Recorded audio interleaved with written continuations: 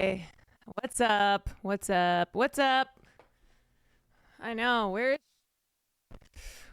she go? God damn it.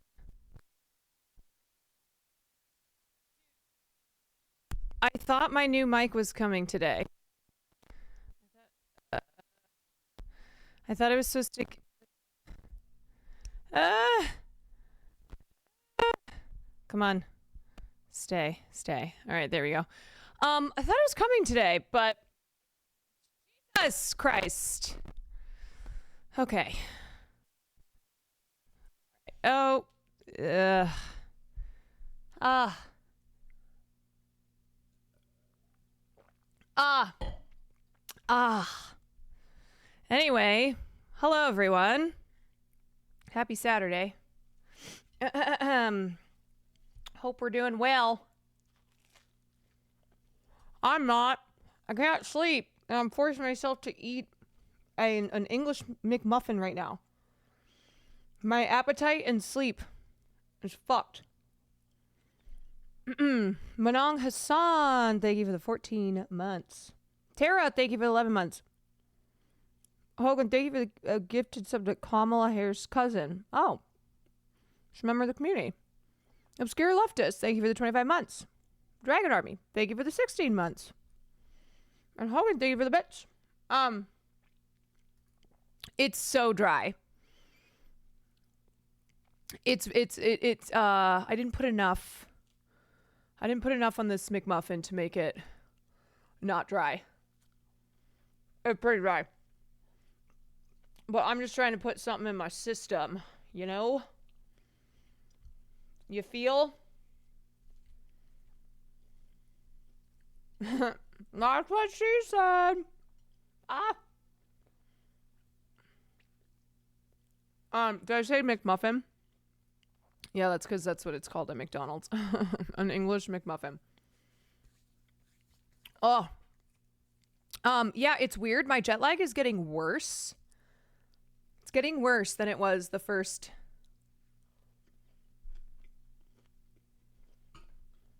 2 days. I'm worsening. Did you see the video of the fight between Perry Farrell and Dave Navarro? Yeah, I did. It was very intense. Like full on brawl. Do you normally get bad jet lag? Yeah, I do. I don't travel internationally that much, but even if I go to like East Coast time zone, it's hard.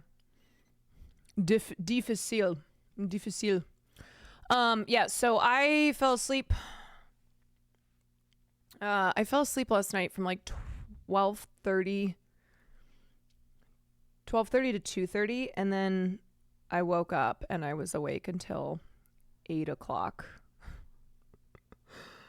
Like watching the outside turn light is always a terrible feeling when you're just in bed trying to sleep.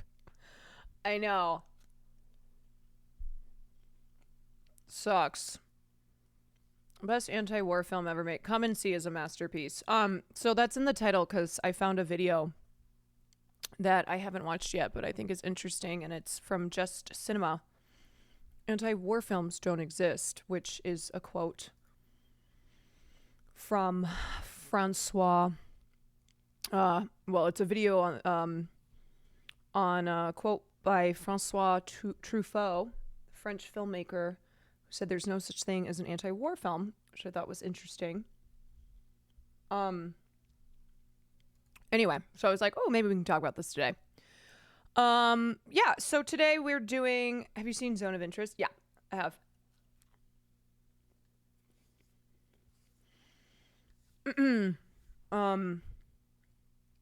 Today we're doing another, hold on.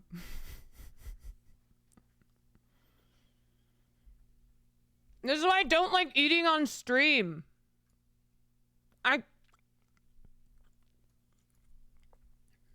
I don't like eating on stream at all. Especially not a dry ass English muffin. What are you eating? A dry ass English muffin. We are at the Connollys. Oh, that's fun. I'm sure you guys are having a much better dinner than I am. Tell them I say hi. D. Weerheit. Thank you for the 16 months. Yarn when? I know. The yarn has been non-existent, but she'll come back. She'll be back, don't worry.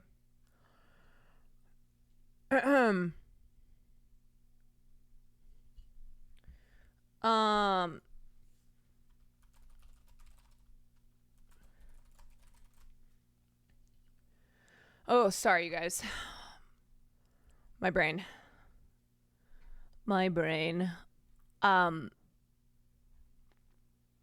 What, oh, my mom is calling me. Okay, hold on.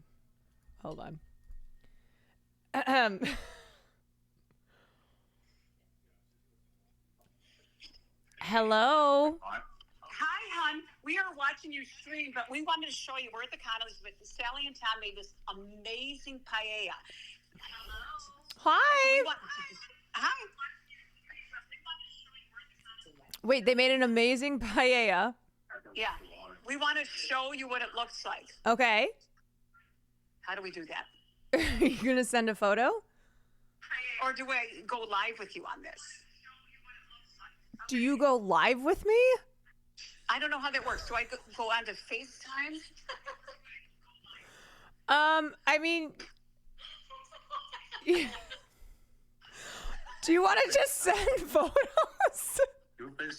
Oh, I'm going to FaceTime you. Hang on. Okay. FaceTime. Dad said FaceTime. Here we go. You ready? Okay, good. I'm switching it. Switching. Okay, you ready? Uh-huh. Can you see it? No, we're not on FaceTime. Oh. Literally no change. No, we'll send.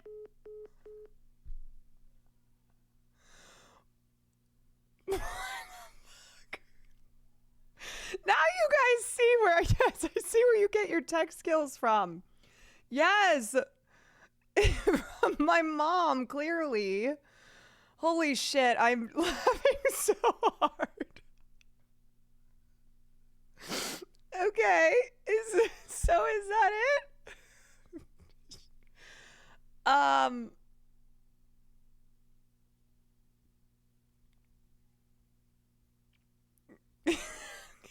Okay. What's going on?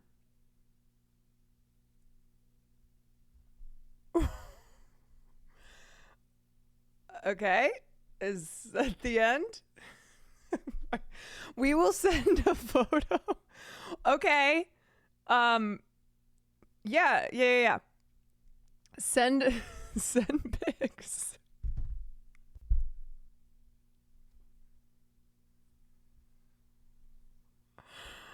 Oh my god. Holy shit. Oh my god. Oh. God, is she trying to call me on FaceTime? Is that what's going on? Like, what? I don't know. I don't know. No, I think this is something she needs to figure out. She needs to figure out FaceTime. Oh. It's a good goal for her to figure out. Oh my god. She also, actually, my mom and I are so similar because her phone is also always almost dying or dead. Like, we're on the phone together and it'll just go dead, and then she'll call me back 15 minutes later. She'll be like, "Oh, my phone died." I'm like, yeah, I know. So that's apparently a genetic trait. Having a low battery on your cell phone is a genetic trait that I've inherited from my mother. It really is genetic. And yeah, or my favorite thing is she'll call me and then go, okay, I only have 2 seconds because I have 1% on my phone. I'm like, why did you call then? Sometimes I'll call her and she'll be like, I have 1% on my phone. But sometimes she'll call me when her phone is about to die. I'm like, okay. All right. Yeah, so I was raised this way, so now you guys know. I haven't even gotten the photos yet. Where's my pictures? Classic low battery. Oh my god, I'm dying at that emote. Classic low battery. Tenebrae, thank you for the 15 months. C-Sears, thank you for the 17. Offline Tits, thank you for the 21 months. White Peepo, thank you for the gifted. And Turling Twins, thank you for the 14 months. And Hogan, thank you for the gifted as well. Did you do Change My Mind yet? I've been live for 20 minutes and part of that time my mother has tried to call me. Okay, here's the pie. I've gotten the photos of the paella. It does look amazing. I will show you guys. I will show. There it is. There she is. A gorgeous paella with my mom with her friend Sally who made the paella. Here, I'll show you the photo of just the paella. Wow, that is beautiful. Gorgeous. Absolutely stunning. This is something that Pop Crave should tweet out as paella stuns in new photo. Paella stuns in new picture. I've never made paella. Mayhaps that is something to make on stream, on a cooking stream one time. You know? Yeah, that is a feast. Anyway, Dad, if you're still in here, please let Mom and Sally know that the paella looks amazing, even though I know Sally made it. Oh my god. It ain't no dry ass. I was like, what is dry ass? It ain't no dry ass English muffin. That's true. You mean that paella doesn't look as good as... I think this looks pretty good. This is my dinner. Wait, I saw something about, did I inherit any boomer traits from my dad? I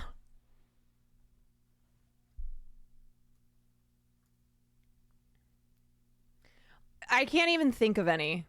I feel like it all comes from my mom. My dad is classic dad though. My dad is classic dad where he'll not know any of my friends. So he'll be like, "Oh, what are you doing?" I'm like, "Oh, I actually have to go to so-and-so's wedding this weekend." He'll be like, "Who's that?" I'm like, "You remember my roommate from college who I'm still very good friends with?" "Oh, I thought her name was blah, blah, blah." Yeah, doesn't know who anybody is. Anyone. But he'll always, there's like 2 names that he knows. And so he always does ask about the 2 names that he knows. But it's so funny because my mom, whenever I'm home, my mom always wants to go on the Instagram. Literally her words. Go on the Instagram and just, see what's going on with everyone. Because my parents don't have social media. My dad has made so many Instagram accounts. And not in a sketchy way, not in a way where he, like where most people who make multiple accounts online do so because they are spending all their time like being disgusting and hateful. So they make alt accounts. My dad just forgets, I think, that he has Instagram accounts. So there was a period of time that like once a year I was getting a follow from my dad's Instagram account, but it was like a new account, but that he wouldn't even use anyway. I don't know. So my parents don't use social media, which is good. It's good. Not social media people. But my mom will want to see people on the Instagram, so I'll have to do, oh, this is, here's so-and-so's kids. And then she'll ask me questions. I'm like, Mom, I can't even remember what I did yesterday, let alone the names of all my friends' children. I'm sorry. They're really cute. But all my friends from college who have multiple kids now, I don't know. I have no answers for you. But yeah, so she always wants to get updates and stuff. Or she'll be like, who's that one girl that you did theater with? I'm like, who? I need more than that. And then my dad, if he's around, he wants in too, he's kind of off to the side, trying. But then he's asking his questions. I'm like, Dad, you don't remember anybody. You don't know anybody's names. So it's just so many questions. I'm like, and you're not going to remember any of them. But I do it anyway because they're my parents. I'll try to show my mom and grandma post online. Their first question will be, do you know them? Yes, that's one of my favorite things too.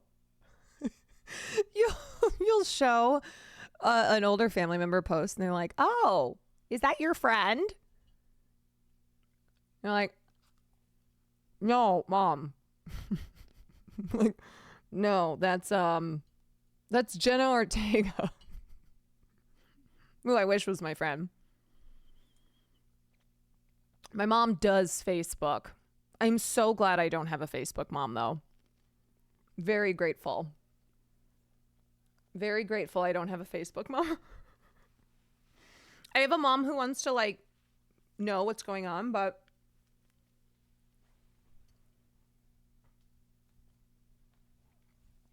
not on actual Facebook herself. I don't know if you covered this already, but the Russian movie. No, I know. I shouldn't have put that in my headline because it's not me saying anti-war films don't exist because I don't know yet. I haven't watched the videos, so I haven't had my previous opinions confronted with a different take on anti-war films. It's literally just the name of a video that we're going to watch. But I love people coming in here and be like, I don't know if you've seen this. I don't know if you've seen this. I've seen a lot of films in the war genre, both ones that have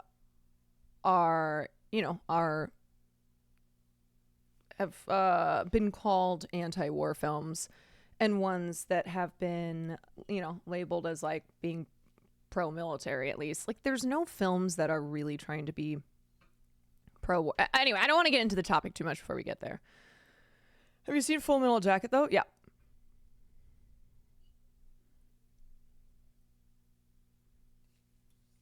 Chad, it's the theory that even on a bad light, anti-war films still promote war. Yes.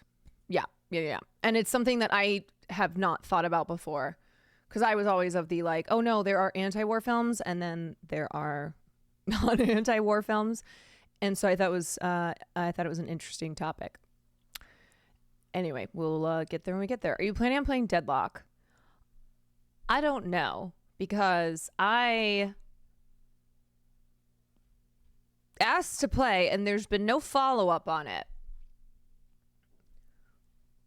So I'm not sure. Maybe I'll have Nandre coaching. Nandre is locked in. He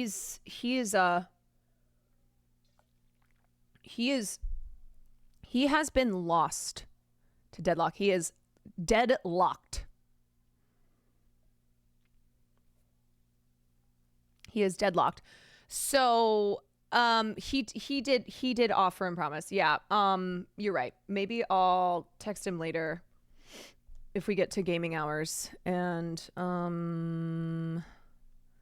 maybe some Deadlock, or maybe I start chapter 3 of Walking Dead. We'll see. Julita B, thank you for the 5 months. Yeah, I need someone to play Baldur's Gate 3 with me though. I've been asking people. I want the Yarn to play Baldur's Gate 3. I've been trying. If we say Nandre in chat 3 times, he'll show up.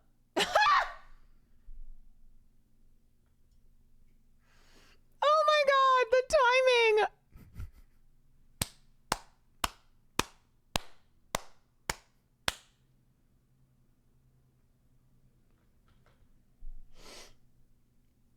Oh my god.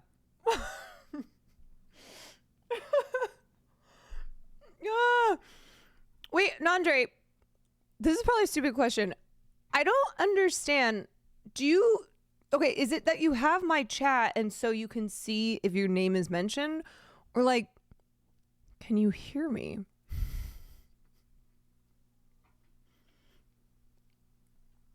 It's Chatterino. Okay. Okay. So you can get pinged if your name is just mentioned in a chat.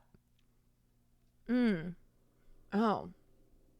A magician never reveals their Chatterino secrets. Yeah. It's Nandre in my walls.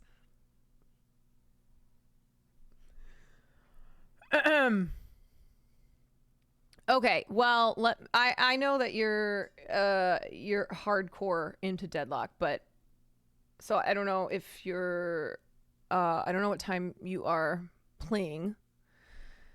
I usually have your stream up anyways. You've taught like 30 people? Oh my god. Okay, what are you're live right now? I'm assuming you're playing Deadlock like immediately.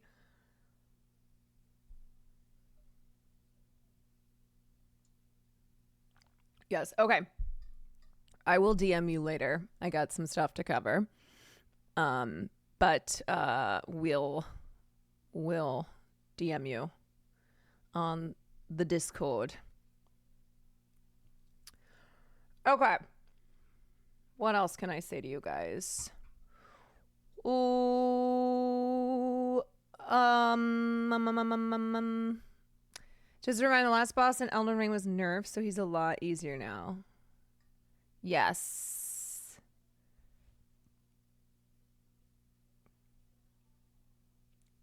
That's facts. That is a fact.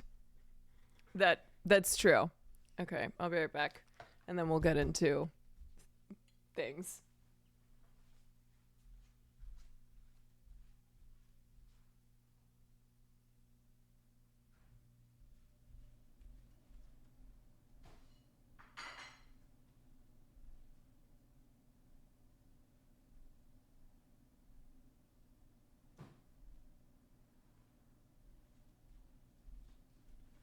Oof. Oh. Okay. So tomorrow is the EMMYS.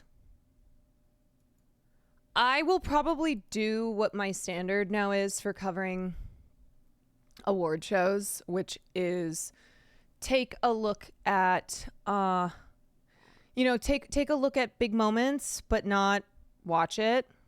Like I probably will wait to do award speech watching and stuff like that until Monday, usually to give it a day in between, but obviously we'll be paying attention to what's going on tomorrow night. I mean, it's one of those things where the Emmys now for a long time has basically been, okay, we know what's going to win and we know what's going to dominate. Shogun is going to dominate. Shogun is going to win Best Drama Series and will win for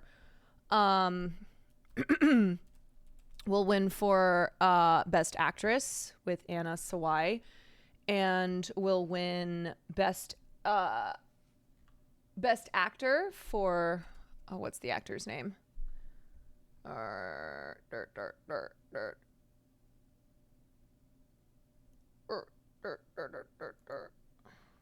Hiroyuki Sanada. Yeah, he's nominated too. And then Bear is gonna dominate as well. I'm sure Bear will win Best Comedy Series, which, you know, all the drama about the bear being a comedy, which we've covered before.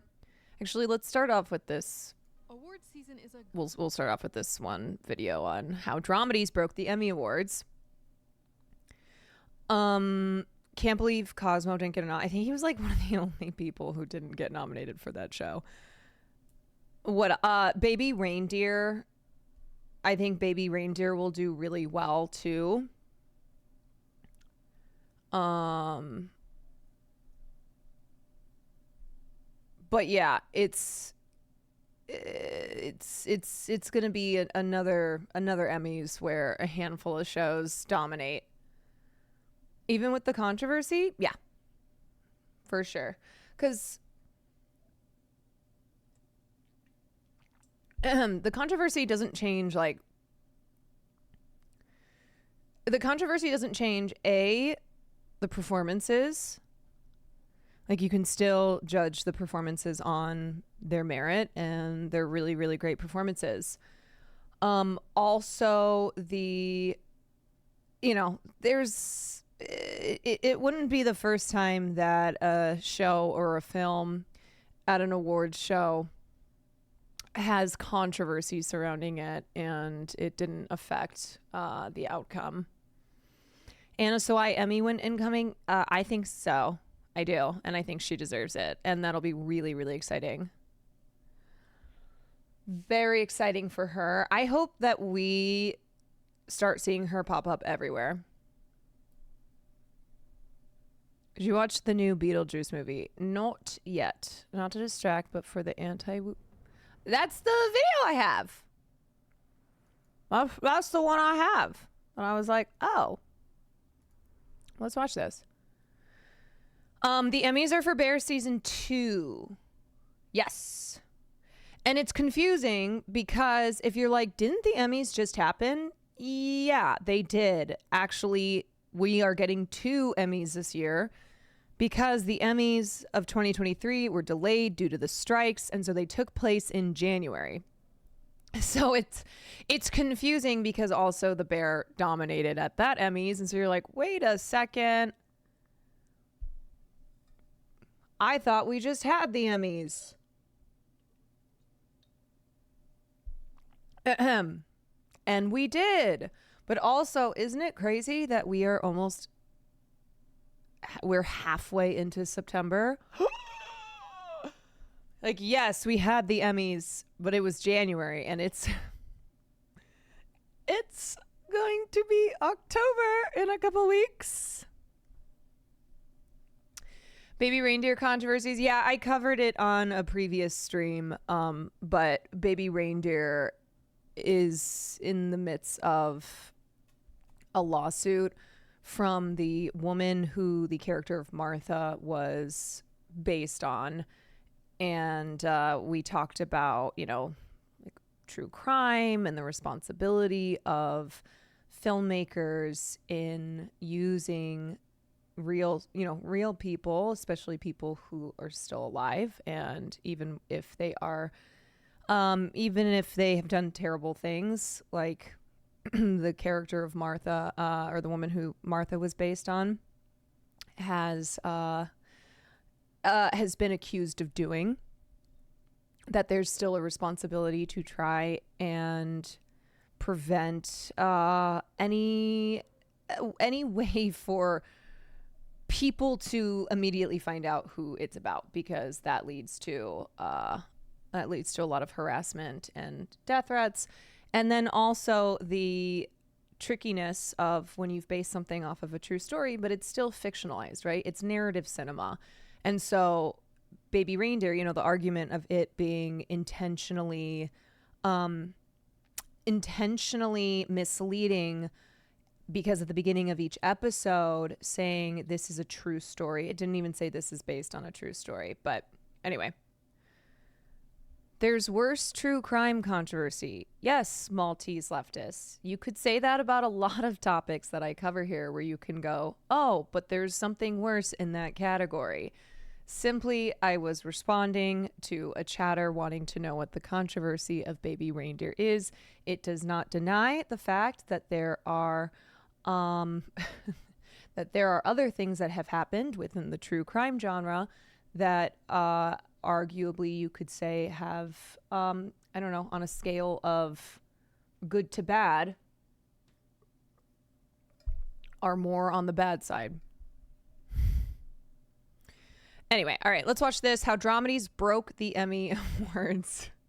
Great time to look back at all of our favorite films, shows, and performances of the last year. But every time the Emmy Awards roll around and nominations are announced, there's so much confusion about the seemingly random categories that some shows and actors are slotted into. So what's really going on here? They don't want honest.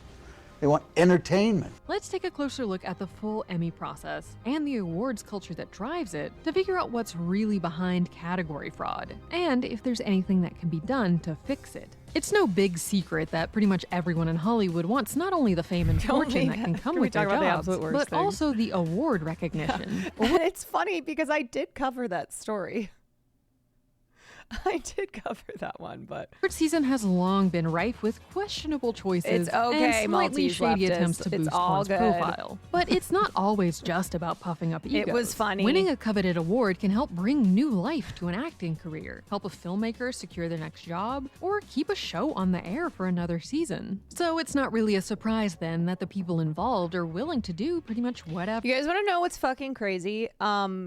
Sandra Oh, who has been doing TV forever and has been on a number of notable shows and given amazing performances. She won her first Emmy for Quiz Lady, which I'm not even kidding you, I've never fucking heard of.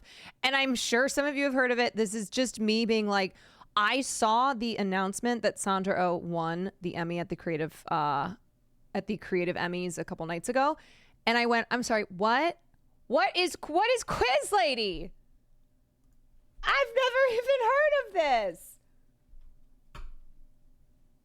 It's her show. It's a show with Awkwafina, or no, it's a movie with Awkwafina. It's a movie with Awkwafina, and that is what got her Quiz Lady, Sandra Oh. Yeah. That's where she got her first Emmy, which is wild. Yeah, so crazy that Sandra Oh had never won an Emmy up until that point, and that it's for something that I personally had not heard of. Yeah. Anyway, congratulations to Sandra Oh for finally winning an Emmy. Are we going to talk about Awkwafina finally? No. Another day passes without me dedicating an entire stream to Awkwafina. We'd know about it if you kept up on the needed Awkwafina coverage, I guess. Yeah, but I don't. Whatever it takes to secure a win.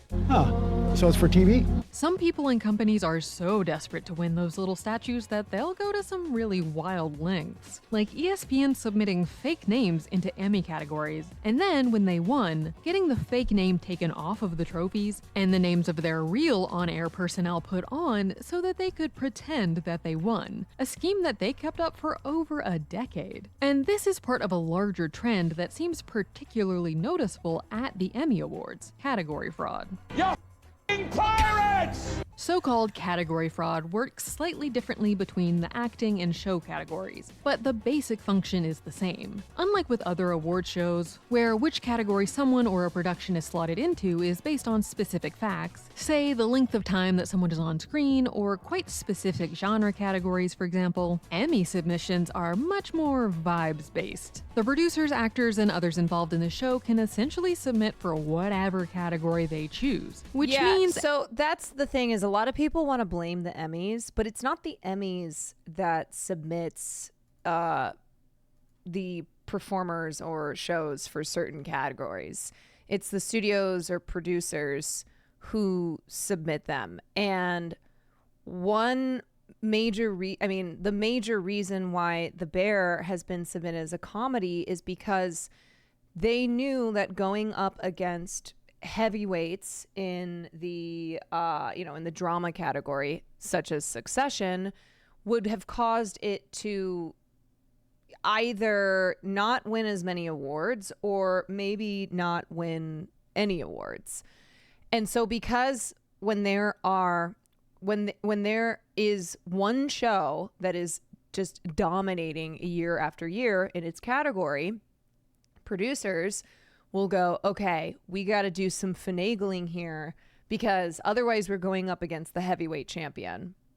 Everyone tends to go for the one they think they'll be able to win. But that's how you even if get it doesn't necessarily that's how you get The Bear as a comedy. match up with the actual role or show itself. For the acting awards, this can lead to actors who were clearly major parts of their shows, and sometimes literally main characters, to submit themselves as supporting. This, in theory, ups their chances for a win since they will, compared to the other actually supporting roles in the category, have had a lot more screen time to prove their award worthiness. Sometimes the actors make this choice themselves, but often it's part of a larger strategy on the part of the producers to attempt to game the system, to get as So many this is why if you keep up with award stuff, and you will often see controversy or debate over the supporting versus lead roles. This goes for television and film. And sometimes the gambit pays off, right? You submit an actor in supporting category, even though they really should be in the lead category, and they end up winning, whereas they probably wouldn't have won if they were submitted in lead.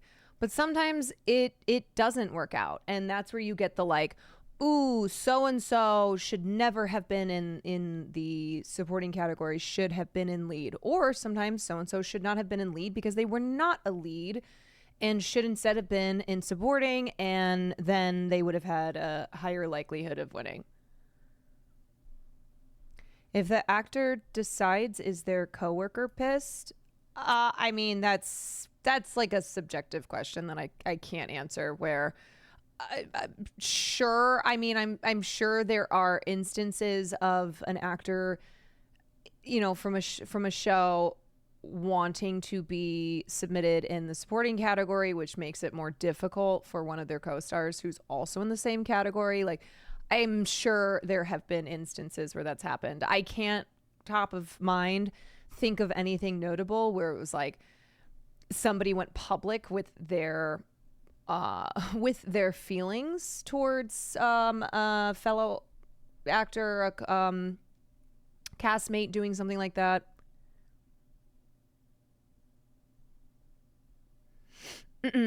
I'll forever be sad. Better Call Saul and Rhea Seehorn did not submit under comedy. They'd have gotten some deserved. Right, and so that's the other thing too, is you look at shows that completely were snubbed, like Better Call Saul and the actress Rhea Seehorn, and you wonder, like, okay, if they had done the bear move, because you can say that Better Call Saul is as much of a comedy as the bear is, but if they had pulled the bear move, would there have been, you know, would they have had a higher chance? I think yes. And would that possibly have led to winning awards? many nominations and wins for their show as possible. You enjoy the game. I do. Last thing I expected. And you play it well. I like to keep playing it. Take Peter Dinklage, who was clearly a main character in Game of Thrones ensemble, getting submitted as supporting every year. Or when Shailene Woodley was submitted as supporting for the first season of Big Little Lies, even though her character was functionally a, or possibly even the, main character for that season. You guys are just right. You're exactly right. And for some reason that makes me feel wrong, I guess. This can also happen with supporting actors submitting for guest nominations, Glee. which are supposed to be for roles that have very little screen time, say an episode or two, but make a big impact. For example, Joe Morton, who played Olivia's father on Scandal, was submitted as a guest star even though he was in nearly every single episode of that season. There are also other weird quirks of the industry that can lead to actors having to do this kind of category fraud, even if it isn't something they necessarily want. Take Rose Byrne having to submit herself as supporting for Damages, even even though she was clearly a co-lead, just because, allegedly, Glenn Close had put it in her contract that only she was allowed to be submitted as lead for awards. Or sometimes an ensemble cast will decide that, because they're all equally integral to the show, they'll all submit as supporting to keep there from being a split where everyone is doing equal work, but some get to be lead and others supporting, as we saw with Modern Family and the earlier seasons of Friends. Family is family, whether it's the one you start out with, the one that you end up with, or the family that you gain along the way. Maybe it's a hot take and I'm biased as a coach, but I think it should be an unspoken or spoken rule that when a show deliberately and obviously misrepresents their genre to dodge competitions at an award show, it should be policy to simply not nominate nor award them anything.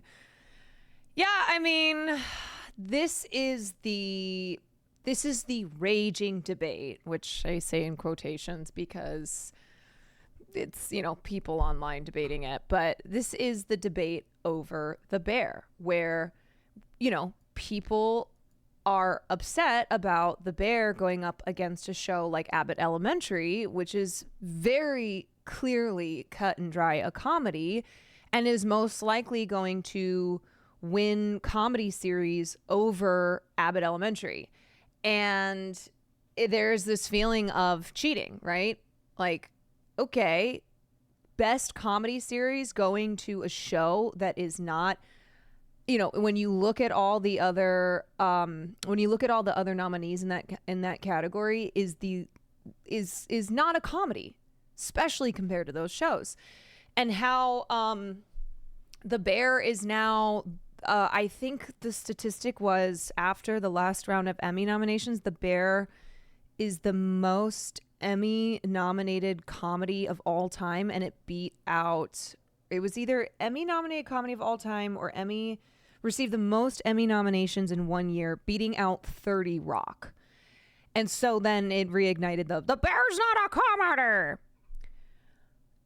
Josh, you watched a 4-hour video about soap operas, the daytime Emmys, and Desperate Housewives.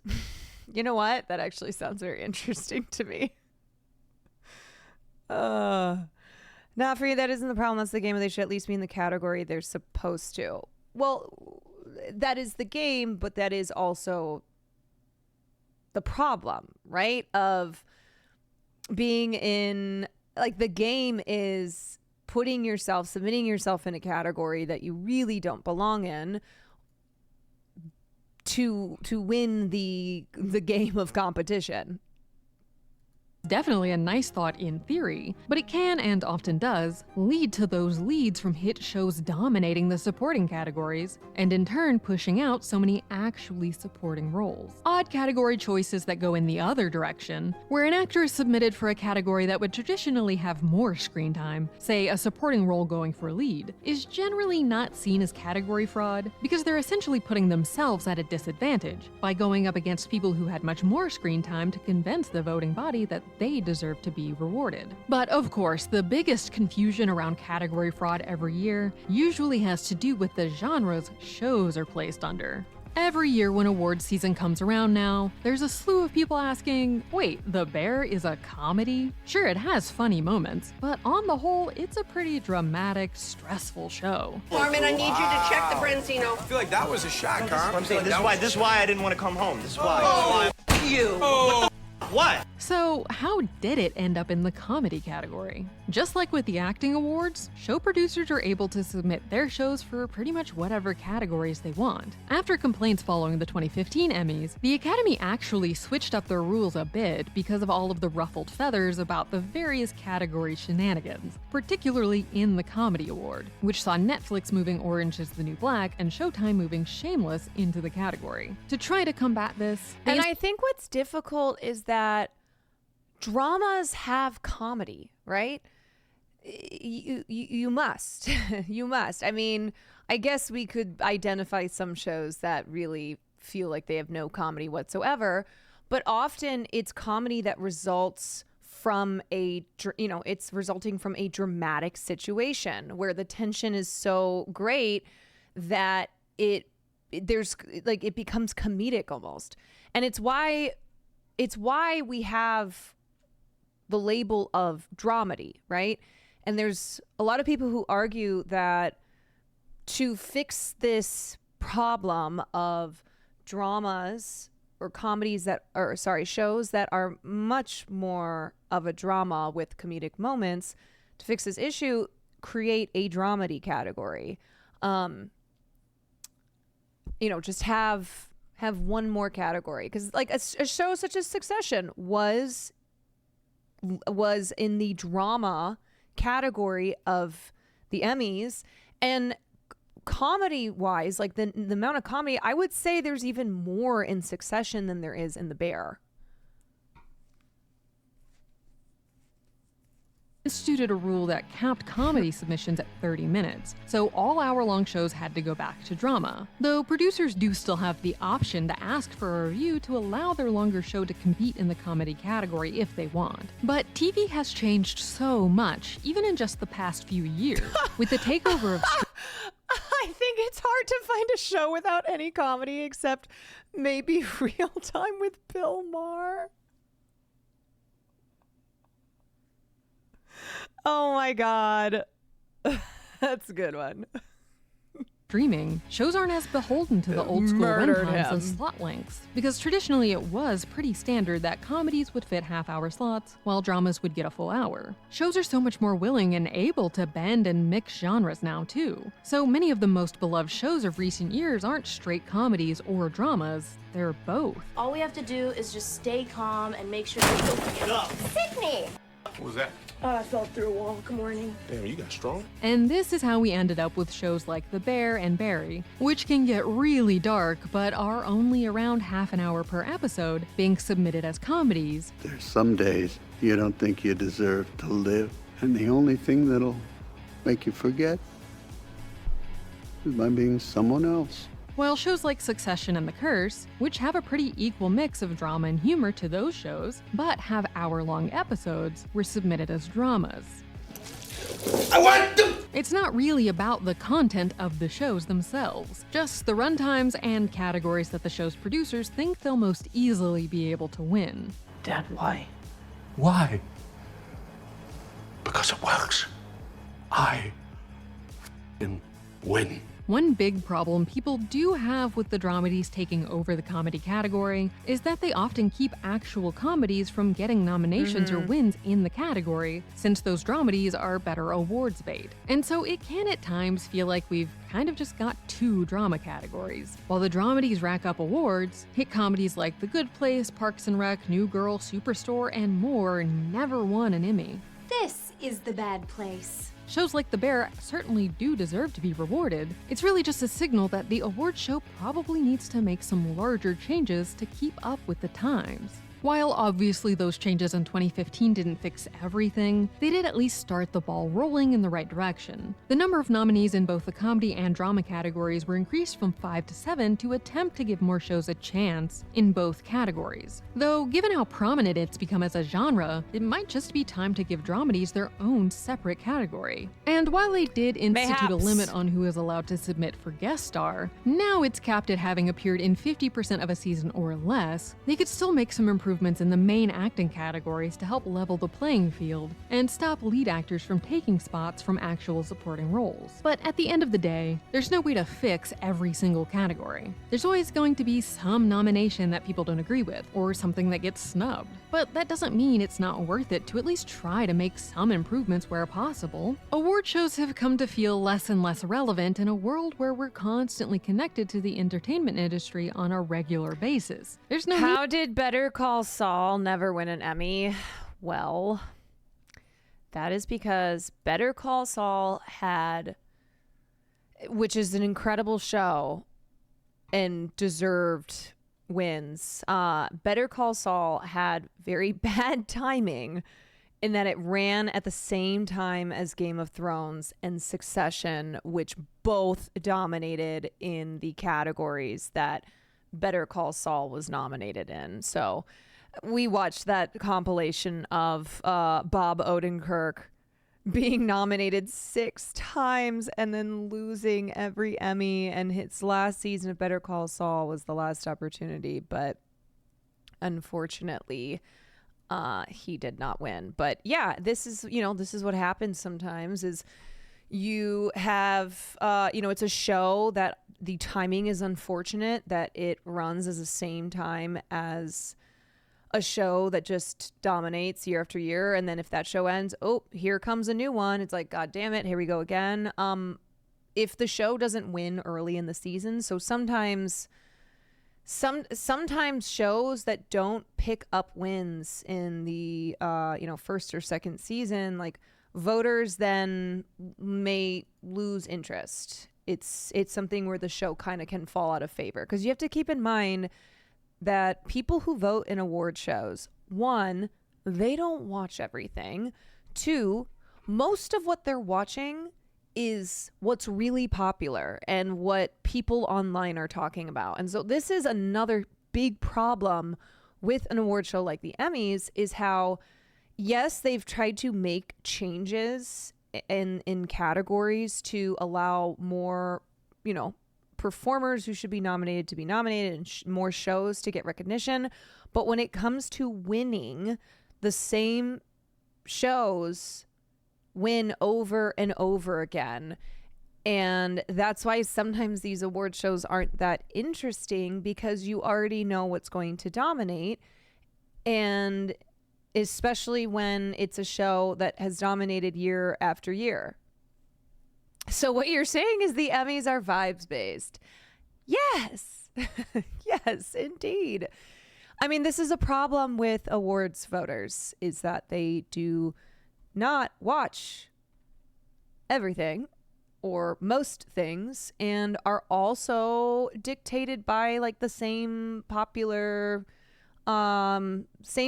shows and same conversations that are being had online, right? It's like Succession was a show that every single Sunday you could expect Twitter to be abuzz with talk about Succession, and same with Game of Thrones, same with House of Dragons, shows like that. Similar things happen with the Grammys. Yes, it's award shows in general. Often, we say award shows award what's popular and not necessarily what's best. It's not to say that what's popular is not always what's best, but I guess it's more so that like awarding what's popular means you are missing out on shows that could be or should be popular, but just haven't gotten the attention on them. Need to wait all year to find out what was the best of the best, because we're all always discussing it and sometimes fighting about it online throughout the year. There's always something new premiering, and there just seems also, to be... Why do you think you see so much marketing in the lead up to award season? You will see Netflix putting up, spending tons of money on billboards, on all sorts of advertisements of their shows. And then if they have been nominated for a show, they advertise like 6 Emmy awards, blah blah blah. So much talent everywhere that often isn't getting rewarded.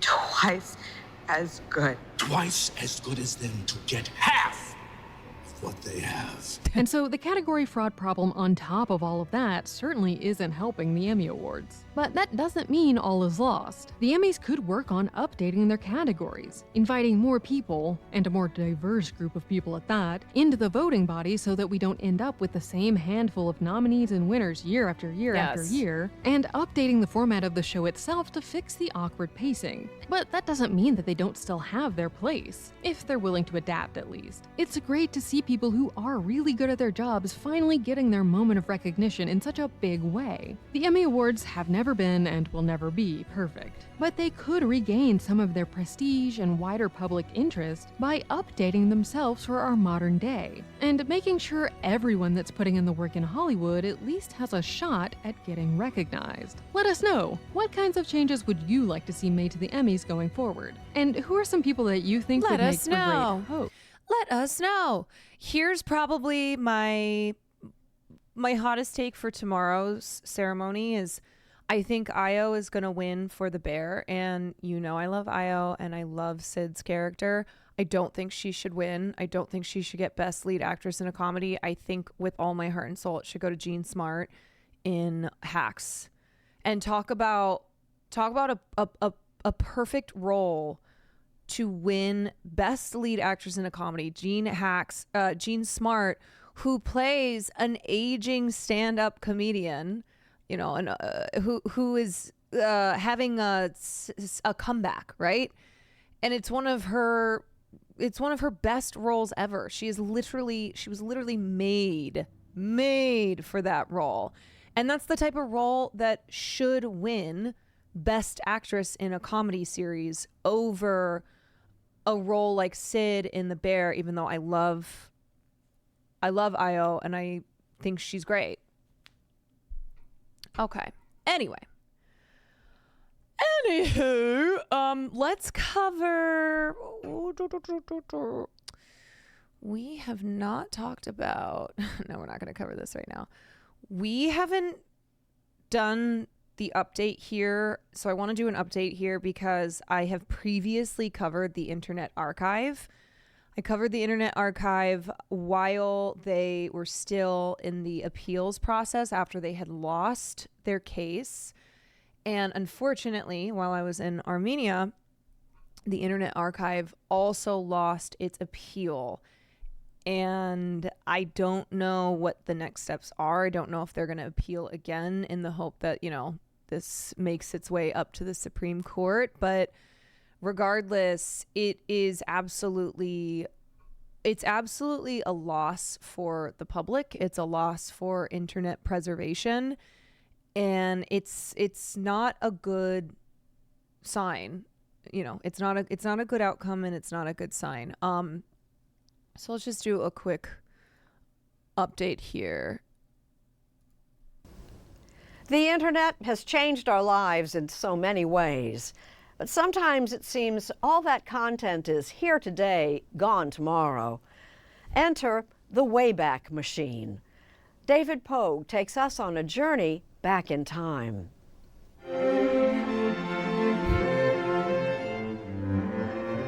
David Samuel plays viola in a San Francisco string quartet, but he almost didn't make it into this country. I'm a Canadian citizen and therefore needed a work visa if I was coming to the United States, an artist visa. That visa required special documentation. I was tasked with finding old programs, articles, interviews, anything that could demonstrate that I had contributed significantly to the field. Unfortunately, most of that stuff had disappeared from the internet over the years. And somebody said, oh, you should check out the Internet Archive, the Wayback Machine. The Wayback Machine is a time machine for the web. Mark Graham is the Wayback Machine's director. It does that by going and looking at web pages, hundreds of millions of them every single day right now, and stores them in our servers. The Wayback Machine has been making backup copies of the World Wide Web since 1996, Hello. coming up on 900 billion web pages backed up. It's free and public. Start at archive.org. Now you can see what the New York Times looked like in 1996, or what Netflix looked like when it was a DVD by mail company, or what your own website looked like whenever. About 1 million people a day use the Wayback Machine. Journalists, fact-checkers, politicians, policymakers, students. I think it's a surprise to most people that web pages are as fleeting as they actually are. It's kind of a cruel joke to call them a page. The average life of a web page is 100 days before it's changed or deleted. Computer scientist Brewster Kahle created the Wayback Machine in 1996. There it is. This guy is like central casting computer scientist. Part of a nonprofit called the Internet Archive. Its San Francisco headquarters do look the part. It's a beautiful building. But I mean, okay, one good thing that did result from the appeals case, even though they lost, is that the judge agreed to change the Internet Archive standing to a nonprofit and not an organization, not a commodity. I think that's how previously it had been listed as, and they successfully argued that Internet Archive is a nonprofit, and the judge did agree to that. It screams your mission, you know, this is a temple of knowledge. Absolutely. Inside, you'll find the original pews, slightly creepy statues of everyone who's ever worked for the Internet Archive, and banks and banks and banks of computers. So is it like, that's a hard drive, that's a hard drive, that's a hard drive, that's a hard drive? Exactly. What in the House of Wax? What in the actual House of Wax? Exactly right. This is about 1/20th of the servers that are one copy of the Internet Archive, and then there are multiple copies to keep it safe. But Brewster Kahle wants to back up more than just the web. He wants to back up everything. Can we get all of the published works of humankind available to anybody curious enough to have access to it? Essentially, the idea of the Internet Archive was to be a digital library of Alexandria, right? To be the biggest digital library in the world, because even the best libraries are still missing, missing publications, missing books that are out of print. They just don't have everything. And so the idea with the Internet Archive was to be the digital library, and having an outcome like losing the digital lending case, losing the copyright case to these 4 major publishers, puts a significant dent in that and makes it so that a lot of people around the world who have solely relied on the Internet Archive because they don't have access to libraries, they don't have access to good libraries, whatever their conditions are, where the Internet Archive was the only way for them to access information that they needed. And also there being documents and publications and books and whatever else on the Internet Archive that you cannot get anywhere else, that you simply cannot find anywhere else. He's backing up old music and old video games. Oregon Trail, Prince of Persia, an early Pac-Man. And TV shows.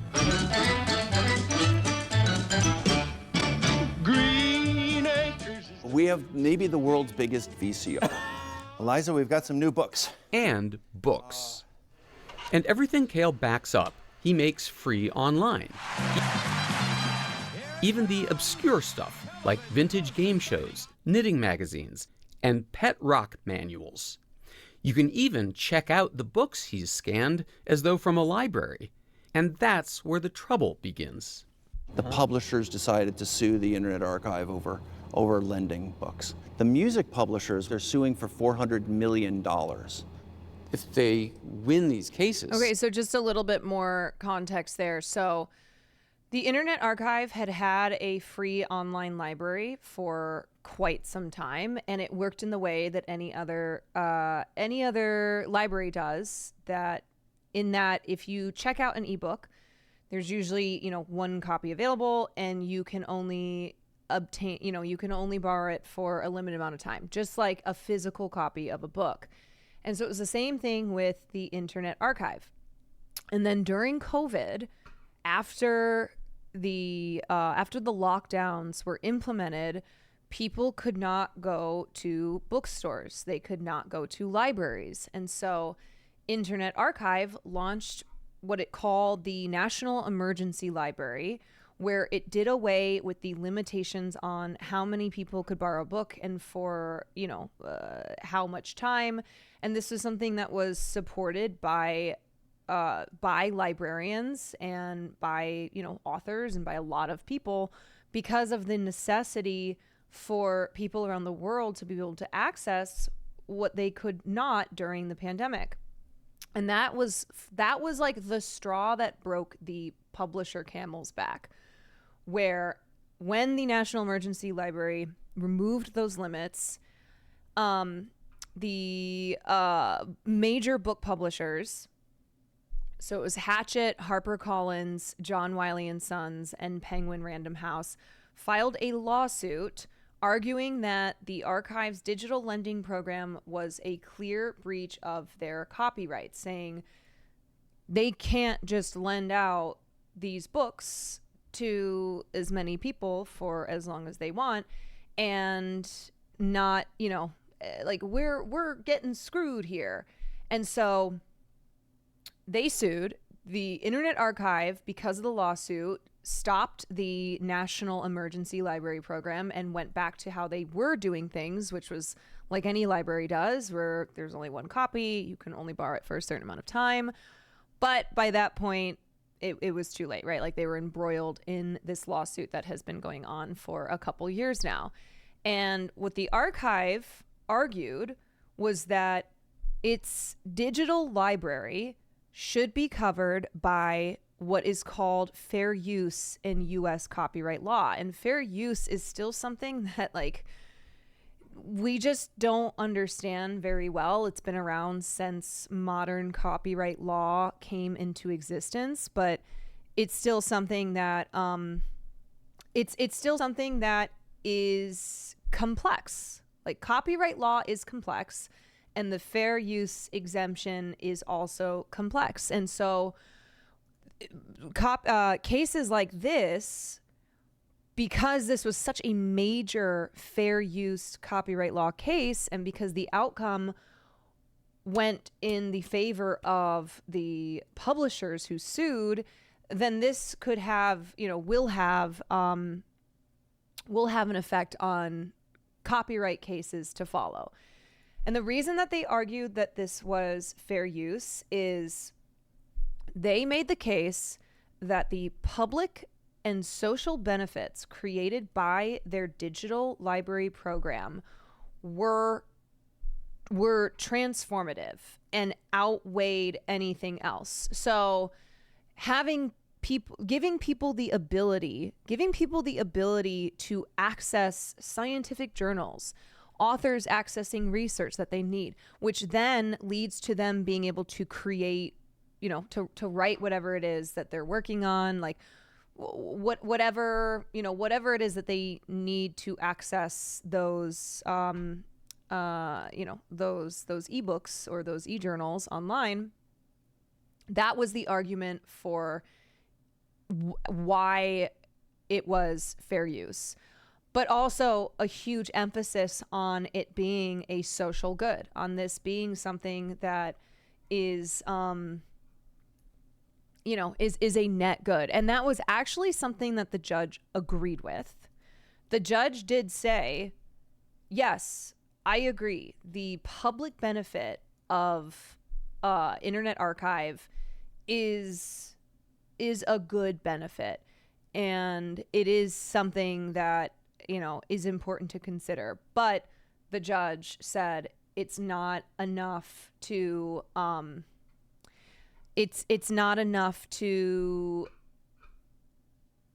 win the argument that these are transformative versions of copyrighted works. Could that end the Internet Archive? Yes. The Association of American Publishers declined an interview, but wrote to us, there is simply no legal justification for copying millions of copyrighted books, changing them into ebooks, and distributing them to the public, all without getting permission. We'll see how it all turns out. It's being fought out in the courts. The publishers won their lawsuit against Cale's operation. He's filed an appeal. The record company's lawsuit is pending. In happier news, violist David Samuel did wind up finding every concert program, interview, and article he needed for his visa on the Wayback Machine. And even some stuff that I had forgotten about. And I received my green card just a few months ago in September. Wow. Well, welcome to America. I loved that segment. It was like filled with characters. Okay, anyway, let's read a little bit from the Electronic Frontier Foundation, who have been defending the archive in this case. These publishers are wrong. Libraries have paid publishers billions of dollars for the books in their print collections and are investing enormous resources in digitization in order to preserve those texts. CDL helps ensure that the public can make full use of the books that libraries have bought and paid for. This activity is fundamentally the same as traditional library lending and poses no new harm to authors or the publishing industry. Libraries have never been required to get permissions or pay extra fees to lend books. And as a practical matter, the data shows that CDL has not and will not harm the publisher's bottom lines. So CDL is the Controlled Digital Lending Program that was a part of Internet Archive and that the publishers were suing regarding. The Internet Archive and hundreds of libraries and archives that support CDL are simply striving to serve their patrons effectively and efficiently, lending books one at a time just as they have done for centuries. Copyright law does not prevent that lawful fair use. Indeed, it supports it. And the thing is that what the lawsuits in digital lending is, all the conversation around copyright and digital lending is showing is that we actually have these rights, and lenders have these abilities when it comes to physical copies. If you own a physical copy, you can do whatever you want with it. You can sell it online. You can use it as toilet paper. You can lend it out, whatever. But the same doesn't apply when you have an e-copy of it. You can't sell an electronic copy. So what I'm talking about is the difference of physical, like your ability to do what you want with physical copies of books, and the difference with digital copies. You can make out with it. Yeah. You can do that. you certainly can. Okay, let me read more of this argument here. On July 2nd, 2022, we filed a motion for summary judgment asking the court to put an end to this dangerous lawsuit. On March 24th, 2023, the court ruled against the Internet Archive, finding that the Internet Archive's CDL program was not fair use. But the case is far from over. The Internet Archive is appealing the decision and filed its opening brief in the case. And so this is the appeal that was just lost.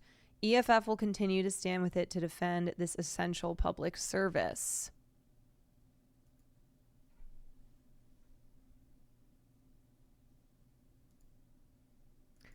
So I don't know what's happening with it next, but I'm assuming that they're going to try and appeal again. It's getting to the point we won't own anything. If you lose your job, you lose your ability to pay for subscriptions to access any of the things you own. Yeah, I think like there's a major conversation that is being had and that we've talked about here, which is the disappearing of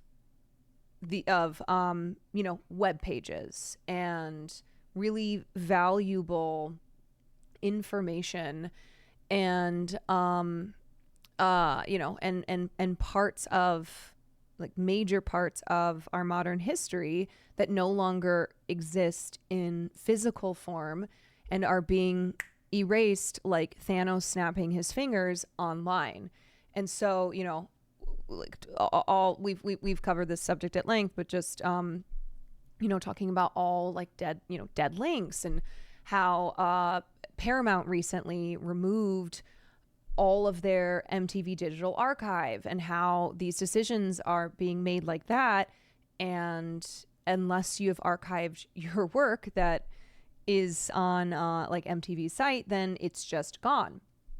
So this is part of the larger conversation of how we are forever losing really crucial documentation that is needed to be preserved, but because it exists only digitally, is at the whim of decision makers who decide they're no longer going to keep the archives at wherever it exists online, like that, continuing to work properly and not result in any dead links. And Oh gosh, sorry, I just lost my train of thought. Blah, blah, blah, blah, blah. So we're talking about that. And okay, so anyway. So the Internet Archive is a part of this, and this case specifically is about the e-lending. This is about the digital lending of books like a library does. And now that has ended in the conclusion that it violates copyright law. And so there's a lot that doesn't exist in physical form that you cannot find anywhere else that is going to be removed from the Internet Archive. So we're not just talking published works that you can get somewhere else. We're talking about things that like you can't get anywhere else that are going to be removed from the Internet Archive that will, possibly be lost forever.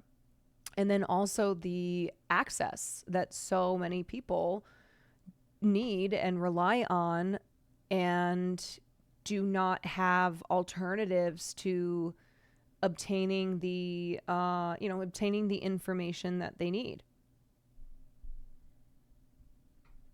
A friend of mine used to work for MTV, and basically all her work was erased when their archive was deleted. Yeah, so there was a huge outcry when Paramount did that, and a lot of people who used to write for MTV wrote on Twitter about how, like, luckily they had personally archived some of their work, but a lot of their work is just gone forever, and how they had no idea that that was just going to happen like that.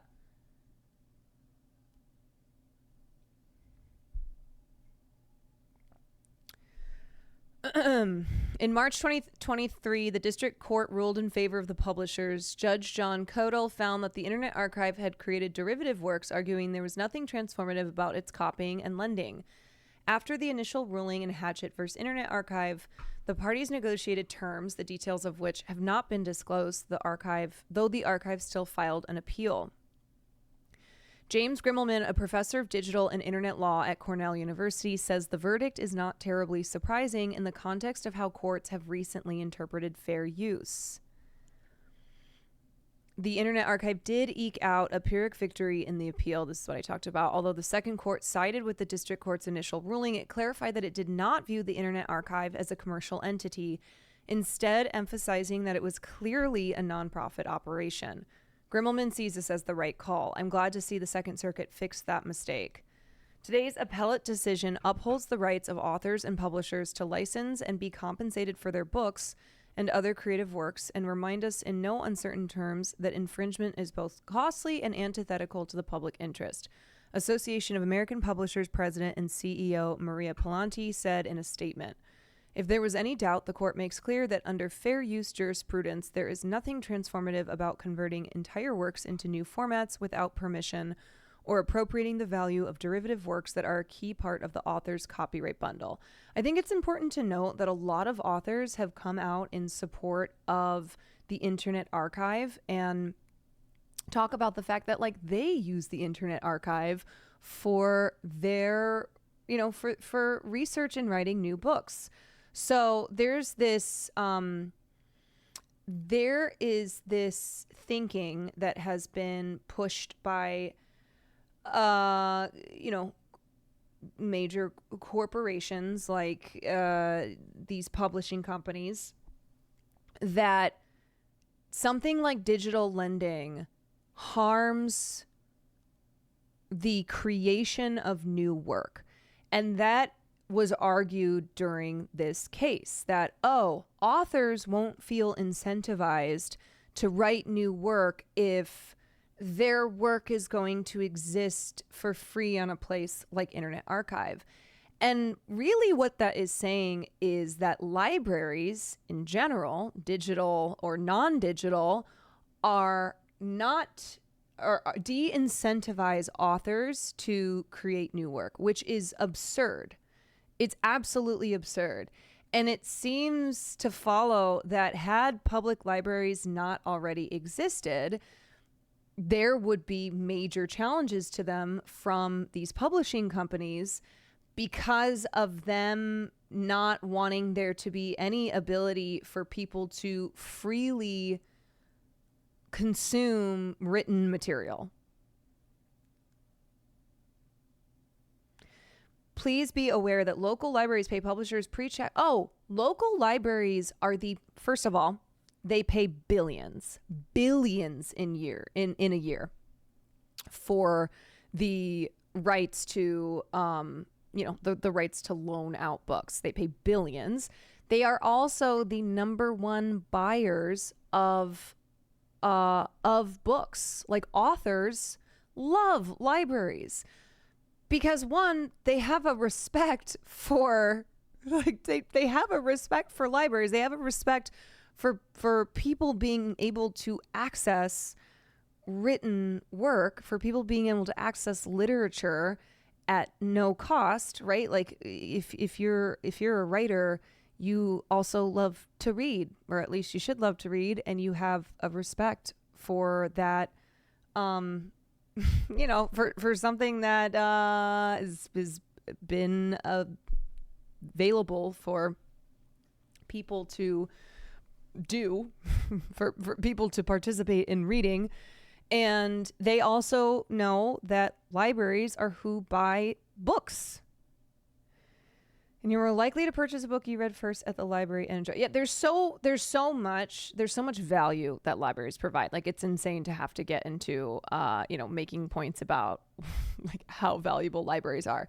But that is an argument made by publishing companies when it comes to e-lending. Flunky, thank you so much for the 5. Oh shit, I missed some other subs too. Ashley, who apparently was drunk, good. Add a bra, but Caroline sub comes vuts. Sorry, I missed that one. Ashley, thank you for the 23 months. Hope you're having a good time at that bra. Hope you're enjoying the bra. Hope it's a double D. Whipping, thank you for the tier 1. Orange Juices, thank you for the tier 1. Gurk, thank you for the 10 months. She's thriving. Quantrage members touching grass. Anyway, what was I saying? Yes, libraries are great, and any argument against e-lending can be applied to any lending whatsoever. And it really does make you feel like, had libraries, not existed for as long as they have, that, and maybe there will be challenges to libraries distributing books that they have purchased the rights to distribute in, which I don't think so, because these publishing companies know how much libraries pay. In a statement, Internet Archive Director of Library Services Chris Freeland expressed disappointment in today's opinion about the Internet Archive's digital lending of books that are available electronically elsewhere. We are reviewing the court's opinion and will continue to defend the rights of libraries to own, lend, and preserve books. Dave Hansen, Executive Director of the Authors Alliance, a nonprofit that often advocates for expanding digital access to books, also came out against the ruling. Authors are researchers. Authors are readers. IA's digital library helps those authors create new works and supports their interest in seeing their works be read. This ruling may benefit the bottom line of the largest publishers and most prominent authors, but for most, it will end up harming more than it will help.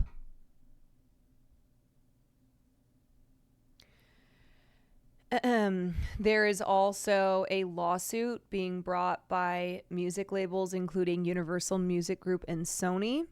They've sued the archive over music digitization. That case is making its way through the courts. The damages could be up to $400 million, which could end the Internet Archive.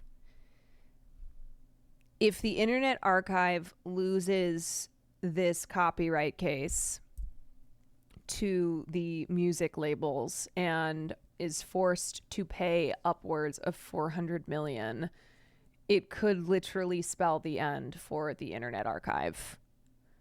The new verdict arrives at an especially tumultuous time for copyright law. In the past 2 years, there have been dozens of copyright infringement cases filed against major AI companies that offer generative AI tools, and many of the defendants in these cases argue that the fair use doctrine shields their usage of copyrighted data in AI training. Any major lawsuit in which judges refute fair use claims are thus closely watched. It also arrives at a moment when the Internet Archive's outsized importance in digital preservation is keenly felt. The Archive's Wayback Machine, which catalogs copies of websites, has become a vital tool for journalists, researchers, lawyers, and anyone with an interest in internet history.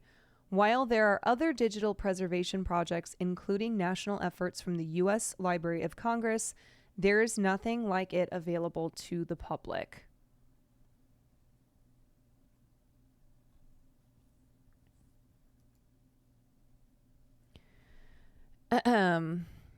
Yeah, it's one of those things where it is shit. Oh.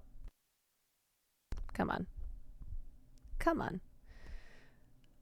AI lawsuits could technically increase fair use law breadth. Yeah, I mean, it's in the same genre of copyright law. And as I said before, copyright law, but specifically the fair use exemption, is one that is complex and is being, it's not new, but there have been a number of major cases in recent years that have really set a precedent for the fair use doctrine.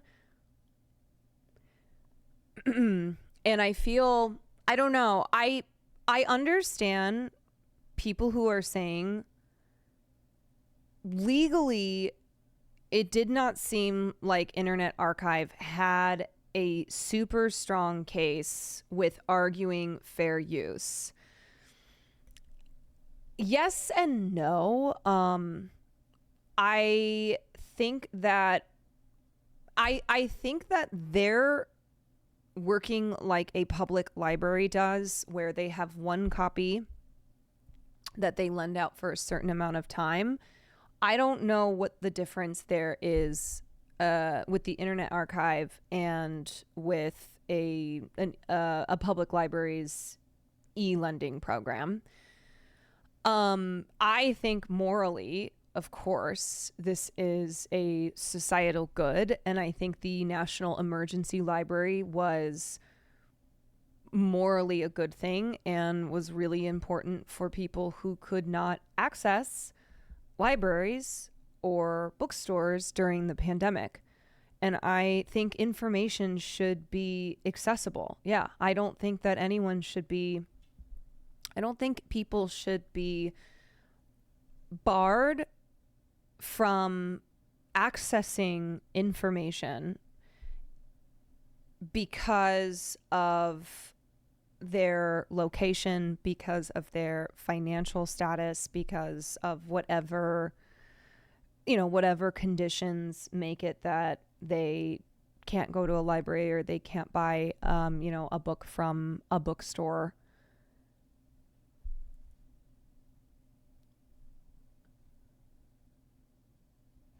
And I also think that this is an example where the major publishers will probably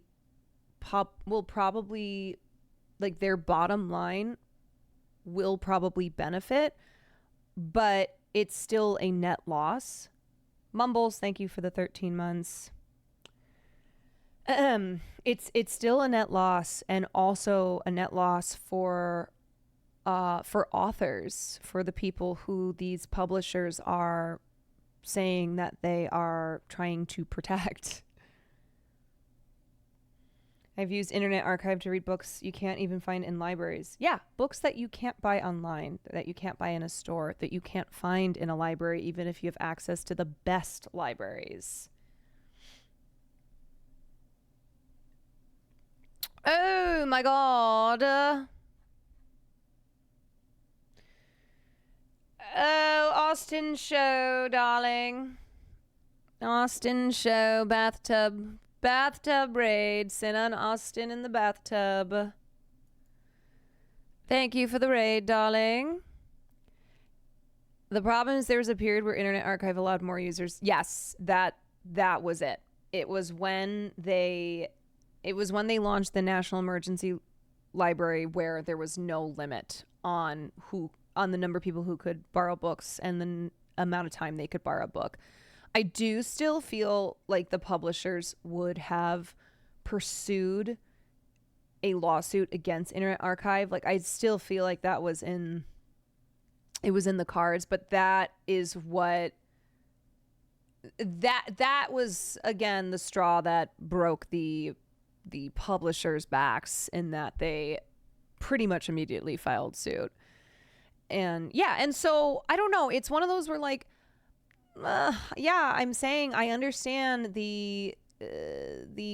legally it didn't seem like Internet Archive had that great of a case, and I think that is a problem, right?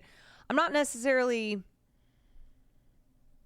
I don't know if I'm blaming the judge who made the decision and agree that it was net good, but that the legal case for what Internet Archive did was not strong enough.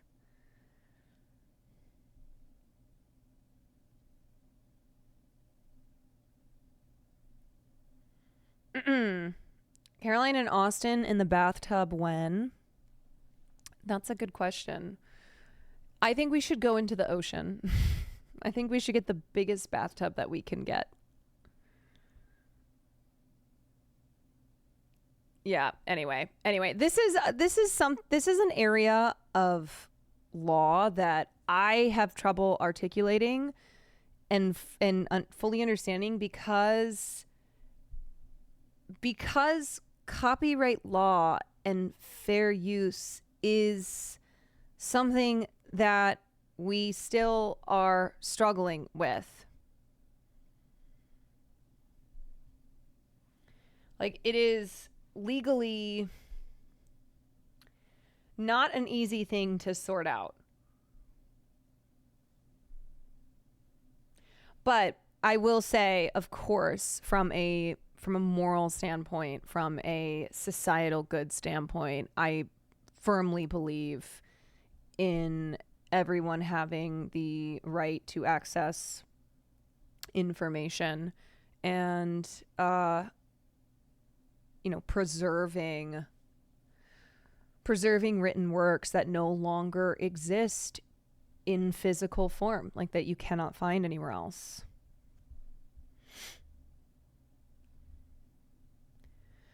Okay, well, since we got a lot of people in here, since we just got an influx of peeps, why don't we do some I changed my mind entries. This is a segment that I did a couple weeks ago where I asked people to submit instances of when they had changed their mind. And I said it doesn't have to be politics, and it doesn't have to be something, earth-shattering. Just something that you changed your mind on. And I thought it was great when we did it last time, so we're going to do it again.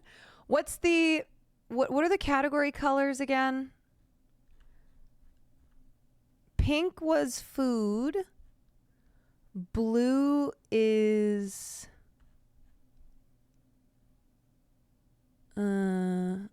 shit. Blue's random?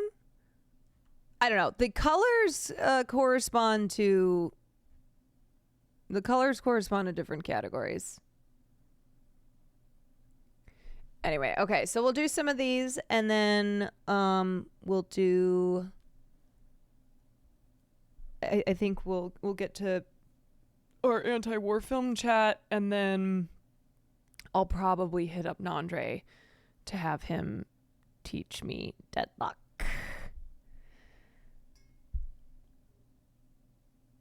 I don't think any topic will beat Song of the Year. All right, let me grab some water. I'll be right back.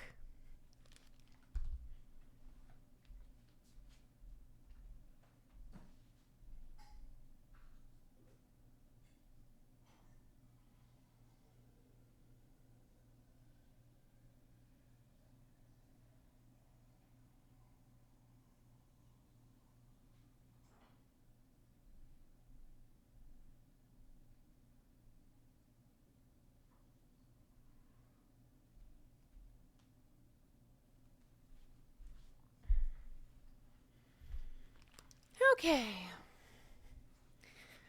All right, guys.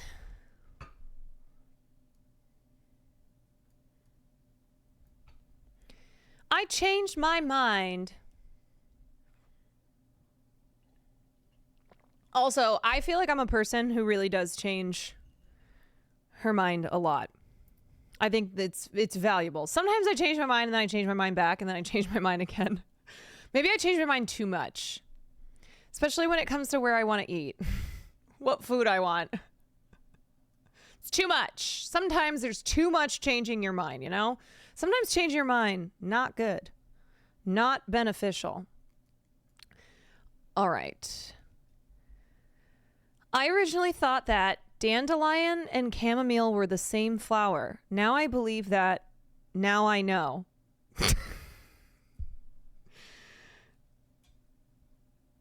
Okay. Why did your mind change? Nothing. Just absolutely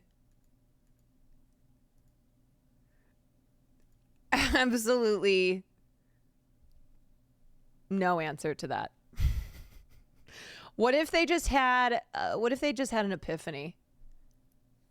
They woke up one day and they're like, oh, dandelion and chamomile are not the same. Anyway, okay, next. Oh, this is Katie.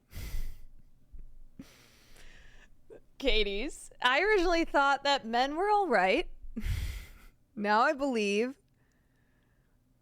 that men ain't shit. Why did your mind change? No answer given.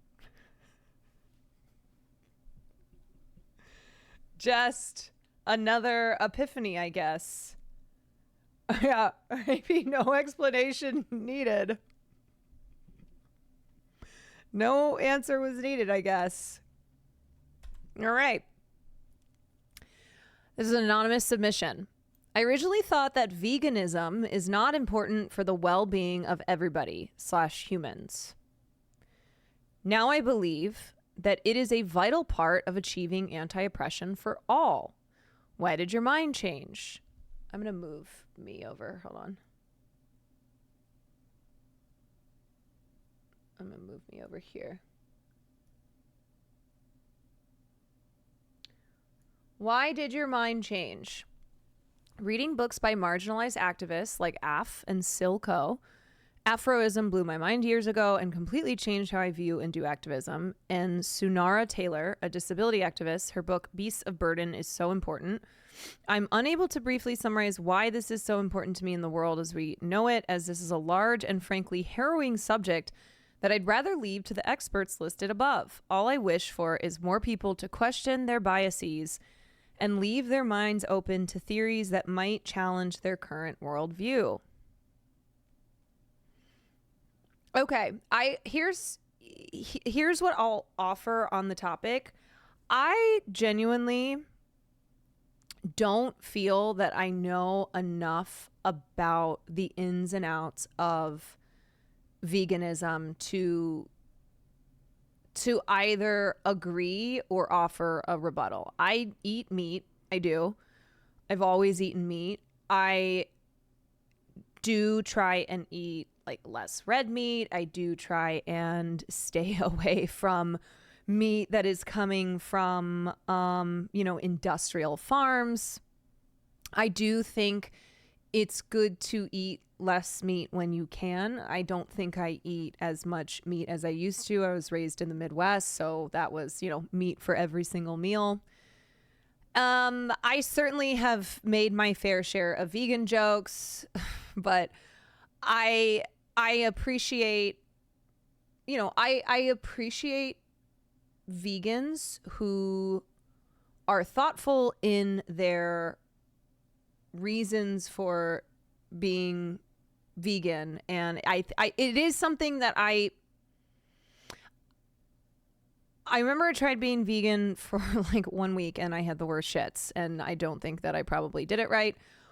That's my only experience with being vegan. But I do think I think it's something that I need to research more, is what I will say. I don't know if I can say I'll ever be vegan. I don't know if I can say I'll ever be vegan, but I think veganism is something that I'm interested in just from a moral perspective and my own understanding of learning more about. I follow Maya's advice limit, and if you must, stick to chicken. Yeah. A lot of my friends who have been vegan and vegetarian, they, in returning to eating meat, like my one friend, when she said she was pregnant, she said her body was literally craving meat. She had been vegan, and during her pregnancy, she's like, I needed turkey and chicken, and so that's why she went back to eating that. Anyway.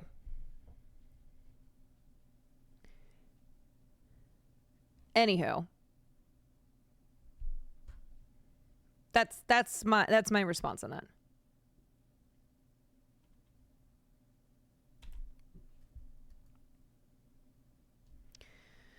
Username Carl Stonechew. I originally thought that power tools are scary, awful inventions, and I should not go near them. Okay. Now I believe that I can hang up my shelf completely on my own, shelf on head, drill in hand, picking up screws with my feet. What? And pieces of wood will be circle sawed by me for no reason. Why are you picking up screws with your feet? Why did your mind change? A breakup, Lamau. Did this chatter do the breaking up, or were they broken up with? All right, power to you. I love power tools. I had an era. I had a phase. I did where I had not started streaming, and I was losing my mind and was still, battling mental health issues. And so I started going to Home Depot, which was nearby me. And I'd go to Lowe's too. Like I just started going to stores or, places where I could buy things to make things. And did you finish the paint trimming yet? No, I have not. I did not. So this is a story that some people know, but I got it in my mind that I wanted to change the color of the trim in our apartment. And Will said, well, why don't we hire someone to paint it? I said, no. Why would I hire someone when it's something that I could do? And so in a fit of madness, one day I had bought a bunch of paint stuff. I had watched some YouTube videos on how to paint trim. So I set about painting the trim in the apartment. And I did the kitchen, I did the living room, and I got to our bedroom and I stopped. And I don't know if you can see. Do you see on the door frame there? Do you see this white strip? That was the last painting that I did. And I went, I don't want to do this anymore. And then I started streaming.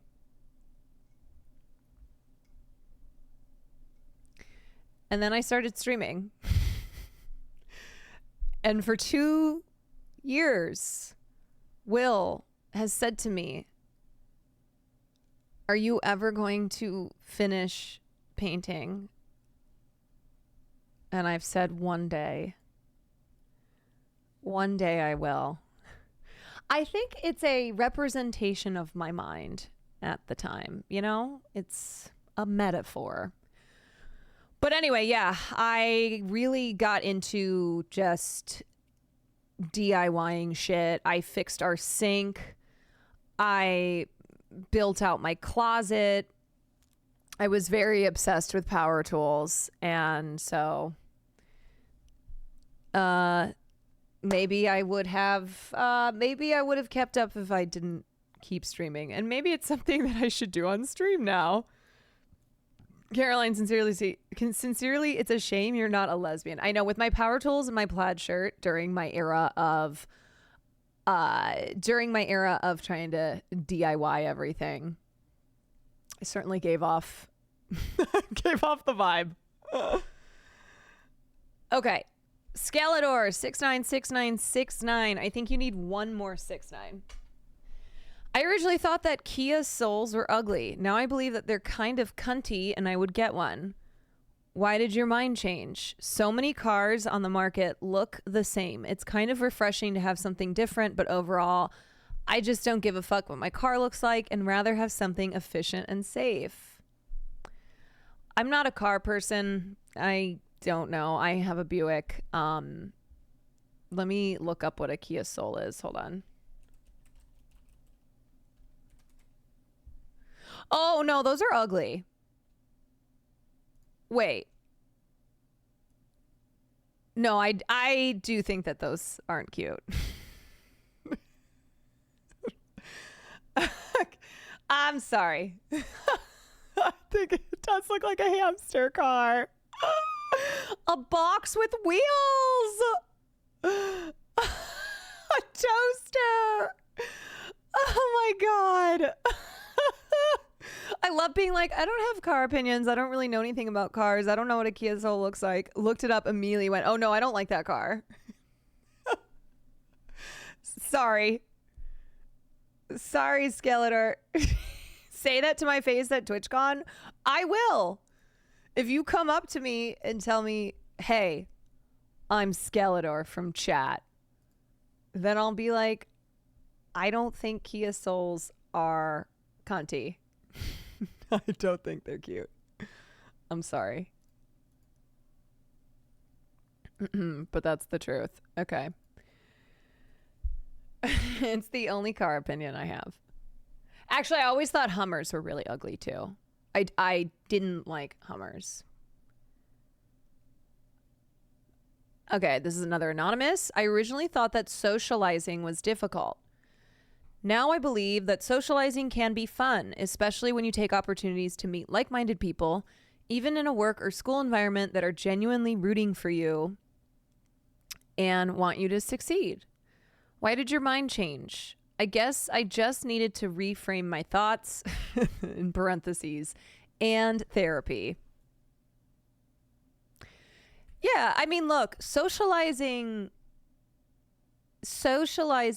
is hard, even when you are a social person, even when you are an extrovert. But I do think that it can be very rewarding, and I think it can be an answer to, an answer to a lot of people's, not an answer, but it can help with a lot of people's struggles and feeling lonely, feeling like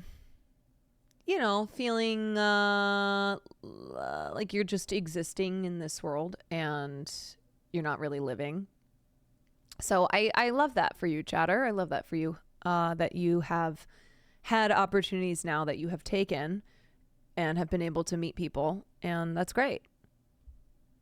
Struggling with that one, but keeping my head up. Yeah, socializing is something that you have to work at, and for some people it comes more easily, and for others it does not. And I think that, I don't know, I'm of the belief that even if you are somebody who prefers to be alone and you're comfortable and happy being alone, I still think if you can, if it's not like you have a disability that prevents you from, being able to socialize, which obviously COVID changed a lot of things, but even for those who really prefer solitude, I still think socializing here and there, having that social aspect, is good. Like I like both. I like being very social, and I also like my alone time. I like I like just being with me.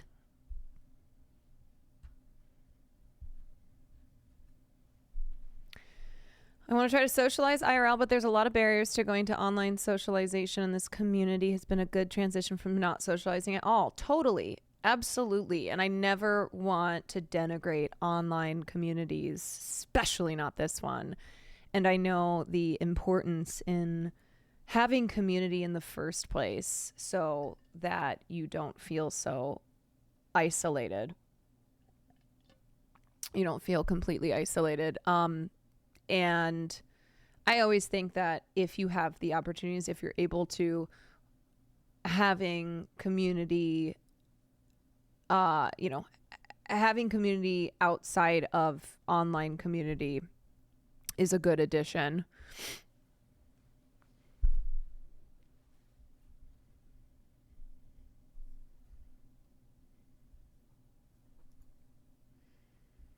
Username, border1.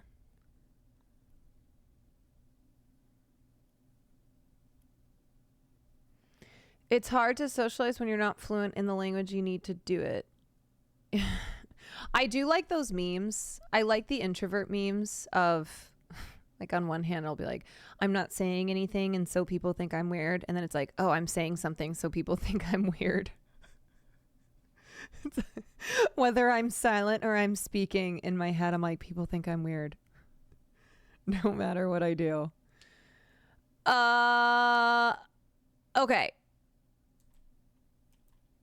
We could have an hours long conversation on socializing, but let's keep going. I think there's gonna be a lot of these. Oh. Okay. I originally thought that pop culture news and drama is boring. Now I believe that it's interesting, but also funny and cool to know about. Why did your mind change? I was never into pop culture as much and felt like I was under a rock by hearing references to it from my friends. It's nice to be able to take part in discussions about it compared to scrolling mindlessly on my phone. Caroline's coverage on the SAG-AFTRA and WGA strikes back in 2023 were really insightful too, as I never knew how rough the conditions could be. Yay! Okay, so yellow is pop culture. Got it. That's good. You know, I always say with my pop culture coverage that most of the time I try to have a deeper, a deeper meaning to why I'm covering what I'm covering, have an angle that is usually political. Like there's a reason to covering this pop culture news other than just being salacious and, TMZ like, but having it be fun too. Like I think talking about pop culture should be fun. Pop culture is fun. Anyway, I love talking about pop culture, and I love that a lot of people have gotten into pop culture because of the conversations that we've had here. Is the Laura Loomer affair pop culture politics? The Laura Loomer affair is a category of its own, let's just say. Oh, God. I couldn't sleep last night. I was looking at old photos of Laura Loomer. She used to look better. She looks like a monster now. But genuinely, a couple years ago, she used to look more normal. And she's my age. Laura Loomer is 31 years old. I am the same age as her. Duh. It just goes to show, y'all. It goes to show that being evil and using way too much filler will turn you into something out of like a Jim Henson nightmare. Yeah, put the filler down and put the being an evil bitch down as well. She looks like Ollie London. Well, the thing is that people who have addicted to filler that way start to look like one another because they get the filler face. Oh my! How is this back? Bro, how is that back? Was there another submit? Who did this? Did you guys move this in the PowerPoint? You moved this from where it was earlier in the PowerPoint, and I got to it being here now, and so I got again. Is this the same one? It must be. There's no way. There's no way that there are two submissions that are the same exact submission. But you know, that's the truth, is that we are always, you can never be sexy confident enough. So it's a good reminder to continue to be sexy confident. This is Song of the Year, honestly. Rico, thank you for the 2 months. The T-Boy Gojo, thank you for the tier 1. Song of the Year. Okay, Satan, Marvel was better than DC is what you originally thought. Now I believe that DC is greater than Marvel. Why did your mind change? Madam Web? Really? My mother was researching spiders in the Amazon? Is that what got you? You were like, this is the greatest cinematic dialogue. You guys know I frequently mix up Marvel and DC. I just call it all cape shit. I have no dog in this race. I've got no skin in this game. Wait, Madam Web is Marvel?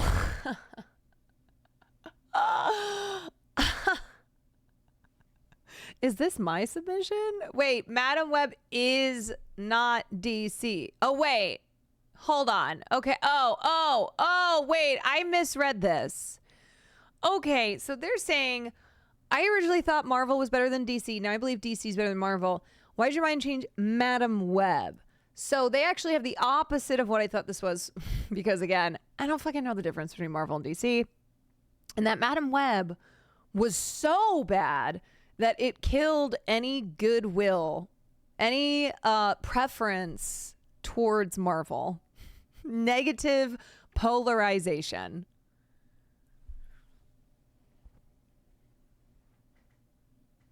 Negatively polarizing. Sarah Love, thank you for the 8 months. I still would like to see Madam Web. You know, how could I not?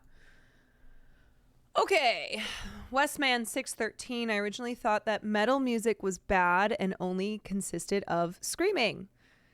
Now I believe that metal is a very broad music category that encompasses a lot of truly excellent music.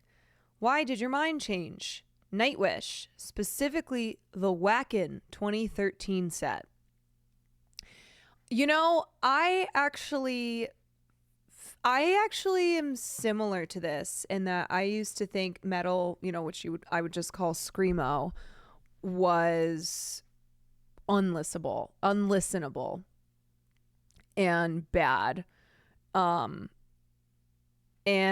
it's, you know, metal is still not my preferred music genre, but I think I have grown to appreciate and have a better understanding of metal music.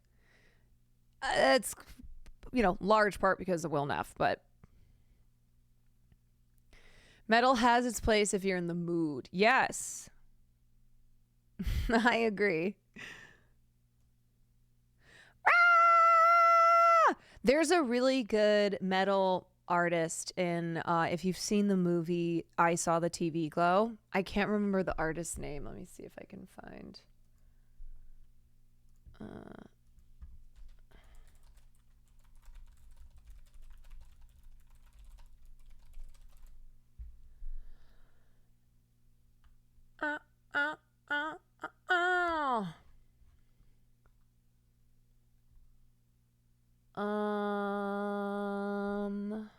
Let's see.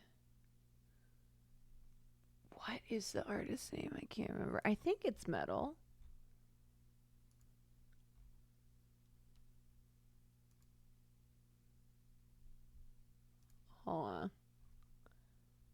Hold on.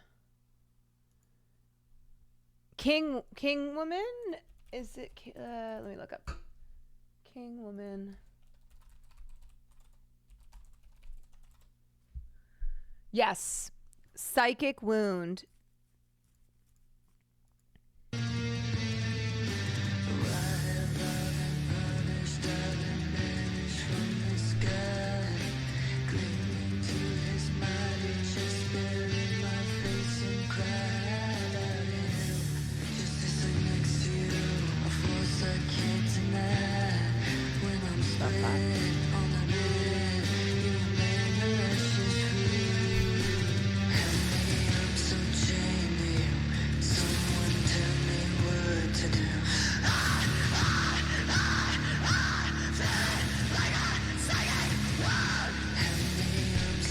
I really loved this scene. I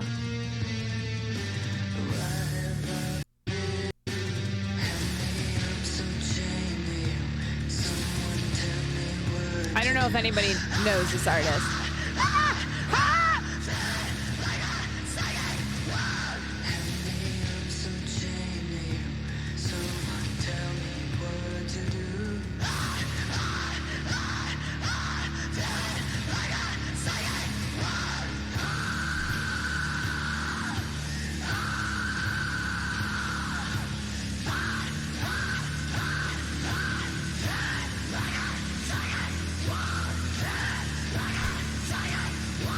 Anyway, I know it's not for everyone. I know it's not for everyone, but I never thought that I would ever listen to metal, and especially screamo.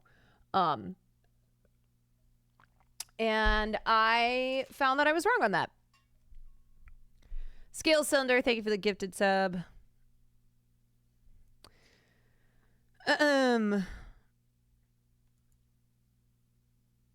We Are Lady Parts is a pretty enjoyable show about an all-girl Muslim metal band based on a real group in the UK. Oh, that's sick. Wait, screamo and metal are different genres, but isn't screamo a part of metal? No, like. So, what would you call that artist?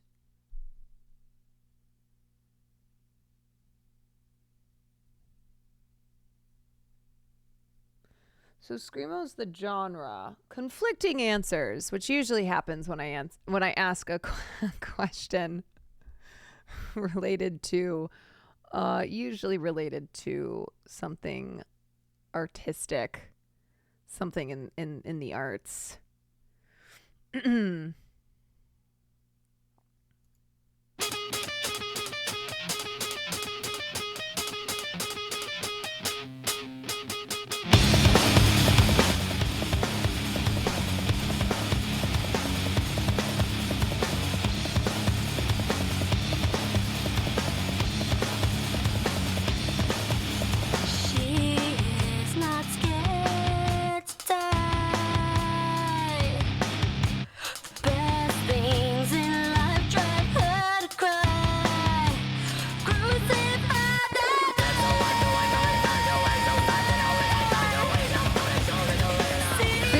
Very old.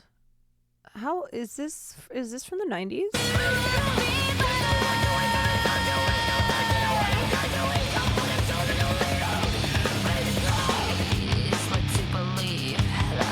Okay, look at your face, scarred in dismay, but times have changed. Do you like Deftones?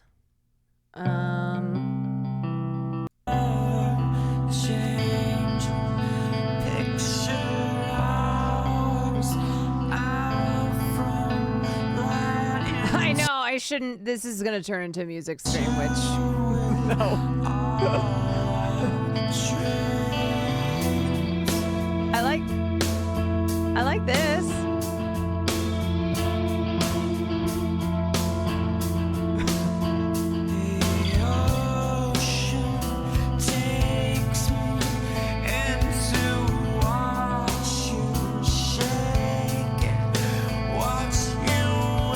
Yeah, I like this. I like the vibe of that. All right, sorry guys. We can't go. We can't just turn this into a music stream.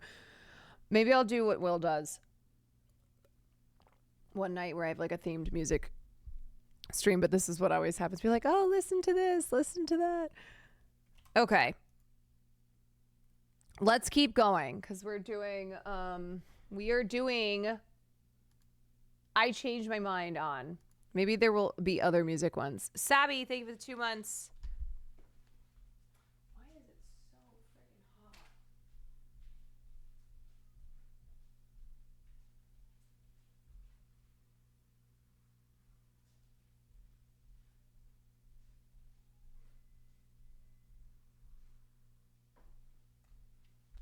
Sorry. I keep having to mess with my thermostat. I think there's something wrong with it. Okay. I originally thought Willa Fitzgerald was boring and not a very good actor. Now I believe she's awesome. I saw her in Strange Darling, something other than MTV's Scream. This is a very specific one. I don't know. Do I know her? I don't think so. Well, all right. That's good. I've changed my mind on actresses. Everybody knows I was a Hatha hater.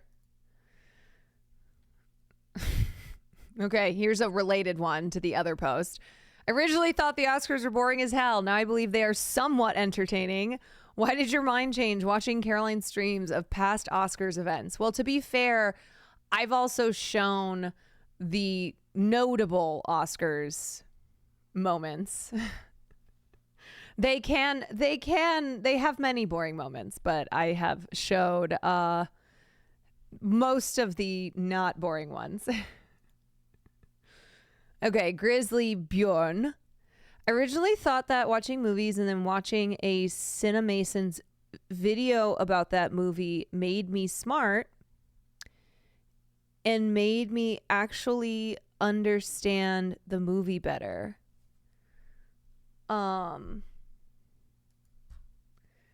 Why? Wait. Why I'm getting a knock knock request. Oh, I don't know what to do.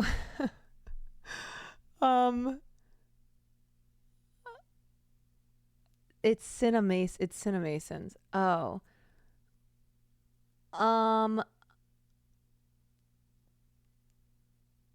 Yeah, you guys know I don't know YouTubers. No, it's Young Elderberry. Young Elderberry is knocking me. I don't know what to do. I'm in the middle of doing a segment. Should I say hello? Hello? Fuck, I don't even know. The knock thing isn't even working. I don't know. It was working before, but I don't know. I can't hear anything. Dan, I don't know how to. Dan Clancy, I know this isn't Dan Clancy, but Dan Clancy, the thing doesn't work. I can't hear anything, and I don't know if anything can be heard on me. Maybe it was a misclick. I don't know. Maybe it was an accident. I'm like this. Oh, okay. That was it was an accident. Okay. I'm not trying to be rude. I was just genuinely like, hello? What would they want to be knocking about? Also, I don't know if the knock thing is working anymore, because this is the second time now since Dan. Oh, she's panicking. Okay, no, tell her it's fine. Tell her it's fine. I didn't want to be rude. I just wasn't quite sure the nature of the call. You know, like if it had been sandwich, it would have gone, oh, this bitch is calling me. No, she doesn't have to apologize. It's all good. Yeah, so I guess this is the Twitch version of a butt dial. She has no idea how she accidentally knocked her how to hang up. Oh my God. This is Twitch's version of a butt dial that a lot of us don't know how to unbutt dial. She's apologizing profusely. Oh my God. No, she's fine. It was very funny. We're just two girlies. We're just two girlies struggling with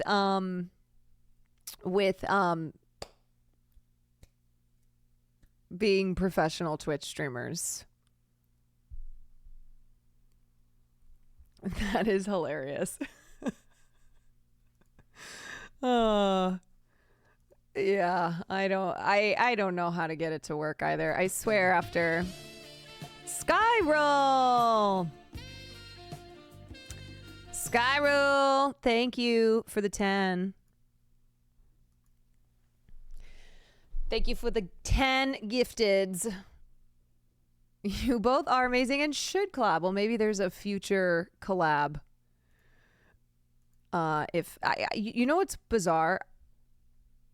The knock knock thing worked when Dan was here, but now I don't know how to work it. I didn't know what to do with Will. I didn't know what to do with that.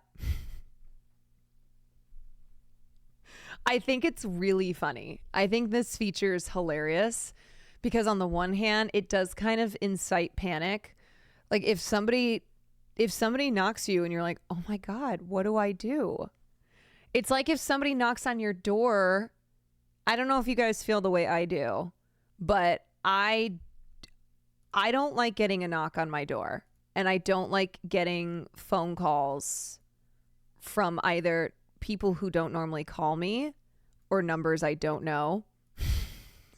So it's that same feeling of, oh gosh, oh no, I don't know what to do. But rather than, being hidden, you're on stream.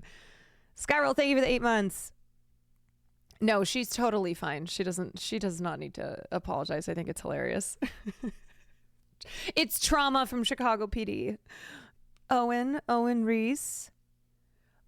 Yeah, anyway, I am not quite sure. I'm not quite sure about this feature yet, is what I will say. Not totally sure.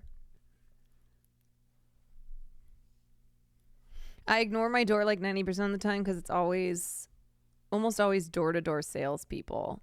Yeah, I just feel like if someone's knocking on my door, it's something that I should expect. And so if I'm not expecting it, then it startles me and I'm like, and most of the time it might just be a package or something from the front desk. But it's still that, who is it? Who's at the door?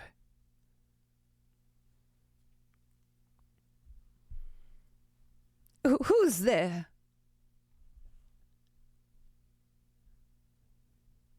And the thing with the phone call is Will answers every phone call he gets. I'm like, why do you do that? Why do you answer the phone every time? My ass is not answering the phone. There's like 4 people that I answer the phone for. Like I'm sorry. Okay, I'm sorry, but this is an honest answer. If I'm getting a call from someone that I haven't talked to in a long time, and if it's not oh my God, what a blast from the past. I'm genuinely excited to see the name. I'm not answering the call. And I'll send a text, hey, missed your call. Sorry, what's going on? Because I genuinely am like, what could this be? What is this for? And even with people who I would feel excited to talk to, a lot of times I'm like, oh God, is this going to be a major catch-up call? I don't know if I have time. I don't know if I have time to do this right now. Anyway, I have really severely diminished the number of phone calls I actually answer. I have a friend too. I have a friend, and I say this with peace and love, but I have a friend who calls me all the time when it literally could be a text message, calls me, and it's impossible to get off the phone with this person, even when I'll say like, I gotta go to a meeting, even if I don't have a meeting, or oops, gotta, I can only talk. They'll call and I'll immediately say I can only talk for 3 minutes. Oh no, that goes in one ear out the other with them. So I've had to hang up many times when I'm trying to get off the phone. I literally, will have to hang up the phone. I'm sorry. I told you. I warned you that I had 3 minutes, and I said a million times, gotta go, gotta go, gotta go, gotta go. Answering the phone in 2024, I know, insane. Insane.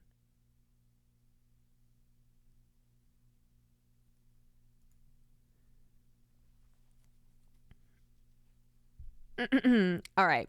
Anyway. Humdiddly humdum. Let's get back to doing a couple more. Wait, what is on screen? Is there an...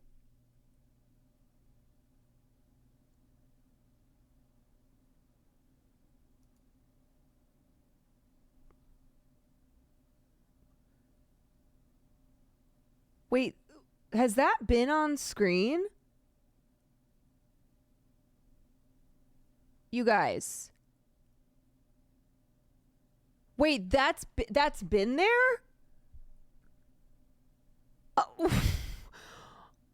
What the fuck?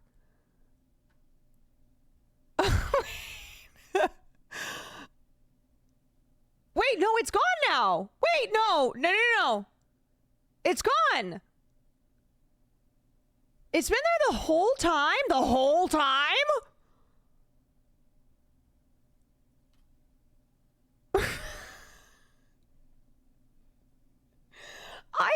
I thought I hung up the call. I thought I managed to hang it. I thought I managed to hang up. I don't fucking know. I don't know. I thought you were stalling because you didn't know how to hang it up. No, I didn't know that it was still there. What the hell? What is this feature? No, I don't know that how somehow I didn't notice it until just now, and then it was gone. So I was like, wait, was it not there before? Was it not? Oh my gosh. Oh, she managed to hang up. Okay. She managed to hang up. Okay, let me tell you what happened. So I see the knock call. I'm like, oh, what's going on? I wonder why young Elderberry is knocking me. And then I answered the call because I was like, I don't want to be rude. And then couldn't hear anything. Could not hear anything. So I was like, oh, okay, I'm just gonna hang this up. And then chat was like, oh no, she didn't mean to. She feels really bad. I was like, oh, it's not a big deal. I was like, not a big deal at all. I think that's hilarious. Didn't know that the call had not been hung up. Good God. Good Lord.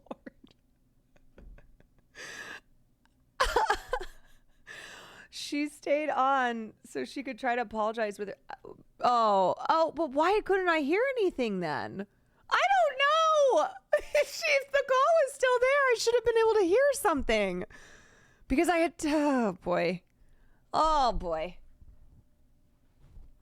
my gosh. No, that was not me stalling at all. That was me just saying, me just saying things. Oh my God.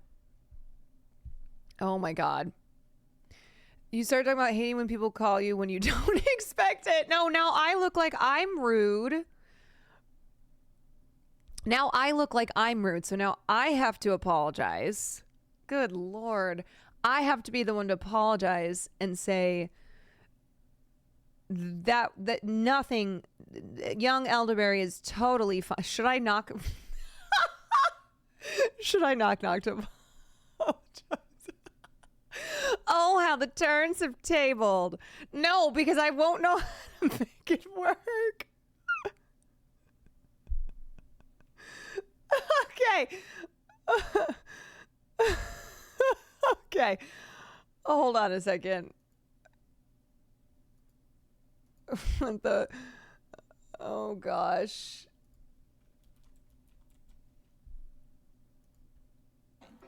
Oh my goodness. Bro, how do I even... Okay. I've regressed. No.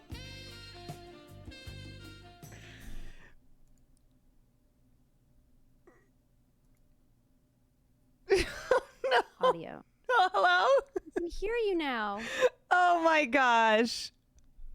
Okay. Hello? Wow.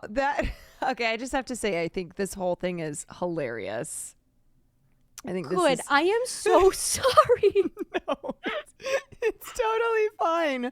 Have you ever been knocked on before? Only by Dan Clancy.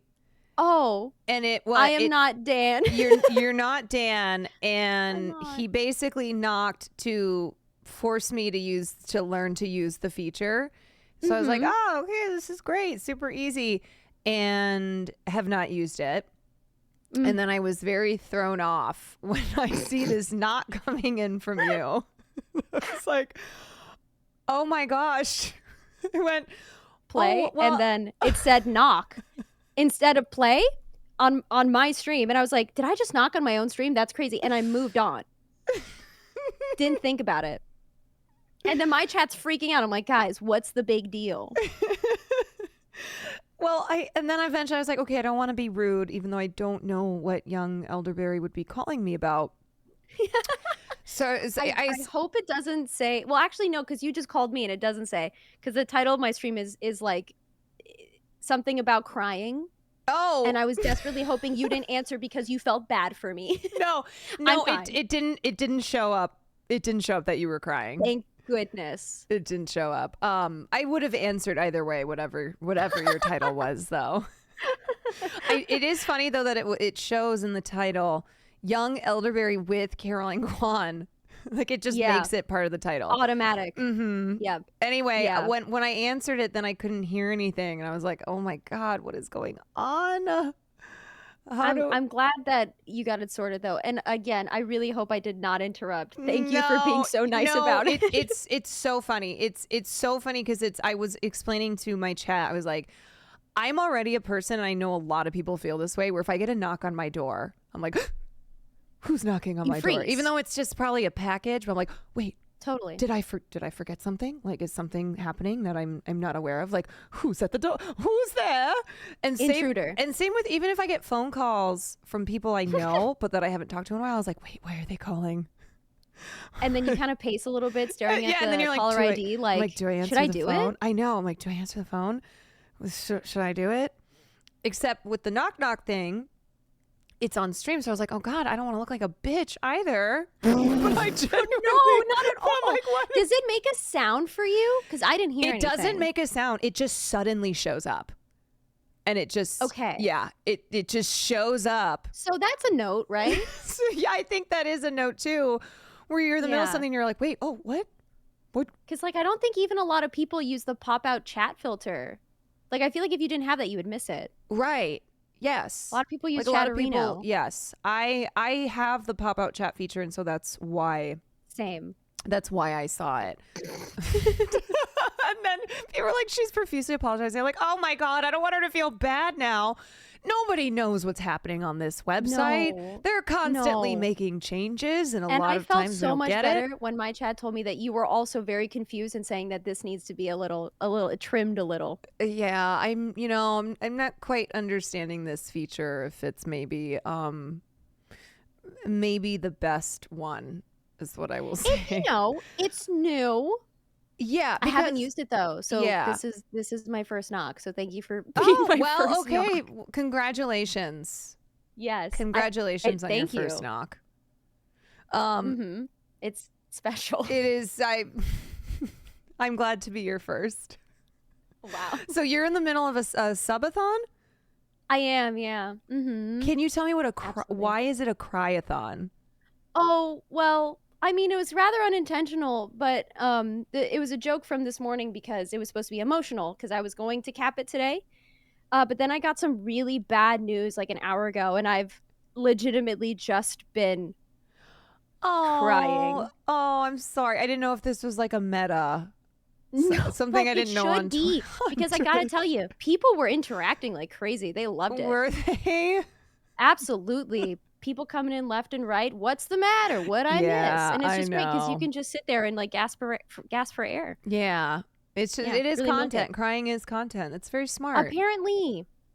I started to get a little worried because I never like I don't think I'm naive, but I don't really know all the kinks in the world. So I didn't know if that was one of them. Oh. So that's when I stopped. Yeah, I've learned a lot about the internet because I didn't start streaming until I was 30. And so my chat has taught me a lot about the internet, and they've taught me about what's that rule, you guys? Rule 40. No, what is it? Rule 34. Yes, Rule 34, where I've had a lot of those moments too where I'm like, oh. I do that too, even though I've been on the internet for a while. I'm always shocked by what they make. Yeah. It's never ending. It Anything is never you can ending. think of. There's no limits to people's imaginations. And it's kind of inspiring, but super disgusting all the same. Yeah, but you know what? Who am I to dictate what what floats somebody's boat? Unless you're a pedophile, and of course, in that case, I must say, please don't burn it with fire. Burn it with fire. Absolutely. I'm like, yeah, you like me? Like, actually, no, there are exceptions to that. I don't want you to think that I got some like really, really super duper bad news. It's not that dramatic. I'm just trying to move right now, and every place I apply to is not accepting my application. Oh no, that's terrible though. That's very stressful. It does blow, but it's like, you know, while I'm going through this and explaining this to my chat, I have new people coming in. Well, at least you're not dying. Oh, wow. So, it's like there's kids starving in Africa. You're like, exactly. Oh, you're right. And That's the stop measure. now. That's the measure with which we must gauge everything. Oh, you think you have problems? Well, there's children who are starving in Africa. Oh, yeah? Well, people are dead. Yeah, so, you know, really, let that be a reminder that I know, it's a lesson to me. How dare I will never again. But I will say it's been a long road, and I did absolutely just I had enough. Yeah. So no, I understand that. I'm it's really very glad stressful. that Moving is terrible. It is really stressful. It's a lot. I'm really glad though that it didn't alert you that it was a cryathon. Promise I'm not crying anymore. Oh, you know what though? I'm a good person to cry to. I am a good shoulder to cry on. You know, I can tell that. So if you ever do need, that if you needed a shoulder to cry on, know that I am here, and we do have this fucking feature. We apparently this beautiful, gorgeous feature. This really great brand new feature with some bugs to work out, but ultimately I'm glad for it because what a happy accident. Yes, Thank what you a so happy much accident. for being so nice. And before I go, I'm doing a segment right now called I Changed My Mind On, and people in chat want to know if there's anything that you've changed your mind on. It doesn't have to be anything big. It doesn't have to be anything political. We've got some silly ones in here. Do you have an example? Okay, so here's one for me. I used to be the biggest Anne Hathaway hater and totally changed my mind on that. And I did an entire segment talking about my previous Hathaway, my Hatha hating and my internalized self-hatred of being a theater kid and other things as well. And now I'm totally the opposite on Anne Hathaway. So there's one example. I also once upon a time used to be the biggest Hillary Clinton stan, and now I'm like, oh, she's a fucking war criminal queen girl boss. So there's a political example for you. Okay. Good examples. Honestly, you I don't think have to after answer 7 either. days. No. I got one. It's pretty silly. I'm gonna put this in the silly category. I recently changed my mind about mustard. I used to really hate it, but now I like it. Okay. There you go. Used to hate mustard, and now you don't. It's not so bad. I am from Chicago, so I am a big mustard person. Hot dogs, Really? only with mustard. And on I them. imagine that hot ketchup on a hot dog is a sin. It is. Yeah. Yep, I knew it. It is. Mhm. Yeah, and I'm with you on that. I agree. Yeah, that's a pretty. The mustard take is a pretty hot take. It's pretty spicy. Well, thank you for giving us your answer. Oh yeah, I'm sorry I couldn't think of a better one, but I think that's really No, it's interesting. okay. I hope Look, you have a great rest of your stream. I hope you have a good rest of your cryathon and your subathon. And again, I'm glad to have been your first knock knock. And do you know Yeah. how to hang up from this? I do. Do you have Okay. the pop out feature? Do you have it up? I don't know what Okay, that I can walk. I can is. talk you through this. Okay. Okay. All right. So your dashboard. My dashboard. Yes. Let me go. Perfect. I'm going to go to And my then Stream dashboard. Manager. Okay. Stream Manager. Yes. And then all the way to the right, there's going to be a bar with a drop down menu.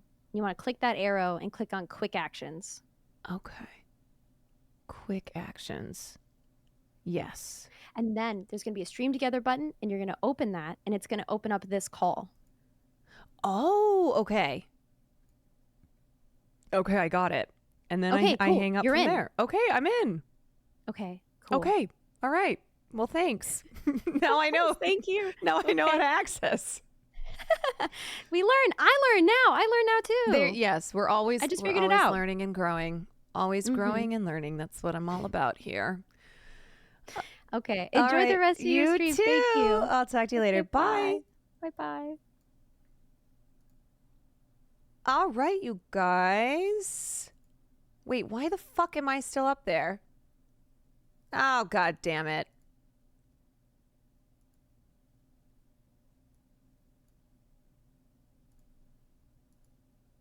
Okay. Is it gone now? It's gone now. Oh my god. Jesus. Ah, Jesus.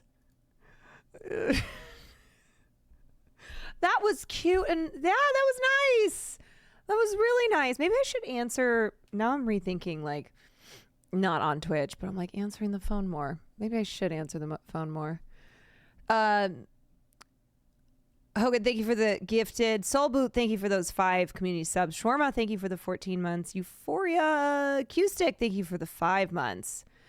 Yeah, maybe I just changed my mind right here and now. Except knowing me, I'll probably go back to not doing that. But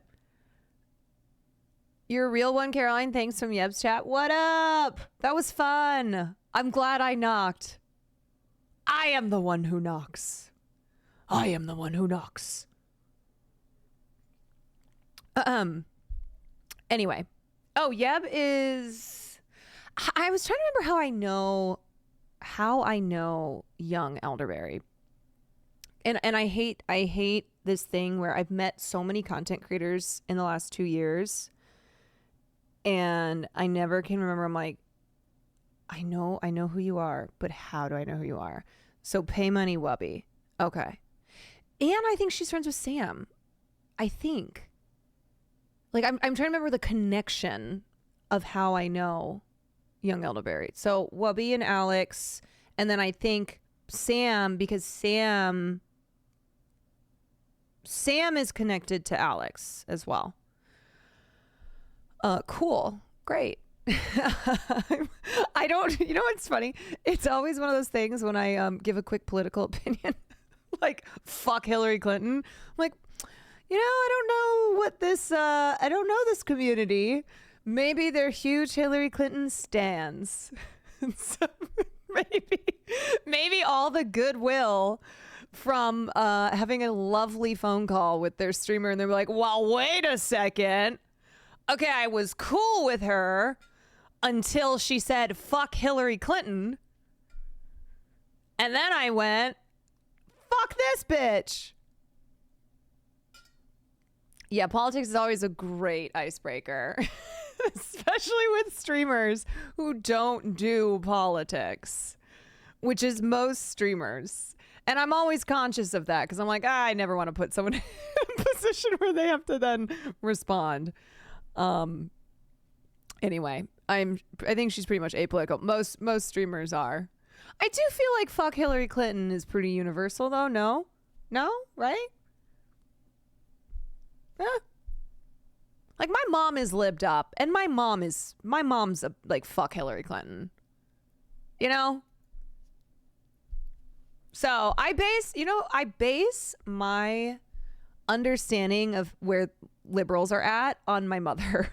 I'm like, so what's going on in the New York Times comments? How do you feel about Hillary Clinton in 2024?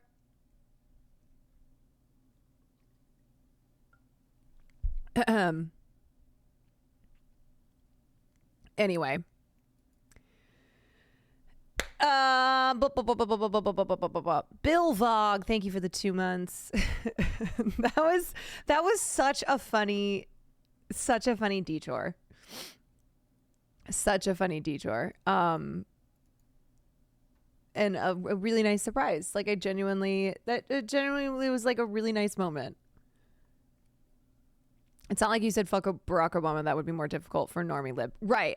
That's why I'm saying I think you can usually find yourself in agreement with people on fuck Hillary Clinton.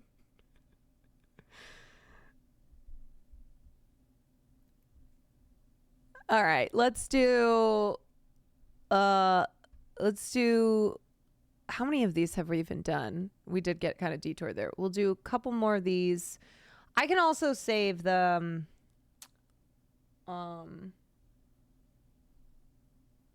I can also save our film conversation for another day. We've not done that many. That's true. That's true. All right, let me run to the bathroom and then I'll come back and do a couple more. I keep saying a couple more. A couple more is, could be 20 more.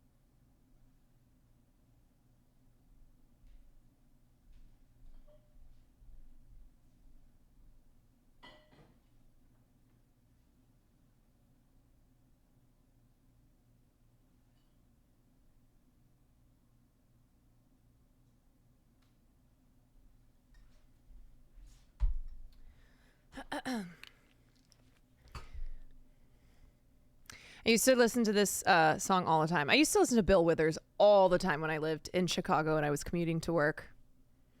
I would just have my headphones on, walking downtown. Okay, back to Cinemason.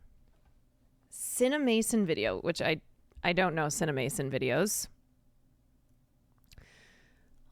Cinemasons is generally bad at understanding a lot of movies, and many, if not most, of the critiques are irrelevant or wrong. Why did your mind change? Oh, I keep saying cinema sins. Okay. Cinema sins. It's because of Cinna. It's because this is Cinna's full name. Cinna Mason. Yeah, sorry, I just leaked Cinna's last name. Oops. My bad. Okay, why did your mind change? Actually talking with people about these movies, rewatching many of the movies, and finding myself over-analyzing pointless details made me enjoy the movies less. Generally getting older. I thought this like 6 years ago. I'm now 23. I love that. So you were 17. Okay.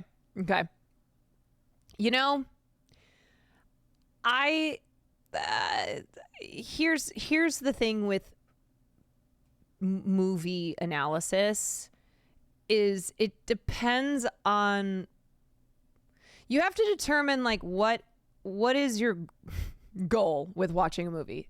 Do you just want to enjoy the movie? Then yeah, you gotta like turn off the scrutinizing every detail, turn off the have to analyze every single thing. If you want to like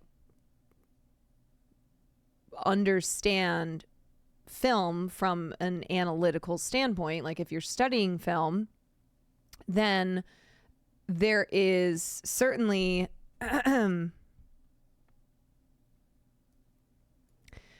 there's certainly a way to do that I think you can still enjoy watching a movie. I think there are film people, both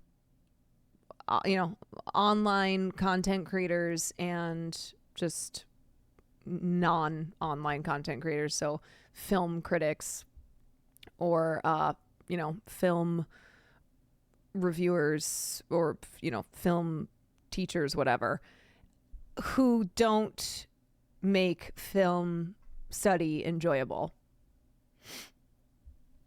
But I don't know anything about CinemaSins.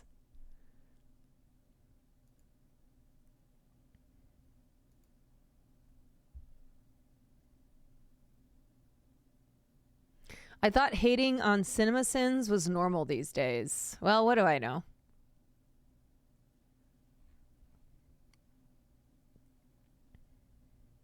What do I know? Because I thought this was CinemaSins. I have 2 different types of film lists. One for your run-of-the-mill average films that are good, and my second list is like Criterion and international films. Yeah. I think there's, depending on the film, there's a scale with also which is important to keep in mind, like of how much analysis to do on what's just pointless and frivolous. Pretty sure H-Bomber guy did a video. Ooh. If there's an H-Bomber video on you, it's usually not good. Okay, imagine this, but for 24 minutes. Bart, Sarah, and Jonathan are spending their leisure day at the city pool. Aren't they lucky? Hell yeah, they're lucky. They went to a city pool with absolutely no other people. You can't even kidnap John Anderton's kid in this place. Bart, Sarah, and Jonathan are spending their leisure day at the city pool. Aren't they lucky? Hell yeah. Okay, it does seem like he's intentionally intentionally making commentary on something for a comedic effect. Am I wrong in that? Like maybe his style is, it's supposed to be the most, like the point is of being too much, but it's just, it's overdone. Yeah, sure. Yeah. Like I don't watch this and go, aha. But yeah, so he intentionally is like making something out of nothing.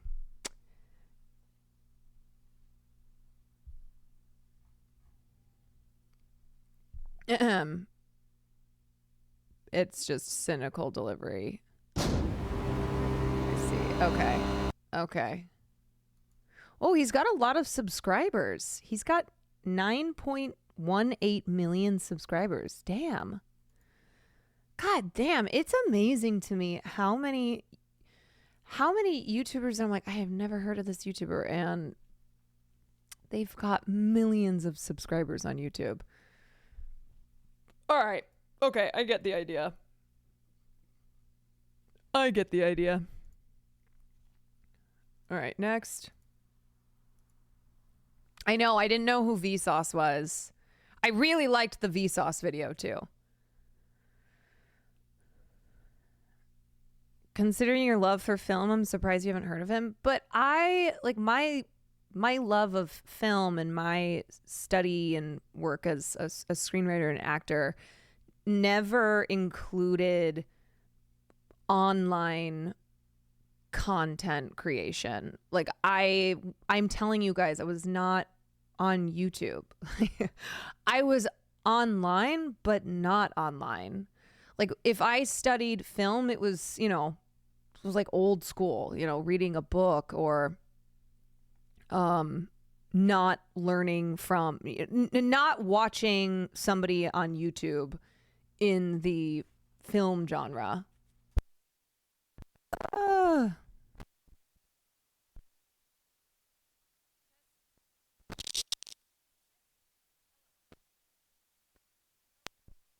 God. Wasn't the new mic supposed to get here today? Yeah, the new mic was supposed to get. Yes, it was. It was supposed to get here today. And it didn't. It's not here. God damn it. Fuck. Ah!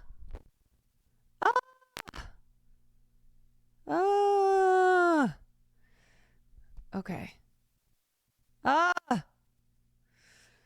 Oh my gosh. Ah! All right. Moving on. I originally thought, oh, this is guys. I originally thought, why? I'm not even touching you. Sounded weird. I originally thought that Chris Pratt is a funny actor and I love to see him in things. Now I believe that he's so annoying. Now I believe that I'm about to drive. Yeah. I'm about to drive to Hassan's house and steal his microphones. Now. Okay. Okay.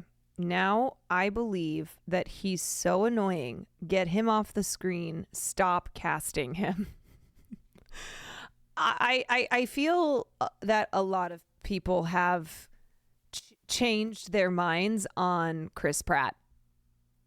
Like people used to love Chris Pratt, especially during his Parks and Rec days, and now think he's annoying. You know what I will say too? I think Chris Pratt is an actor who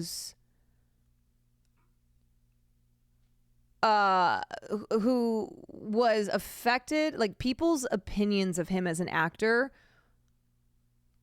was affected by him in his personal life. Like I think people got annoyed with Chris Pratt, the person, and that affected their opinion of him as an actor. The Anna Faris divorce really changed that. Yeah, the Anna Faris divorce, the church that he joined, him with Elizabeth Schwarzenegger. God damn it, I can hear this mic dying. Ah!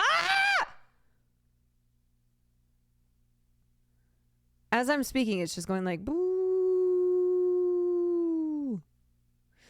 The religious and political stuff, yeah.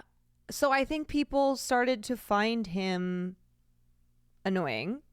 And then like the Chris Pratt the actor was not as charming and enjoyable for people to watch on screen because they're like, I think Chris Pratt the person is annoying.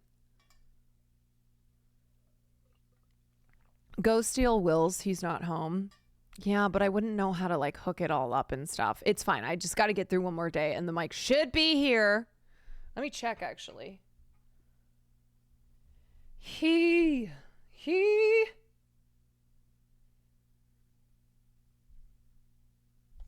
All right.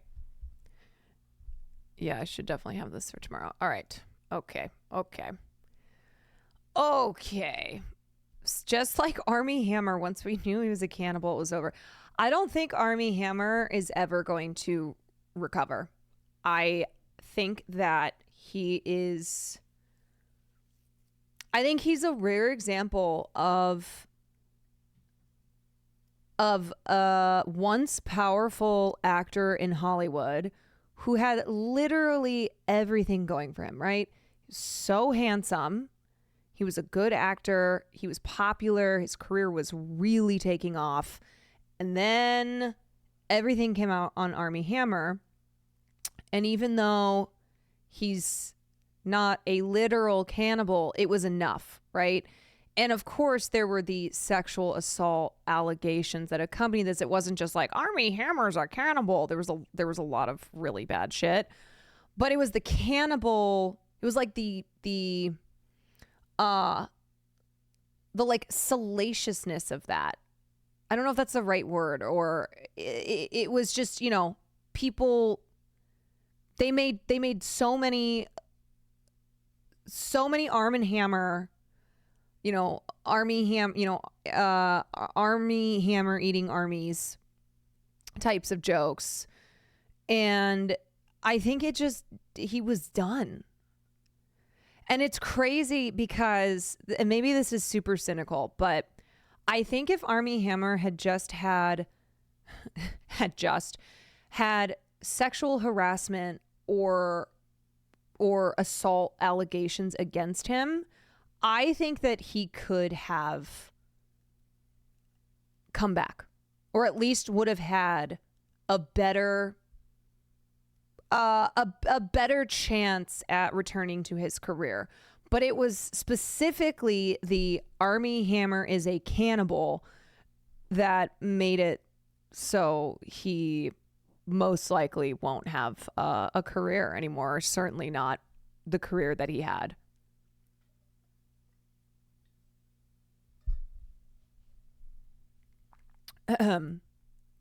Okay. Smoky mess. Smoke Imes. What is wrong? Oh my God, my brain. Smoky mess. I originally thought that when I was around 5 to 7 in Puerto Rico and I was watching martial arts movies, I thought all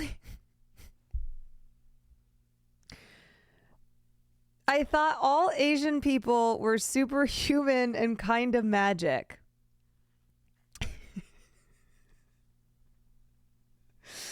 Now I believe that they aren't any different than any other person, but come on, those movies are pretty cool.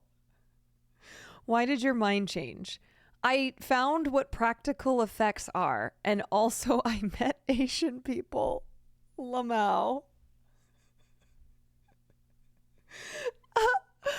Oh my God. Wait till I show you some magic that I can do, though. You will change your mind again.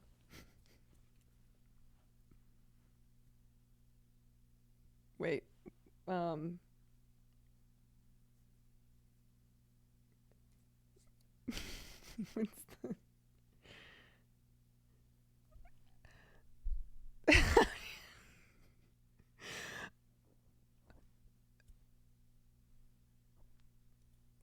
Did you see it?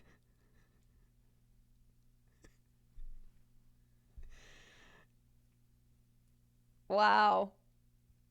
Crazy.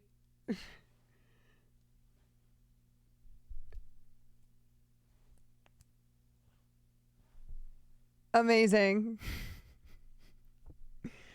Asian people are superhuman and kind of magic. Where'd my thumb go? Oh, it's back. Don't worry. Don't worry. My thumb is back. Ooh, you thought my thumb was gone? You thought I had taken off? Think again. Think again. Yeah, I got your nose. I got it. Who checked for their nose? Hogan, thank you for the gifted. Magical Asians. Sound Killer, thank you for the gifted. Anyway, this is hilarious. This is so funny. I love that you said, I discovered practical effects and also met Asian people and realized that they're not superhuman and can't do real magic. Never knew you were Asian. I have face blindness. I'm actually not Asian, but that's part of the magic that I've been doing this whole time.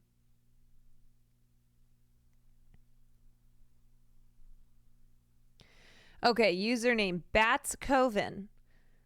I originally thought that Paramore was a badass band with a female lead in the pop punk alternative rock scene. Ooh. Now I believe that since their release of their album After Laughter, their music has become kind of boring compared to their new sound. Why did your mind change? The new wave pop inspired sound album After Laughter just doesn't do it for me. They just always had the most iconic guitar riffs. Decode, Misery Business, Ignorance, paired with the amazing voice of Hayley Williams. Oh, there's a lot of disagreeing. The new sound they have is honestly confusing to me considering where they were at sonically at the beginning of their career.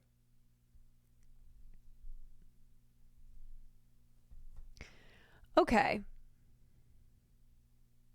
I feel like this is not necessarily an example of you changed your mind, but that you don't like After Laughter. I think you still love Paramore. You just don't like that album.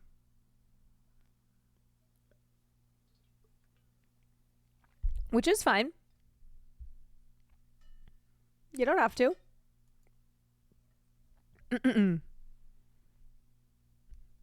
I love that the chat immediately was like, whoa! Now, hold on a second. Their newest album is a lot closer to their older sound, so it's just one album. Yeah, I know. I love that chatter. They're like, I just can't stand After Laughter. Oops. Oopsie. Oh. Okay. I originally thought that Babe was the better movie. Now I believe Babe 2, Pig in the City, is a better movie. I watched them back to back, and Babe 2 did not make me as depressed as Babe. I like that your judging of what makes a movie better than another movie is how depressed or not depressed it makes you. Like on a scale of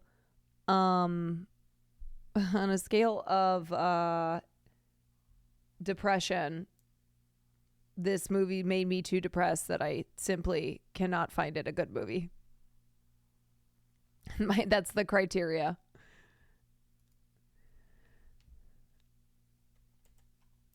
Okay. I originally thought that horror genre sucks. What? Now I believe that I love horror. I've always been a sensitive, anxious person, so horror films seemed gross, as I had the notion that they were mostly torture porn. But in my late teens, I touched the microphone again on accident. God damn it. But Jesus. Literally one little touch and it goes. I have become Austin Show. But in my late teens, okay, hold on. In my late teens, I really got into film and started noticing that due to my fear, I am missing out on a big part of cinema. I started from more tame horror films and eventually started understanding and loving the genre, which is now one of my favorites. Yes. I always say, I think that there is something for everyone within the horror genre because the horror genre is immense. You know, there's a lot of films that are ascribed horror films that I think can appeal to people who, when they, you know, who don't like horror, because when they picture horror, they picture slashers, they picture torture porny type horror films like Terrifier. I don't like movies like Terrifier. I love most horror. I love most subgenres of horror. I don't like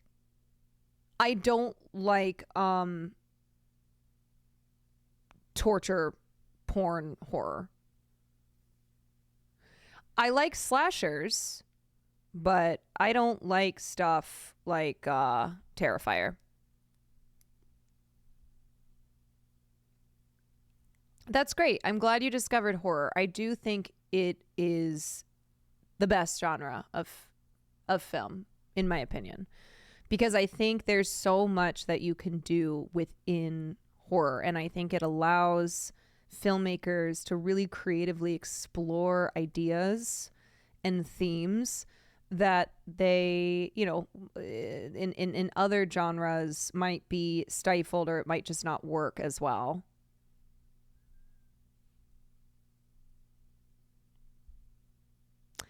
I would like more horror, but I can't do any graphic violence or close to it. Yeah, a lot of people feel that way.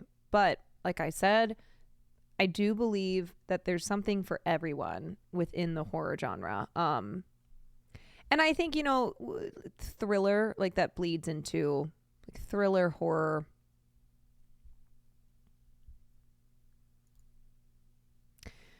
Bad critic. I originally thought that Aaron Sorkin was a good writer. Now I believe that he is awful. I grew the fuck up and became a communist. I don't know. Aaron Sorkin's his recent opinion piece on what was it?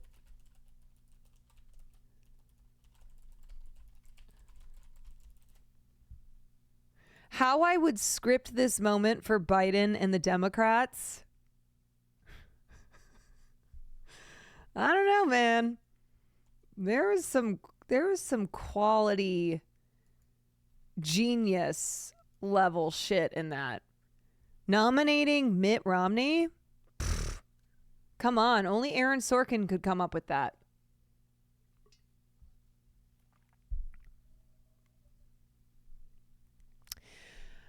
No, Aaron Sorkin is I agree. I think he's one of those writers who had a lot of reverence, and over the last decade, I would say, more people had fallen off the Aaron Sorkin as a god train. He's also made a number of comments, just, you know, Aaron Sorkin, not just the writer, but Aaron Sorkin, the person. He's made a number of comments throughout the years that are really shitty. Like when he said Asian people aren't movie stars, like basically saying that Asian actors don't have the capacity or qualities to be movie stars. He's had problematic writing with women for sure. Yeah.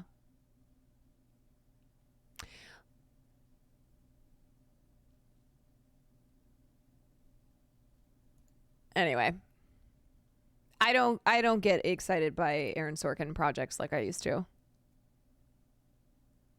Has he not seen your reading of the scene from Fences? Right?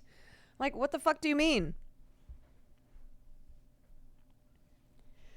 My opinion on Sorkin was mostly shaped by Social Network, but that movie is carried by Fincher and actors. Yeah, you think about Social Network if that hadn't been directed by David Fincher.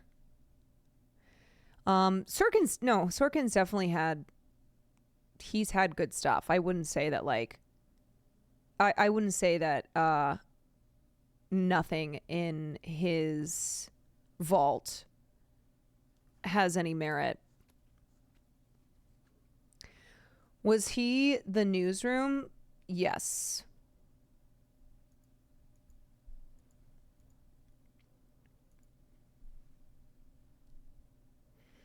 Okay. I originally thought that I had no idea Charlie XCX was so cunt. I just remembered her from her early popular hits, and I always thought she was like Meghan Trainor vibes. Bro, what the hell has happened to Meghan Trainor? I feel like she fell off. Like, literally fell off the face of the planet. Also, her fuck-ass bob was not helping. Oops. Now I believe that Charlie XCX is God. Brat got so popular and became a meme, so I listened to it and loved it. Then I listened to some of her previous albums, and some of it is so good. Crash. I was so mad that I somehow missed out on her for so long, and I didn't know these songs existed, but since I'm submitting this anonymously, I feel safe to say that some of her earlier stuff is still trash, though. There's a specific type of pop music she used to make that just needs to stay its ass in 2013. You know, I feel like she has the opposite effect for you as a Katy Perry, where a lot of people are like, Katy Perry 2024 should not exist.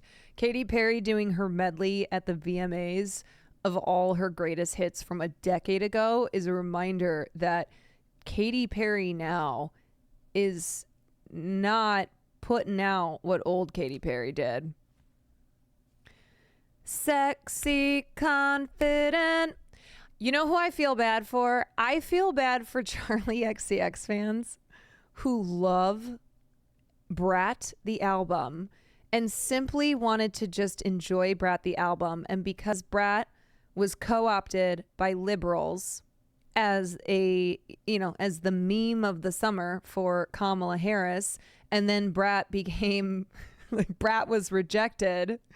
And there were Brat fans who were like, I just want to talk about Brat as the album, please. Please. I just love the album.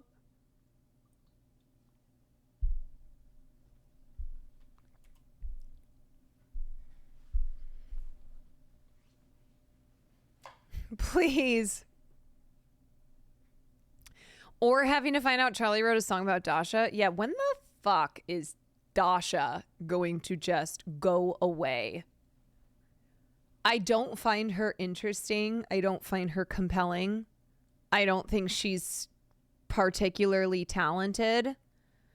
I think she thinks she's an edgelord. What the fuck is a Dasha? Don't even worry about it. Don't even worry about it, you guys. I don't even want more people knowing who Dasha is. I want less notoriety for someone like her. You know, this is always the line of talking about someone and then wanting them to just disappear into irrelevancy. And now I'm curious. Okay, well, there we go. One unique beast. I originally thought that, this is Aaron Sorkin related, that the West Wing was left wing. Now I believe the West Wing is liberal trash. Why did your mind change? I blame Hassan. You can just leave it at that. Now I can't binge watch any Aaron Sorkin properties without noticing the, I think proper probably films, without noticing the baked in misogyny and conservative takes. Damn you, Hassan. It's very funny because Hassan doesn't watch movies. He doesn't know anything really about cinema because he didn't grow up watching movies, and he sure as heck doesn't really watch them now. You know, he watches he'll watch like anime, and he'll watch something like Zone of Interest if it's talked about in the political sphere. But yeah, his brain is politics. And so, of course, one of probably his rare film takes is going to be about Aaron Sorkin. This is not surprising at all. That Hassan having movie opinions, having, film and TV opinions, the rare ones that he'll have, it's going to include Aaron Sorkin's work.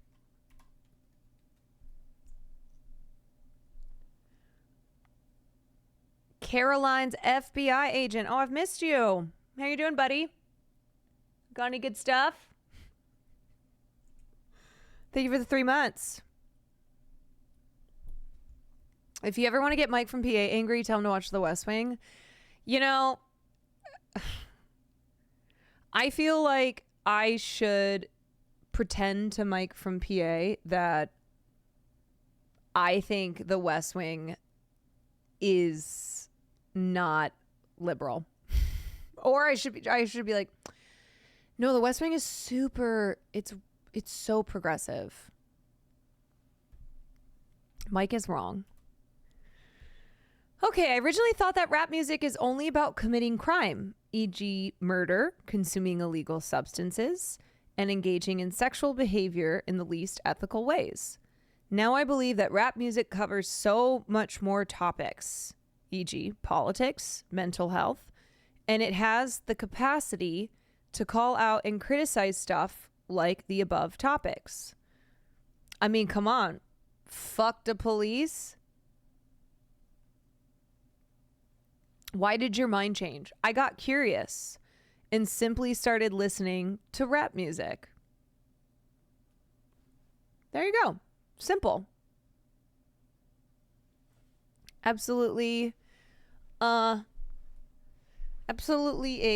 1-2 step there. One, I thought this thing because that's what I was raised to think. Wow, rap music. It's filthy. It's teaching the kids to do crime and sex and drugs. Oh, Tavia's was skipped? Oh, shoot. Okay. I'll finish this one and then I'll go back to Tavia's. Sorry, Tavia. I would never skip you intentionally. So one, yes, society tells you rap music, bad. Especially if you are, if you like grew up in a white suburb. And then you listen to rap music and you become a student. You become a student of rap and hip hop and realize that it is a tool that artists use in the same way that they use, film as a medium or other genres of music to tell stories, to make commentary, to remark on the state of the world and the state of the U.S. and things like police brutality.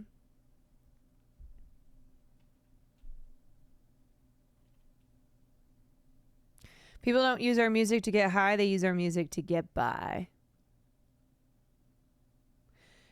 Yeah, and it's not to say that there's not, misogyny and homophobia within rap music, but there's that in other genres as well. Okay, going back to Tavia's.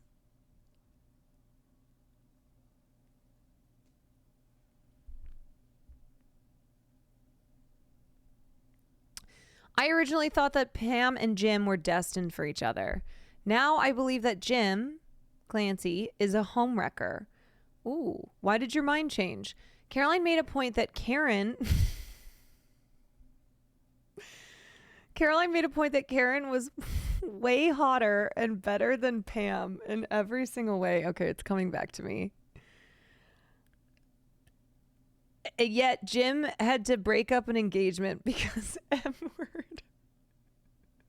This is Pam and Jim from The Office. Yes. Yes. Indeed. Yeah, no, these two definitely did some sketchy things, for sure. Jim is CIA too. Yeah. CIA John Krasinski. Who the fuck is Karen? Karen was Rashida Jones. Her character. Where she's dating Jim. And he's clearly in love with Pam, as he's been in love with her. And, there's like Pam wants Jim when he's dating Rashida when he's dating Karen. Anyway, we don't need to get into retelling the Office storylines. Tim A, thank you for the 18 months. That's very funny, Tavia. Caroline made a point. There's a lot of things that I've said on stream. Most of them I don't remember. Most of them I don't remember. People be like, oh yeah, remember you said, I'm like, I'm going to say that I probably did because you probably have a clip of it.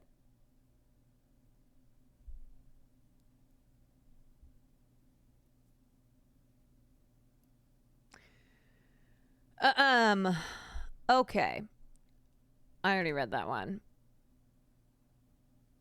All right, what does the green mean? I'm assuming this is politics. Username, Ubar Menshi. I originally thought that socialism was unpopular in America. Now I believe that people like socialist policies once you remove the label. Yeah, it's interesting because if you describe socialist policies, if you describe socialism to someone who would say, socialism bad, you describe the policies and without saying that these are socialist policies, and they're like, oh yeah, I agree with that. Wait, I want that. Oh, I think that's good. And then you go, aha! Those are socialist policies. I mean, look, it is shaking off like 100 years of Red Scare propaganda. That's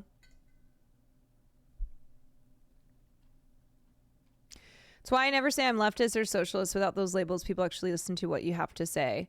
Yeah, I'm kind of the same.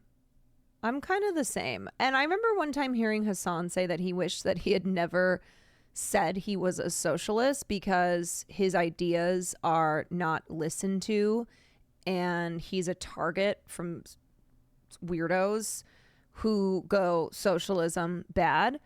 And really, if they listened to what he was advocating for and why he was a socialist and, what policies he and other socialists are fighting for, they'd go, oh wait, that's good for me too. Oh, wait a sec. But no, it's like the label brings with it people plugging their ears and just going, dirty, filthy commie.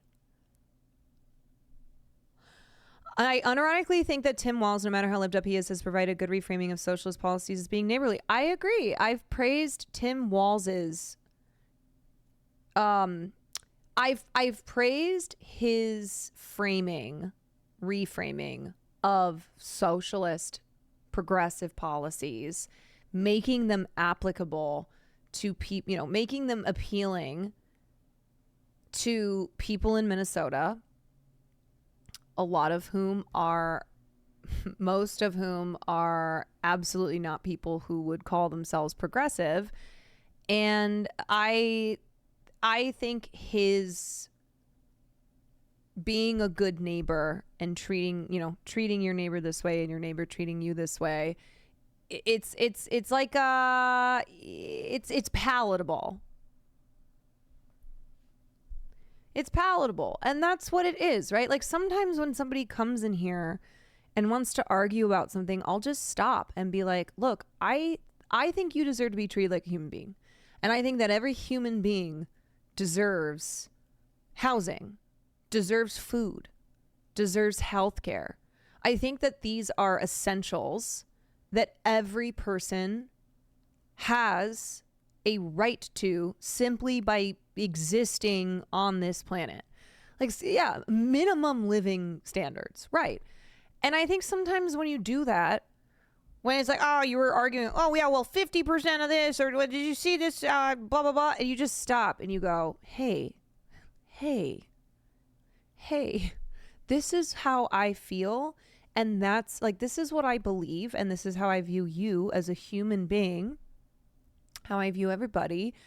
And that's why I'm advocating for what I advocate for. But I think if you understand where I'm coming from, like the foundation with which all of my politics flow from, then maybe you won't be so mad, because maybe you'll find yourself going, oh yeah, that's actually morally right. Like I think that too. But then maybe you don't think that human beings, including yourself, deserve those things. So yeah, we're going to have clear differences. Babylon, thank you for the 2 months. You have to brand ideas carefully to idiots. Yeah, and just people who have been heavily, brought up to believe that, this thing is good or this thing is bad. Capitalism good because capitalism is the system that we have, and because living in a capitalist world, of course, capitalists are going to tell you that this is the best system and that this is a system that works for everyone. And if it doesn't work for you, then it's a personal failing. Like, this is what what's ingrained in you. And so I think conveying political ideas and wanting to awaken a consciousness in people so that, so that more and more workers of the world join together and go, wait a second, it doesn't have to be this way. You, as a communicator, as a messenger, you have to understand that it's not a one size fits all when it comes to conveying that message. And it's why a lot of times, like, I know in, whether it's my chat or in other political streamers' chats, you'll go, oh, you have so much patience. Oh, I could never do this. And sometimes I don't have patience, but a lot of times I do have patience, because I fundamentally I've always felt like a teacher. I love teaching. I love the art of engaging in new ideas and and teaching them to people, but also because I think it's really important. I don't think that I will ever be effective in making this world work for people who it currently doesn't work for, and doing my part to make things better for the masses, if I don't have the patience in conveying these ideas.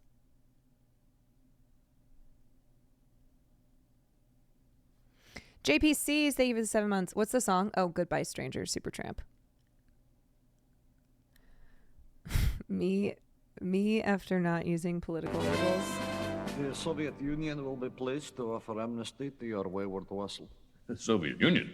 I thought you guys broke up. Yes, that's what we wanted you to think.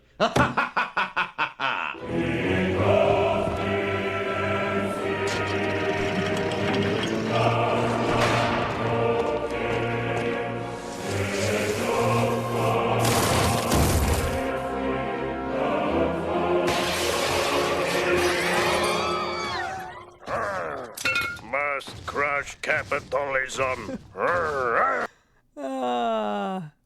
Always a Simpsons clip, always a Community clip, always a South Park clip. There are just certain shows, there's always a clip.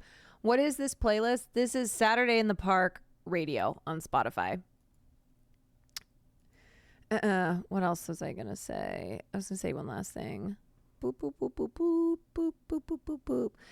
So one thing I always do when I'm engaged in conversation with people who I know are totally on the opposite aisle of me politically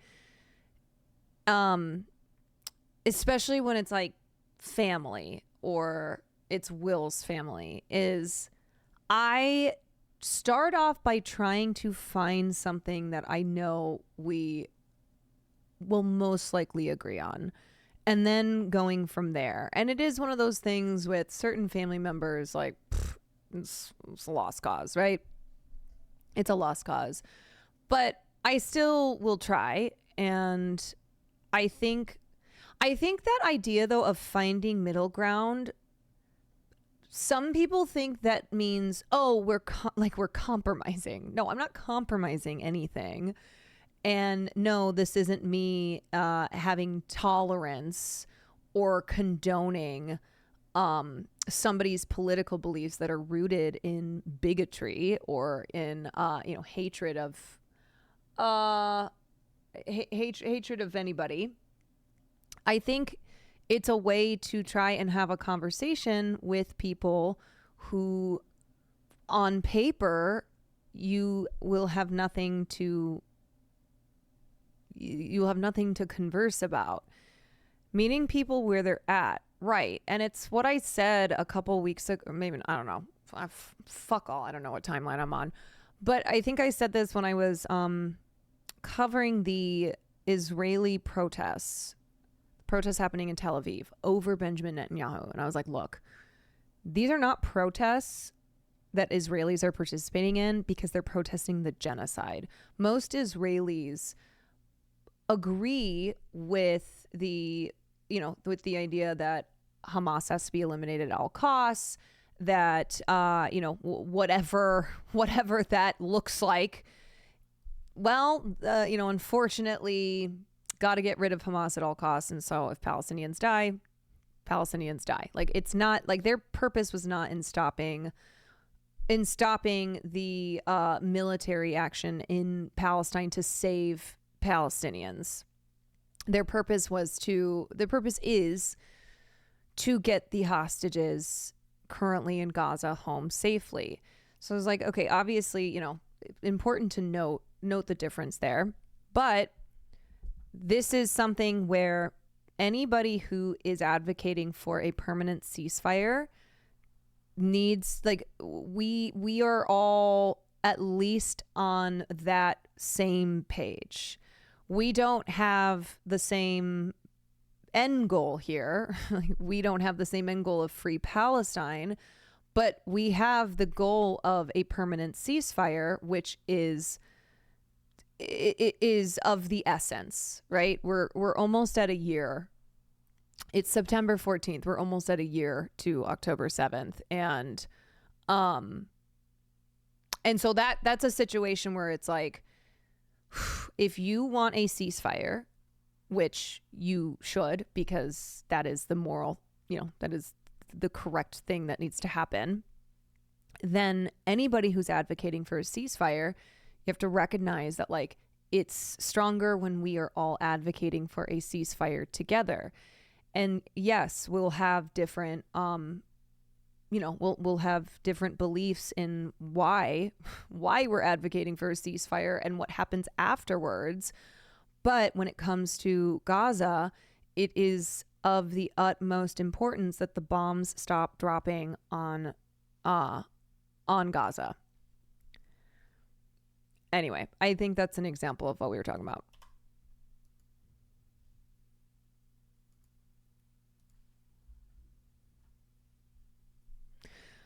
Okay. I originally thought that the U.S. could be saved. Now I believe that it will never be saved, and we are just locked in an endless death spiral to eternal work until death. This is doomerism. I don't ascribe to doomerism. It would be irresponsible of me as a person and a streamer to agree with the doomer-pilled response here. I understand. Like, trust. It's very easy. I get it, okay? Like, I get it. Why did your mind change? There's no response to it. But I understand the doomer mindset because I've been there before, but it's not that it just doesn't do, it's not it does nothing for progress. It hurts progress. The doomer mindset hurts progress because they want you to feel doomed to hell. They want you to believe that there's nothing that can be done. Second Thought has a really good video on doomer. Yeah, there's a lot of great videos out there. A lot of great commentary on why doomerism is unproductive, and it is exactly what the powers that are causing you to feel doomed because of having a boot on your fucking neck every day. They want you to feel this way.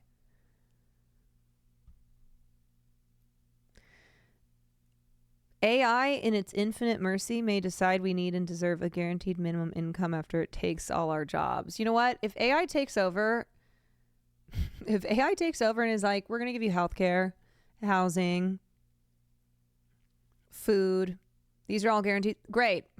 Sure. Okay.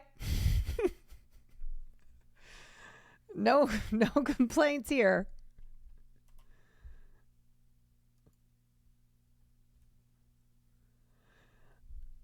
All right, magnets. I originally thought that liberalism and capitalism were capable of being corrected and shaped into policies that help the working poor. Now I believe they are structures of the oppressor and they will never serve the wider will of the people. They exist to benefit the ultra-wealthy. Why did you change your mind? Obamacare's failures to address the largest healthcare issue, as well as Obama's failures as a president in general to stay true to his progressive campaign policies. Oh yeah, that man was as centrist as they come. I was a naive 18-year-old in the South voting for our nation's first black president. It bull convinced me that black faces in high places would solve all of our systemic issues. His Middle East bombing campaign and refusal to close Guantanamo Bay quickly woke me up to more leftist policies and candidates. How many of you in here, I'm very curious, how many of you who are leftists in here became leftists after Obama? Like you had hope and change tattooed on your forehead. You were all about yes, we can.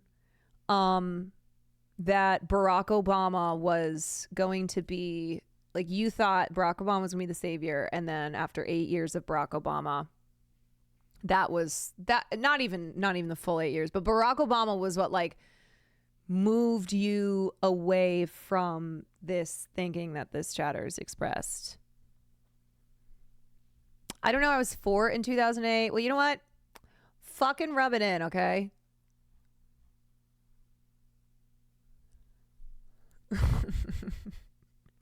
I will say, for me, you guys know it wasn't Barack Obama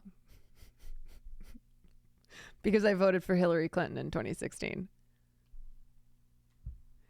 I got radicalized in 2020 and was lived up for Biden until he was elected. Yeah, I mean, not everyone in here who has leftist politics was quote unquote radicalized because of Barack Obama being a centrist dream, but I had a feeling that a lot of people here were. A lot of people were because of everything about Obama, right? Everything he represented, everything that he seemingly promised to be. Anyway, okay. Tanned communists. I originally thought sanctions were an effective method to keep rogue countries in check. Now I believe that people in those countries are severely affected, and easing sanctions would actually bring people together and open up diplomatic channels for negotiations. Why'd your mind change? I'm not even American, and I saw the world from an Americentric lens. That's always that's always an amazing but not really surprising thing, is how many people who are not American still view the world through an America first lens because of, like, especially if you are, I mean, especially if you're, I mean, I would just say like in the West, like a Western lens, but yeah, a lot of Canadians who are some of the most American patriotic fuckers that exist, where it's like, you don't even live here. You're Canadian.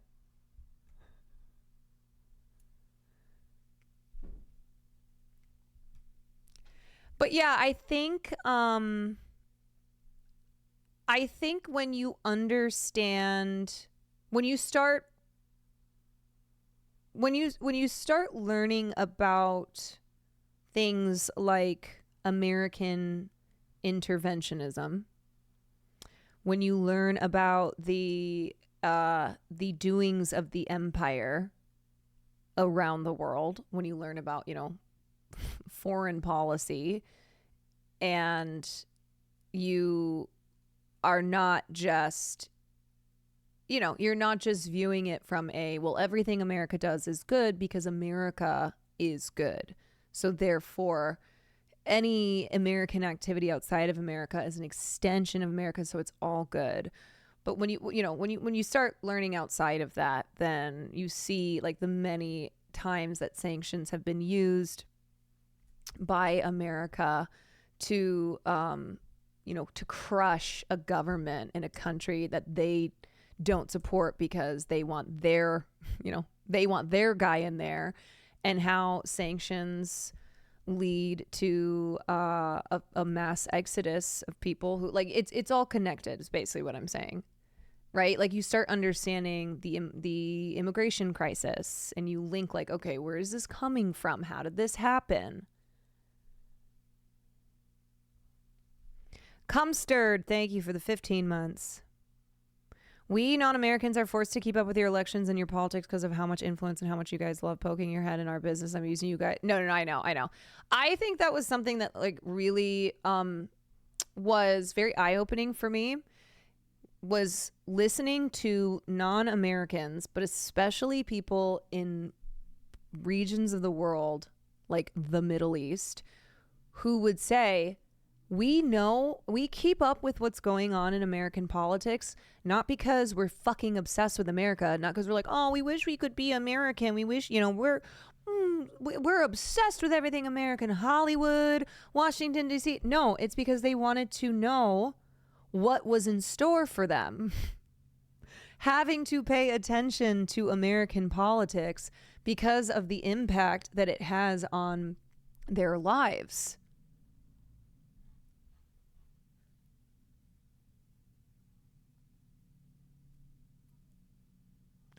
But anyway, back to sanctions. Not all sanctions are bad. Let me just say that. I think this chatter I think they're coming from a place of, they thought every time sanctions were used, they were they were done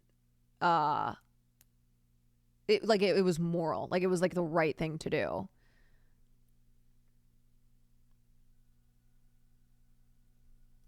Okay, anyway. I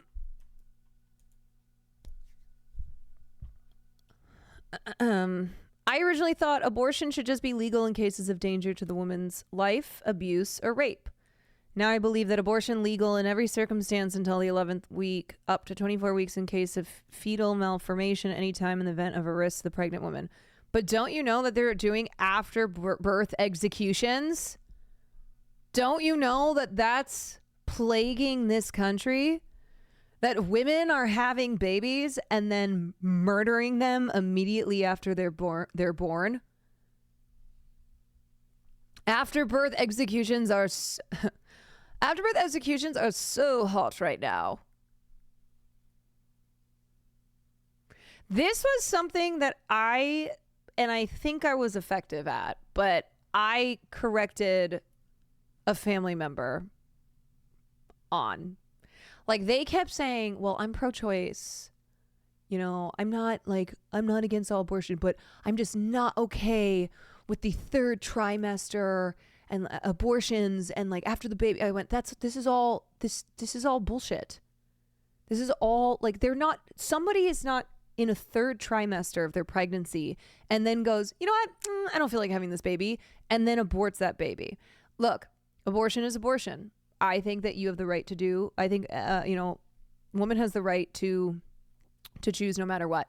But that is misinformation in you thinking, one, that most abortions are happening in the third trimester or after the baby is born. That's fucking insane. That's insane. But that is deliberate.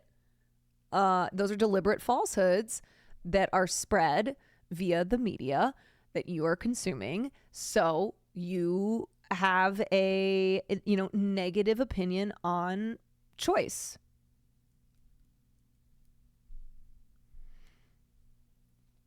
The vast majority, and you know what? You're right. That is, it's so tragic. It's so tragic that this is what the abortion conversation has become.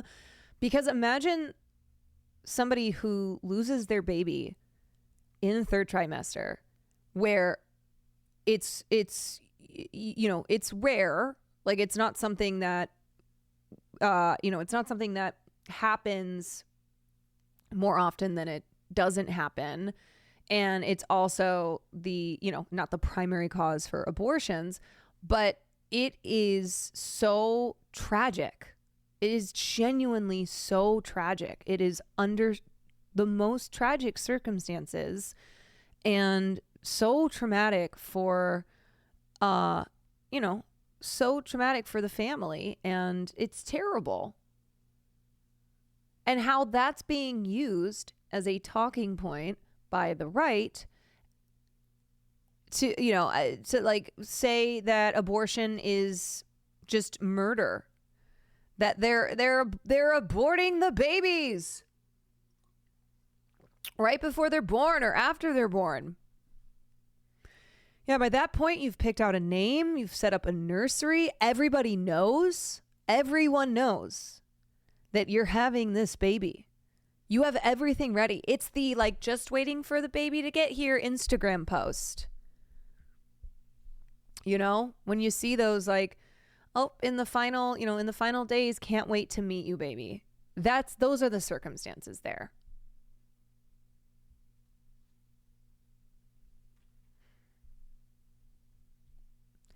Why did your mind change? Talking about that subject with my women friends, understanding that they should have the choice about their own body, hearing about the general type of a situation that leads someone to get an abortion. Usually in Portugal, the abortions are due to abuse. I think this person's Portuguese. Maybe I'm assuming, or lack of economic stability to have a baby.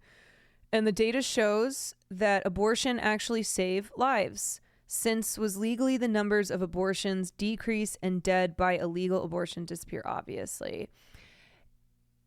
Isn't it amazing how when you talk to somebody that is actually affected by legislation, and when you talk to somebody who this is their experience, you want to talk about what's good or what's bad for women, talk to women.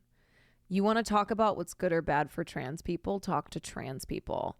And to have empathy, for something that you previously, you previously didn't, and you had, you had this opinion, even though this is something that this doesn't affect your life, and you should listen to and empathize with people who it does affect their life.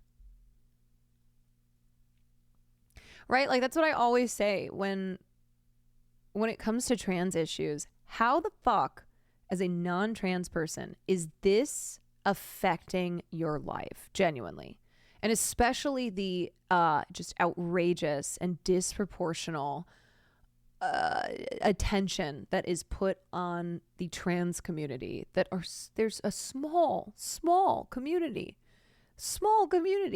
and the disproportional spotlight that is constantly on the trans community.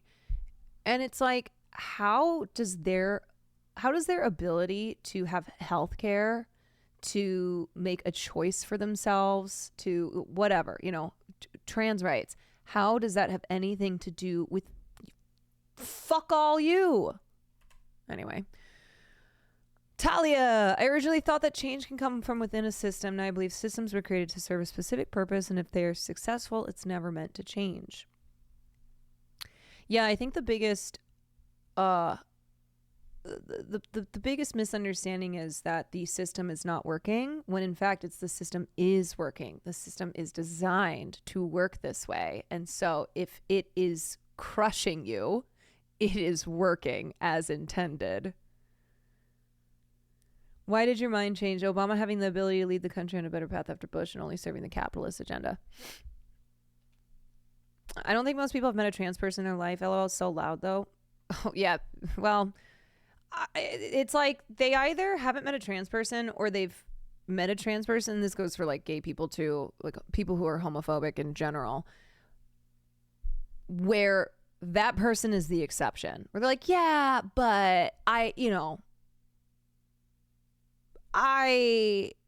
think that this person who I care about is the exception to this group of people. One of the good ones. Exactly.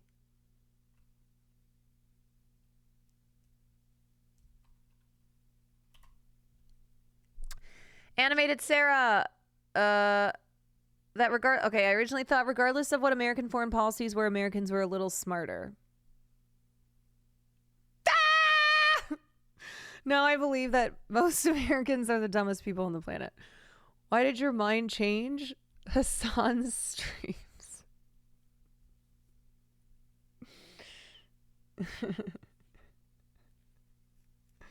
Hassan's streams.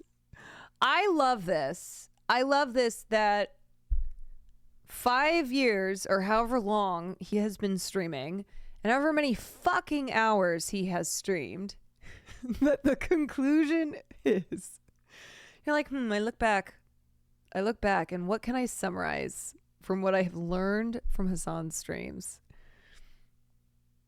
Have you seen Hassan's chat? I have. I don't like to be there.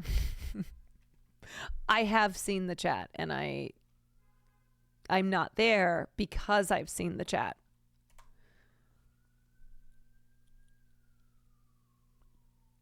Okay, this is another anonymous. I originally thought that I used to think voting was a must/duty. Those who didn't vote didn't care or can't complain about results. Now I believe it's some complicated than not caring. There are many avenues outside of voting that can push policy and change. Why did your mind change? Reason for this change is just learning about electoral maps, gerrymandering, also listening to immigrant non-citizen activists who do not have the right to vote in any election. Yeah, I think going along with this is that people who didn't vote chose not to vote, when now you understand that people who don't vote, not all of them, a lot of them are not choosing that. It's that they have they've been suppressed. Their voting rights have been suppressed. It's been made very difficult for them to vote. Anyway. Oh my god. This one is this one cut off because it was so long?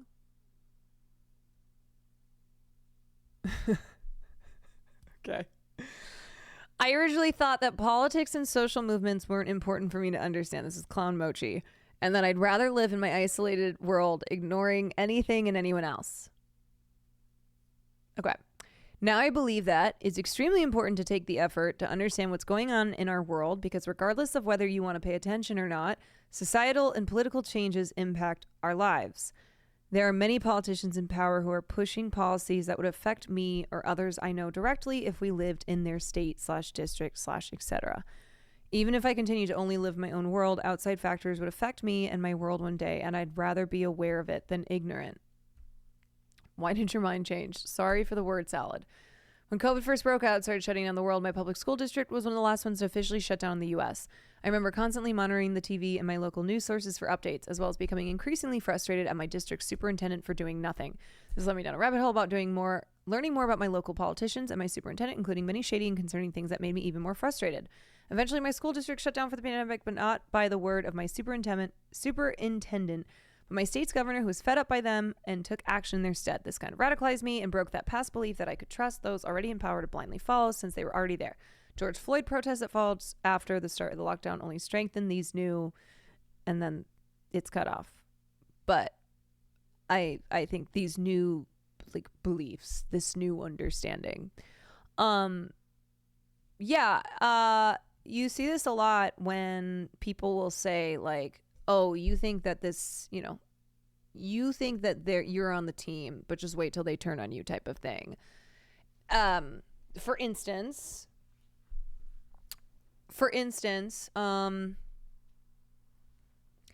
Christian nationalists who are religiously Zionist are not on the same team. It's like, okay, when it comes to Zionism, sure, but not on the same team, should not be on the same team as liberal and leftists who are Zionists, who support the state of Israel.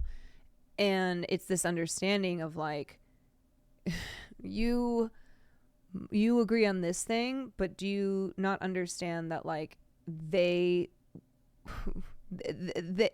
are their other beliefs are ones that will cause harm to you, or ones that you do not politically agree with. Mickey, thank you for the 3 months. Italic man, thank you for the 12 months.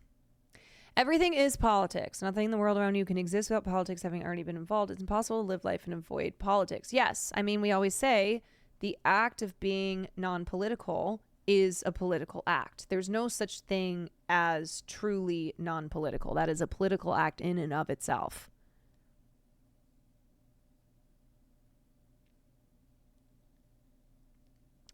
I agree with Clown, though. Eventually, whatever's going on in the world will affect you, sometimes small, sometimes large, but you can't put your head in the sand. Yeah, absolutely.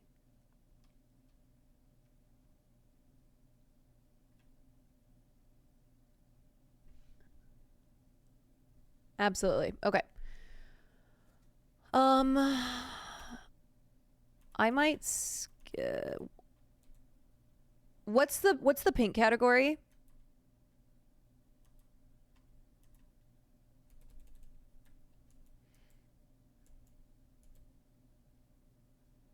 Gender, sexuality.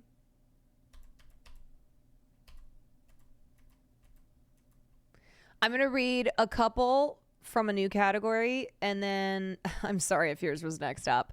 And then next time we do a segment, because I only want to do a couple more, but I want a category change. Next segment, we'll start back with where I left off. I thought that said Cinnabad.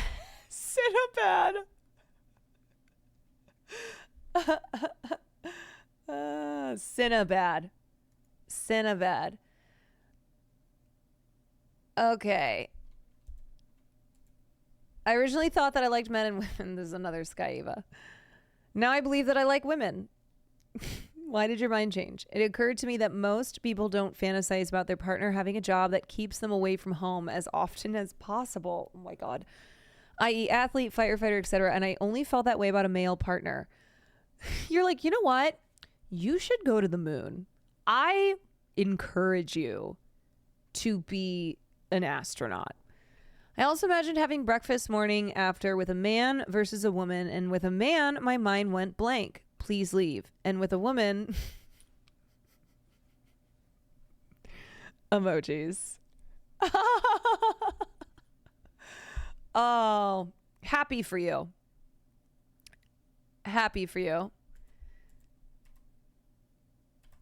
Okay. I originally thought, this is Sako, I originally thought feminism was stupid. Now I believe that feminism should be normalized and encouraged. But keep in mind, I do not support all bitches. Some of you bitches are very dumb. Feminism is good, but I do not support all bitches. Some of you bitches are very dumb. Why did your mind change? One of my professors in college was the first male feminist. Wait, like the first feminist who was a man that you had met, or like the original? He was the original male feminist.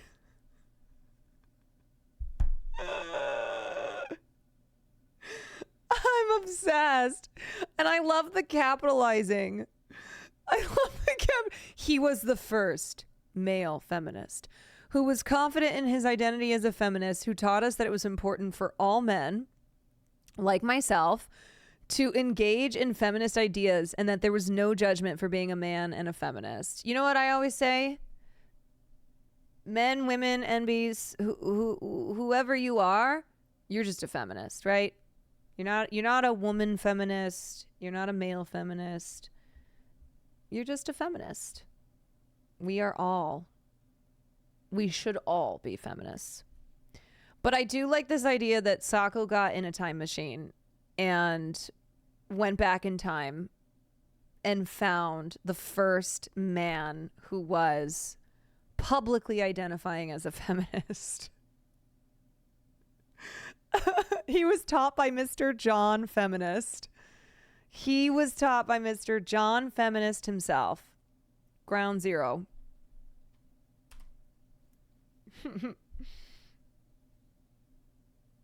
Oh my God, I cannot believe I wrote it like that.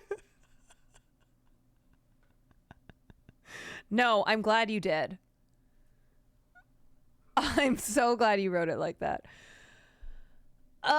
Okay, last one. I originally thought that words like guy, dude, fellow, etc. were gender neutral all the time. I realize context is important. Some people don't want to be referred to as certain words. I grew the hell up. I was dumb and didn't consider how some people might prefer not to be called a dude when they identify as a woman, for example. I still generally use those words as gender neutral by default, but at least I'm considerate about it. I certainly don't if someone prefers it. My default is that I also treat those as gender neutral words. I love to say dude. I love to say guys, fellows. Hello, my fellows. Bro. I say bro a lot. Sometimes women can be your bros. Exactly. If somebody says specifically, hey, I actually, I don't like to be called dude. Great. I will honor that, right? I think most people do use these terms gender neutral. Will and I call each other dude, which is kind of weird being in a relationship, but it's very normalized. Dude bro. We are dude bros. We are dude bros. Same for my partner and I. Okay. I was like, does anybody else do this? Anyway, to this anonymous user, I think I think if somebody says I don't like to be called dude or guy or whatever, great, honor that. But I don't think this is, in my understanding, and I've been known to be wrong, I don't think these terms are now societally not accepted as gender neutral. I think a lot of people use them still as gender neutral.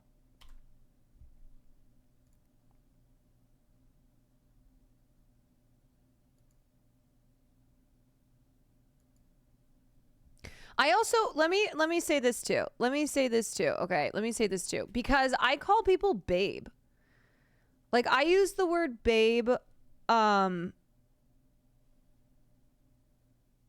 had to tell people not to use girl with me, even jokingly, because it sucks to be called that. I don't use girl for a gender neutral term, but I use like babe. I'm trying to think of like guys. Like, I don't know. I've always thought that guys was gender neutral. Like, I always used it that way. Like, I'm trying to think of other terms that maybe would be considered more female-centric. I do use y'all a lot, too. Y'all. I don't know. I mean, like I said, maybe this is something I'm missing the mark on.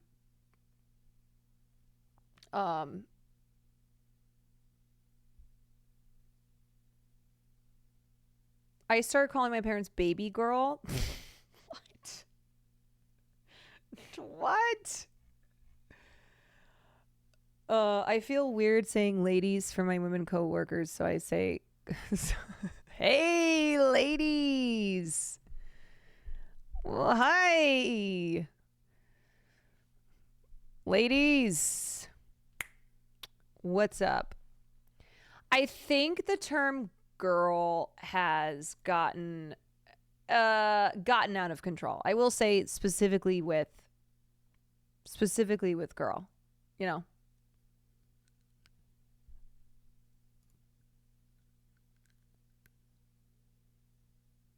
Especially I just call everyone slut. Sup, slut?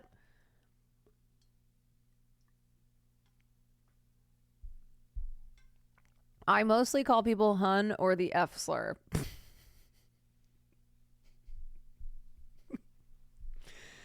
One or the other. It's a good thing to be aware of. Most people don't care if you generally use it, but it's nice to stop with a specific person if they asked. Totally. 100%. That's how I will always ascribe to just basic decency. I believe everyone should operate with basic human decency. And if someone doesn't like something, if someone prefers something, great.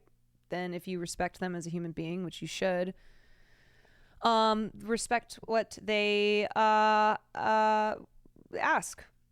what they prefer.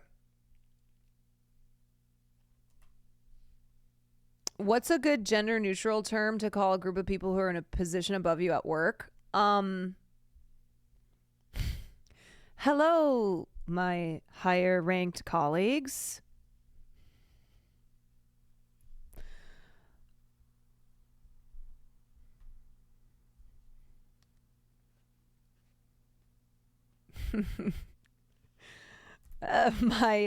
My bourgeoisie.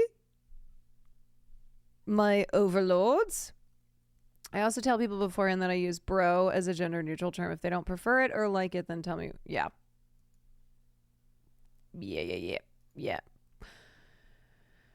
All right. Did I say that was... Yeah, that was the last one. Okay. I think that was a good chunk of...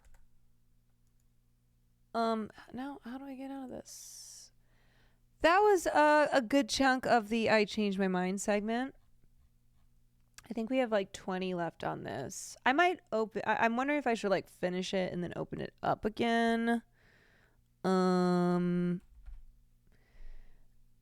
Or if I just open it up to... I'm sure people would like to submit. Oh my God.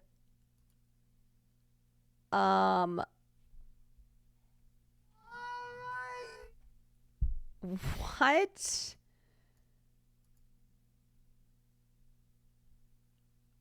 What is... Wow. Whoa. I feel like I shouldn't be watching this. I'm gonna get banned for it being too sexy. Is this actually in slow motion or is this just how I'm seeing it? No, this is in regular motion.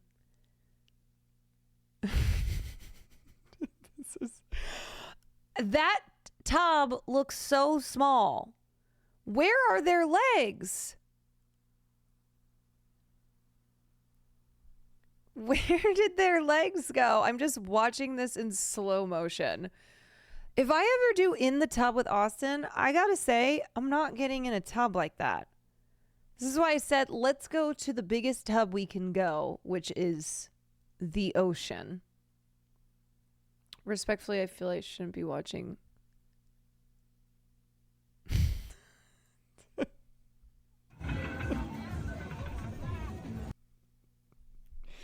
Happy birthday to the coin pusher champ. I feel like I shouldn't be watching that. I'm also like, ooh. I shouldn't be seeing that. God damn it. Oh my God. Oh goodness. Goodness gracious. Does he call that machine dude? I'm sure he did. I'm sure he did.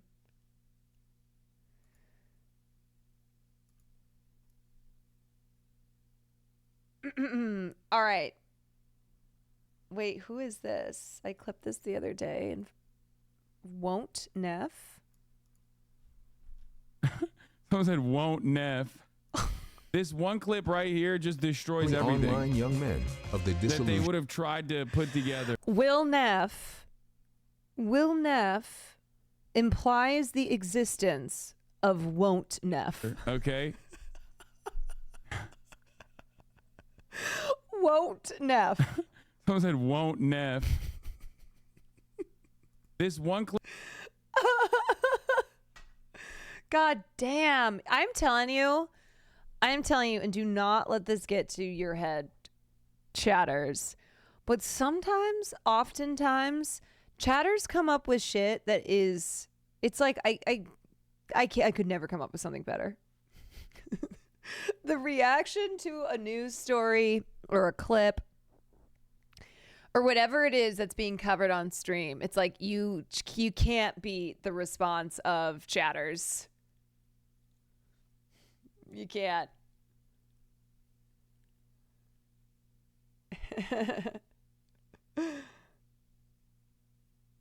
Tons of people in streams, a few are bound to be funny. Yeah. So if you're in chat, you can just be like, oh, she was talking about me. She was talking of me. I'm the one who she said was funny. I'm the one with the jokes. Okay, should I do some gaming? How do we feel? Should I do a little bit of gaming? A little game? I did finish chapter 2. I was gonna have Nandre teach me Deadlock, but if I don't like it, then I won't keep playing. But you know, I'd be down to at least learn. Even oh my God, there he is. There he is. At least like I learn Deadlock. Because what kind of game is it again?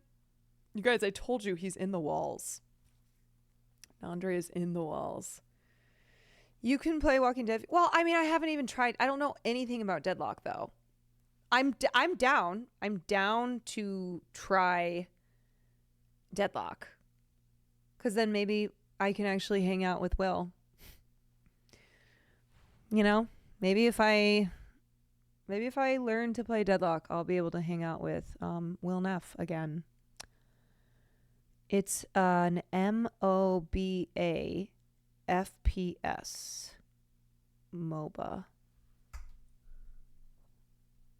Okay. There's a lot to learn. What is a MOBA? MOBA D's nuts.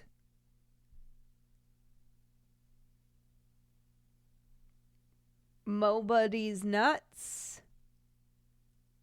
Like I don't Meefence of Ba Ancients?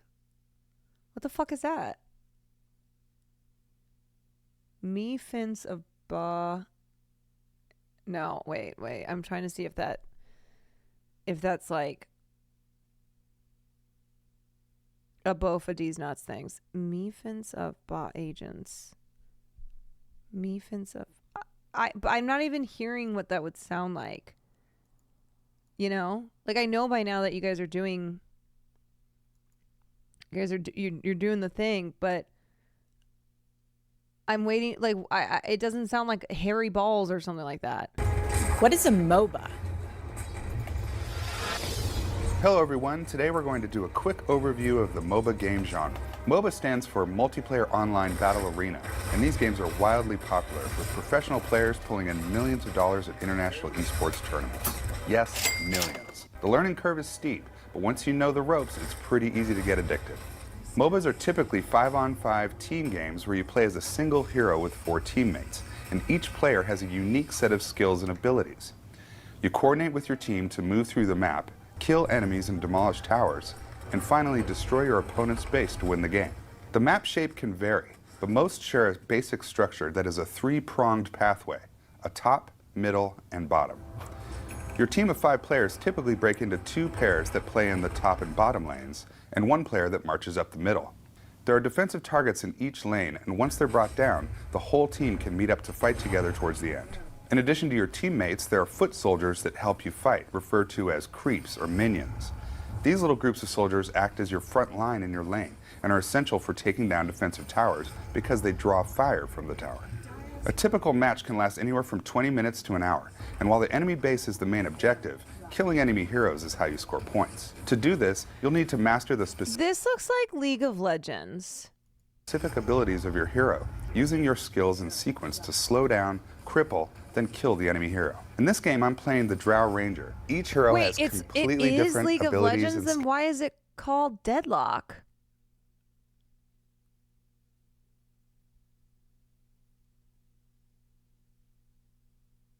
League of Legends is...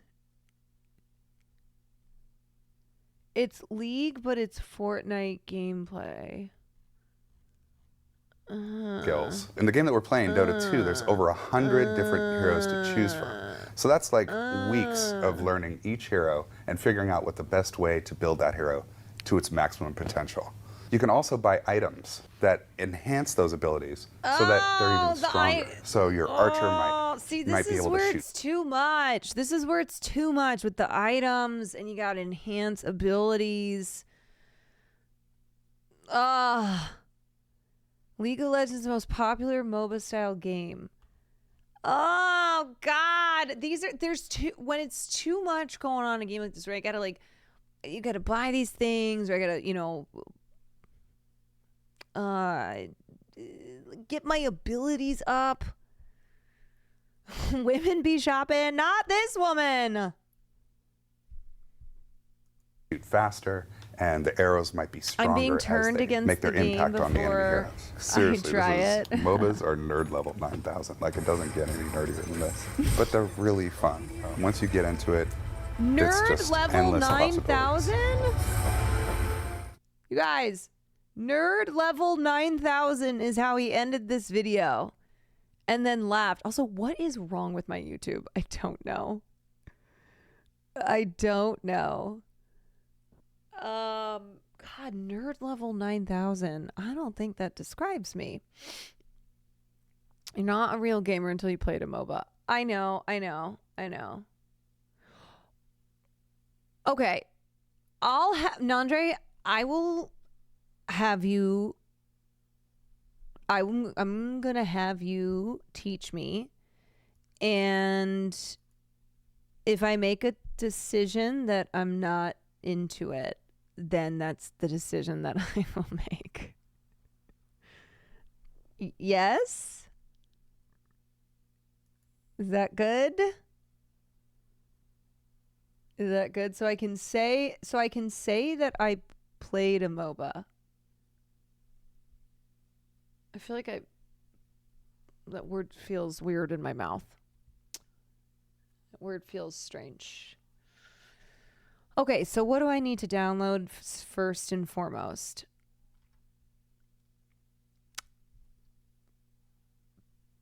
First and foremost, I just opened Discord. I can't even open Steam. I opened Discord. I think in your email is a deadlock invite, or it might already be in Steam. In my email?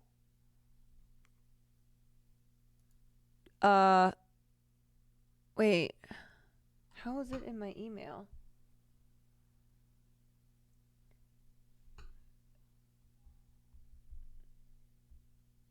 Oh! You've been in notification in the top right on Steam. View my profile. You've been invited to try games.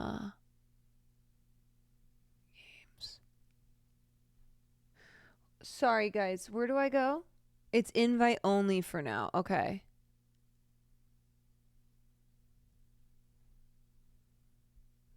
You've been invited. Notification.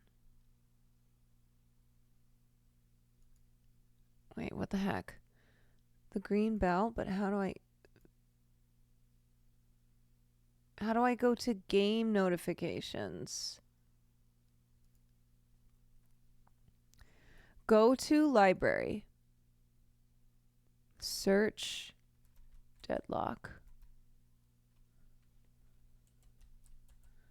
Wait, it was right there? Oh, I passed over it.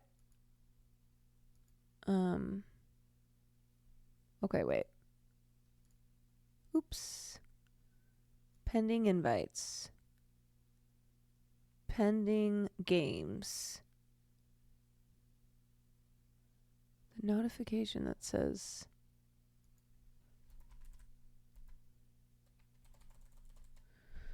in your notifications, the fourth one.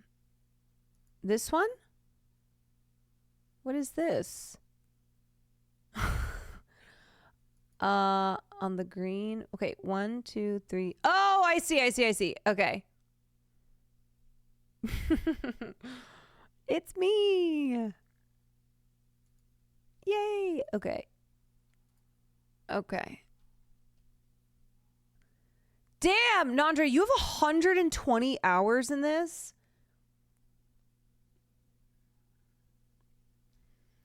You have 120 hours, Nandre? That's insane. This week? Dude, and that's not even from him accidentally leaving Steam open. Like I do. That's Nandre actually playing. You have 200 total.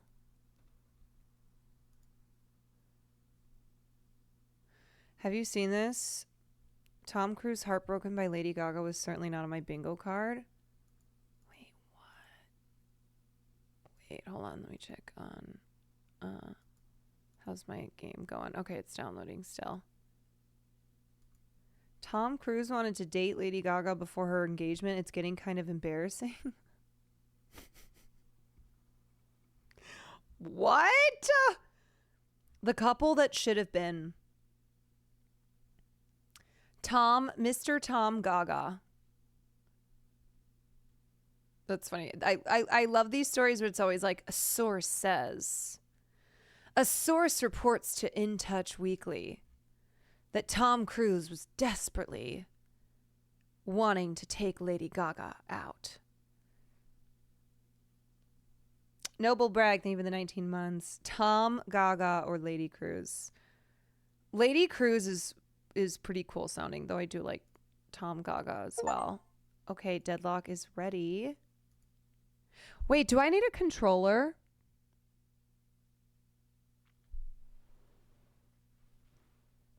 No.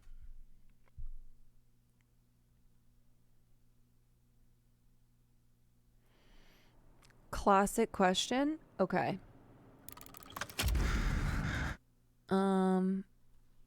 First time trying MOBA.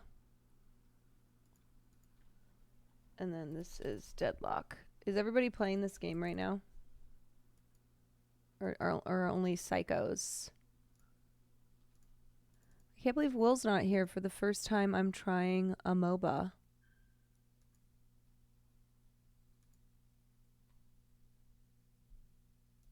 I mean, are other streamers playing this? Welcome to Deadlock. This game's in early development with a lot of temporary art and experimental gameplay. Oh.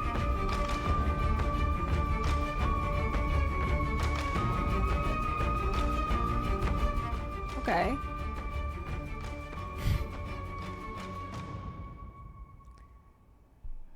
Okay. Oh, Nandre. Wait. Hello? We're in. We're in. Okay, I gotta use the bathroom. I apparently gotta update my graphics drivers. I don't know how. I think I can play with. I think I can play without it though, right? I got 2 questions for you. Yeah. These are important questions. Question number 1 is, have you ever updated your drivers? Okay. Question 2 is, have you ever dusted your PC? No. Go.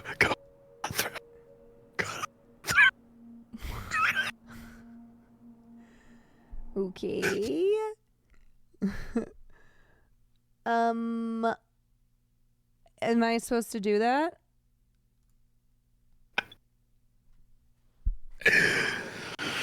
It will be fine. I didn't dust my PC for a year. Okay. Okay. I don't even know how to. Where do I go to update my driver? For a year, she had her monitor plugged into her motherboard graphic card.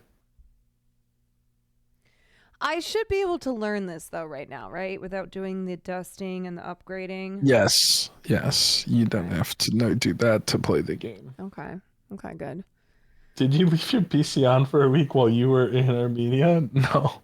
Wait, how do you wait, what? Yeah, oh yeah, I did. I leave mine running all the time. I don't care. I did. Yeah, I did. Will's snitching? No, I think Will is out. People, Mike Gova just said, I did that with my monitor too. Easy mistake. Good. See, it's This will not be just good me. because you and her are going to be of the same skill level, and I already taught her the game, and she's been playing a bunch of games. Okay, great. Great. So, is there anything I have to do now? There's a lot that we have to learn. Oh my god. Wait, you just It's like League.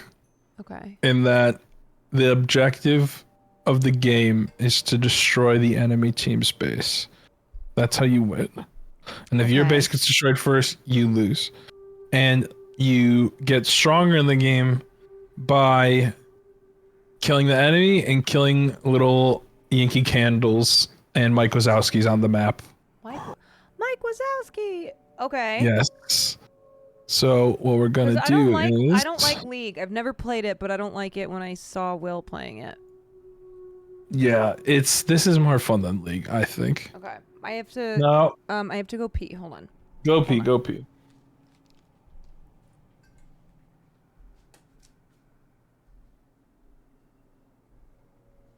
Nandu is so good at teaching her Lethal Company. This is of course gonna go well. Man, Lethal Company, that clip from Lethal Company is like one of the funniest clips of all time.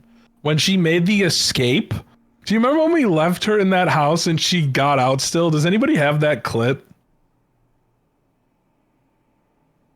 Oh, that is one of the funniest clips I've ever seen. We need to bring back Lethal Company. But that game had a huge new update.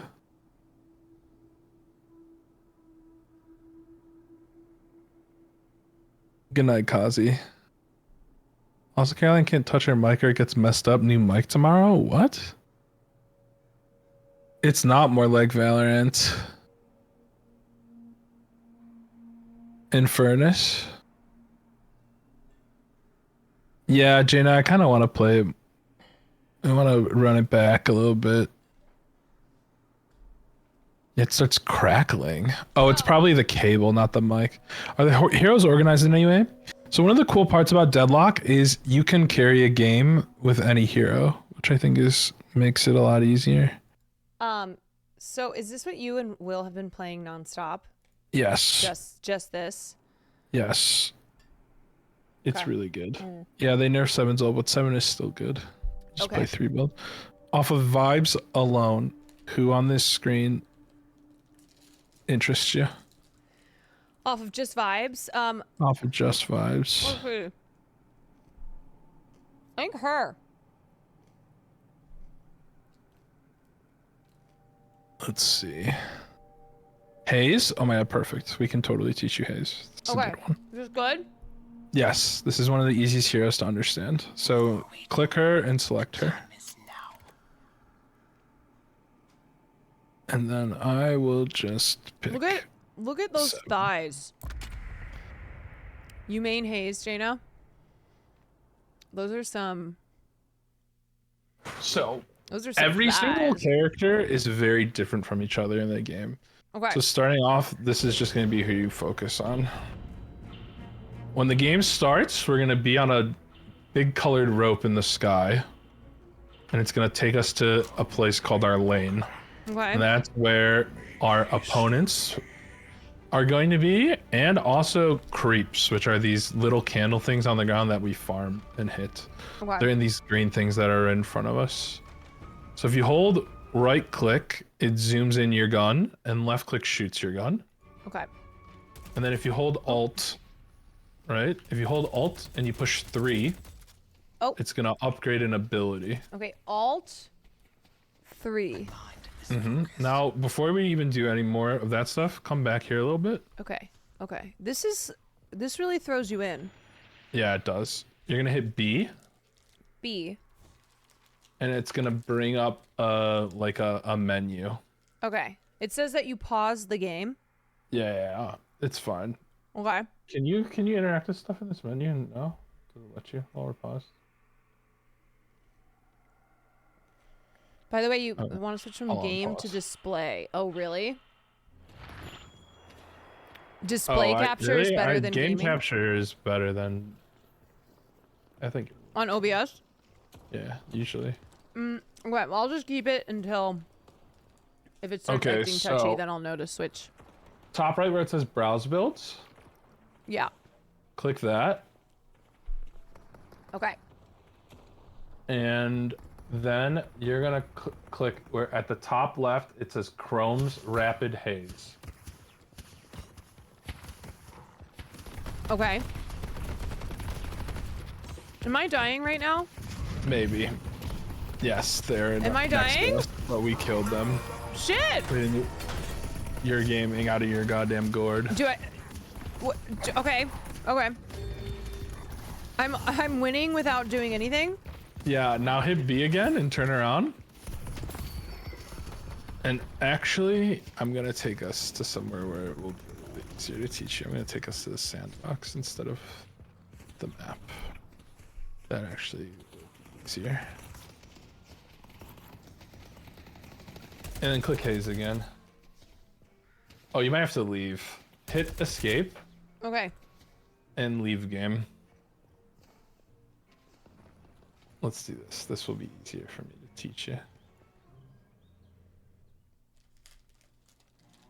Those were my friends. Oh. Oops. You'll be able to tell the difference between the two. Okay, so I go click- back. Like click your thick Haze. thigh Dami Mommy. Dami Your Mommy. character is like a personified smoke is how your character works. Ooh. That's Okay, cool. so now super basics. When you push B, it brings up your item menu, right? Okay. And it's so simple for your character. You're just gonna buy where on the left side it says like super early game and then lane owie early game. You just buy left to right across. Okay. That's how we're gonna start. Bye. The only thing that you're just gonna buy one of is the owie stuff. You usually are gonna buy the left one where it says extra region. Oh, wait. And then don't buy anything else after that. Okay, and then super late game? We're not even gonna get to that stuff yet. We're just gonna come over here and learn very, very basic stuff. All right, is that good? Is that everything? Yeah. Okay. So how do you get money in this game? There's a couple of ways, but the most important way is at the start of the game is the little candle guys. The red ones are the enemy, the green ones are your team. And you just shoot them with your gun. And when the health bar to the right of the head changes from like a red to a pink, it means the next shot when you shoot them is gonna turn them into orbs. You move around with WASD over to here. Yeah, where's a thing for me to shoot? These little guys. You see them? Like right here. And they're gonna spawn in right now. The red guys. Okay. So just fire your gun at them until you can't stop. That is a statue. Oh, wait, but oh, it's Right on here. it's on the other side. Yeah. But you can see them through walls for a reason. Now, see how you're standing so close and you're getting killed? Yeah. That's because that giant guy with the torch, that's called a guardian. Oh, I'm dead. That's like a tower. Okay. Those do a lot of damage. So if Okay. you get too close to them, they will fucking kill you. What happens if I die? If you die, you give the enemy team gold, and then you respawn in your base really far from where you need to stand. Okay. How? Oh, whoa! You can do flips. Yes. So WASD is move, right? R Okay. is reload. Left click is shoot, Oh, this guy's got me. and control is crouch. And then 1, 2, 3, and 4 are your abilities. So with your One- character, your 1 throws a dagger that does damage and makes people fall asleep until you hit them again. Oh, Yeah. okay. Your 2 makes you invis and move really fast, so it's really nice to get around the map. Oh. And then if you push 4, you do something really cool. It's your ultimate. Whoa. You spin around and you attack somebody in a big AoE and it does a lot of damage. Oh, but there's a cooldown, so I can't just keep doing this. So, see how you're standing here and the little guys are hitting you? Yeah. If you stand over here behind the blue guys, then they'll hit the blue guys first. Okay, so okay. So you want to play behind your guys. You don't want to go in front of your guys if you can. Now we Okay. gotta really focus on the hard part of the beginning of the game. It's when you shoot these guys with your gun. You see this orb that comes out? This blue orb? Come closer. You see this blue orb that's gonna shoot out of their head? Yes. You can shoot the orb as well. And you want to, because shooting the orb also gives you gold. It's not enough okay. just to kill the little guy, you gotta get the orbs You gotta too. get the orbs. Gotta get the orbs. And the orbs can also Oops. God. Ah! hold on here. Can I switch to this guy or no? God. Oh my God. Okay. The orbs, if I kill your guys, right? Your orbs come out. You see how there's orange ones? Yeah. So the orange ones you can also shoot to steal gold. Okay.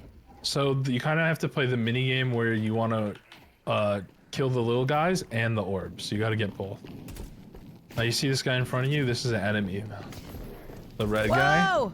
His name is Infernus, and he can run at you and he can kill you. Oh God. Oh shit. So if you aren't careful, He'll kill me. yes.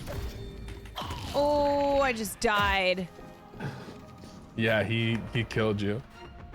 So he did something though, very specific. If you push Q, you punch. Now hold Q. Ooh, Those okay. are your regular melee and your big melee. So your only attacks you have in the game are punching and shooting for the most part. If somebody shoots you or punches you, you can also push F and then you can parry them. Oh. But now you have your first kill. You killed them. Ooh. Woo! Yay! All right, now come back over to this. Oh my lane. god, this is a lot. It's so much.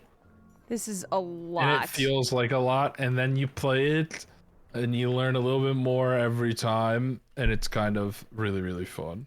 Gosh. But it is definitely an investment and an undertaking. Okay, okay.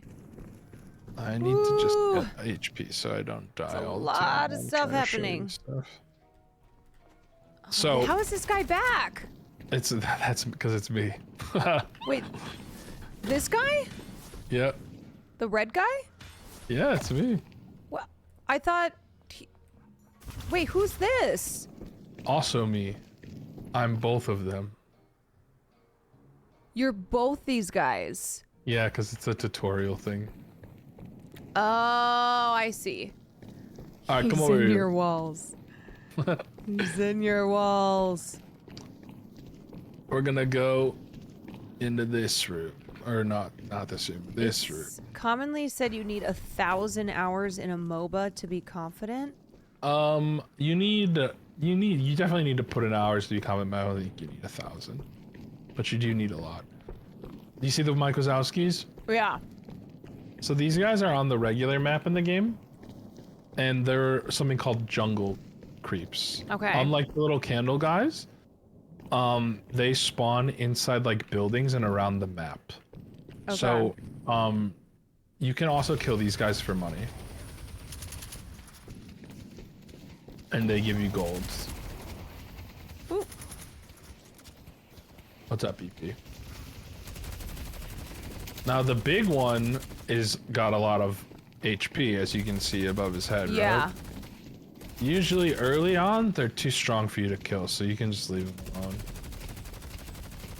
For But you, he's not really hurting me, is he? Is he shooting? Is that me? No, he's shooting. He's shooting? Oh, okay. All right. So stay away from him? Mm-hmm. Okay. Headshots do more damage than, shooting at the body, right? So if you shoot him in the head, you do more damage. Okay. And basically, most of the game, what you want to be doing is shooting these little candle guys and getting the balls to come out of their head until somebody like my guy comes running at you, and then you have to fight another player. Okay. Oh, what's this? That was a parry. So if you hit F as I'm trying to punch you, you stun me. You want to try? Yeah. All right, ready? I'm going to try punching now. Okay. Oh! You drilled it. First try. If you parry somebody, you can punch them back. So if you parry, you want to hit Q right after to hit me again. Okay. All right, let's try it again. Oh, I missed it. Oh. Wait, what I'm the just going to heck? keep punching you until you parry. Ah. I've got bad news, kid. Shit! I'm dead. Wait, how did I do it the first time? Because you timed it really well. You want to try again? Why can I always do things the first time and... Shit. Ready? Here Yeah. we go. Oh, crap. Okay, wait. You can also just shoot me. Okay. And now punch me? Nice. Good. Okay, good, I got good, it. I got it. All right, now come back over here, though. Woo!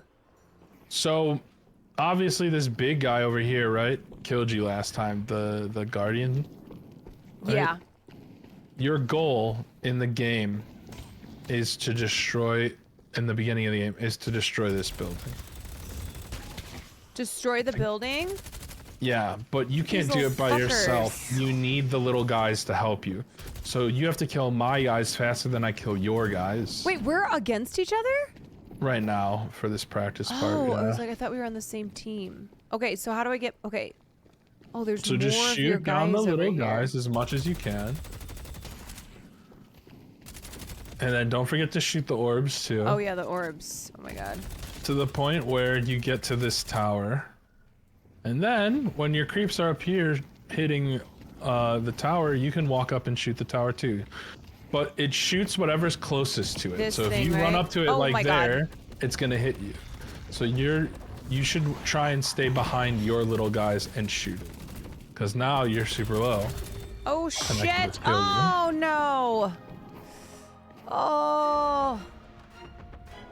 You don't need to zoom in to shoot. You don't have to zoom in to shoot. In fact, I don't do it a ton, but unless I'm trying to shoot somebody far away. I don't know why I kept doing that. Habits. It also makes it easier to aim sometimes too.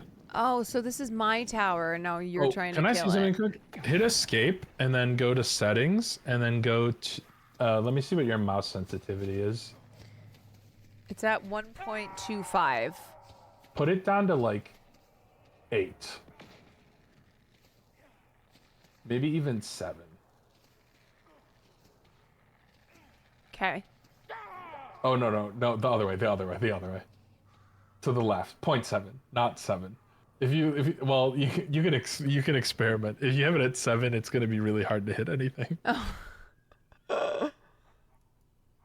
Okay. This is gonna make it a lot easier to aim, I think. Try aiming now. Try and hit me. You see me running around in front of you?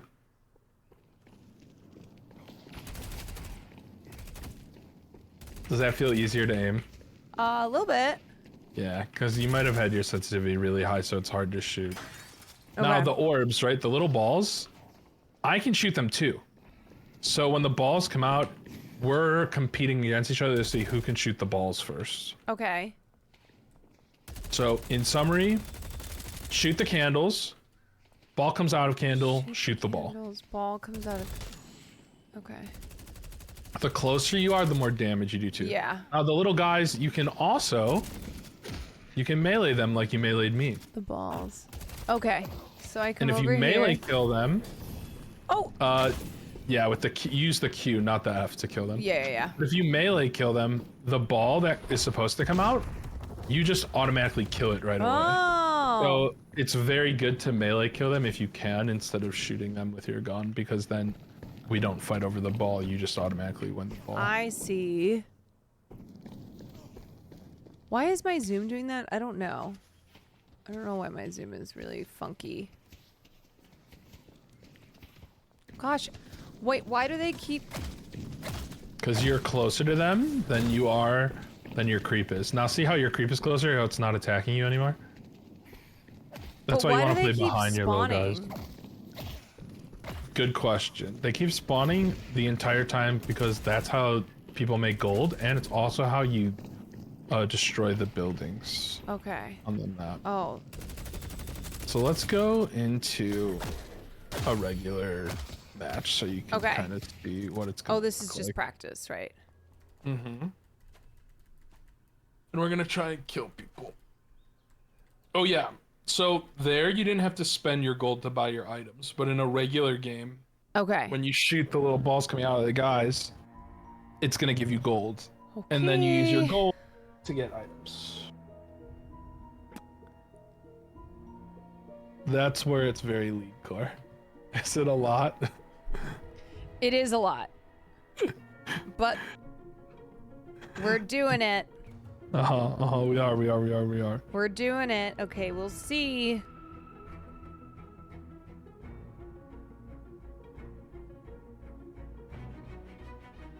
So now we're gonna fight robots on easy mode. Okay. Are we fighting together? Yes. Okay. So, what's our goal? What are we supposed to do? Candles, balls. Mm-hmm. And if there's no candles and no balls, you shoot the other person. No candles, no balls. You shoot the other person. Yes. And when we go into our lane this time, they're gonna have 2 enemy people. So it's gonna be you and me versus 2 of them. Okay. But I don't shoot them until I get all the enemies and balls. You can, but it's way more important to shoot balls than it is to shoot people. Okay. Candles and balls is more important than people. Okay. But you don't want to die to other people too. So they're gonna also try and shoot you. Okay. And you're gonna have to try and avoid it. Okay. Most people are gonna call the candles creeps. That's like the most common. Why do people thing. keep Or saying don't minions. piss in the candles or piss in the candles? Because your chat is stupid. Because they're trolling you. Of course they are. Now, click your orange waifu. Okay. Because Livy done rizzed up baby Gronk. Hawk Tua on that thing. It's a dollar store reference. Someone's pissing in the candles at Dollar General. Oh God. Oh, it was a Will Neff news story from yesterday. They caught me? I see. All the news that's fit to print. Alright. So you see how it says F zipline speed boost? Don't push it. But you can use that to go back and forth to your base. If you see up above us, there's this like blue line up here behind us. Yeah. If you hold spacebar, you can jump to that and ride it. Alright, let's kill these little guys. Okay. There's a blue guy here. Where are you already? See him?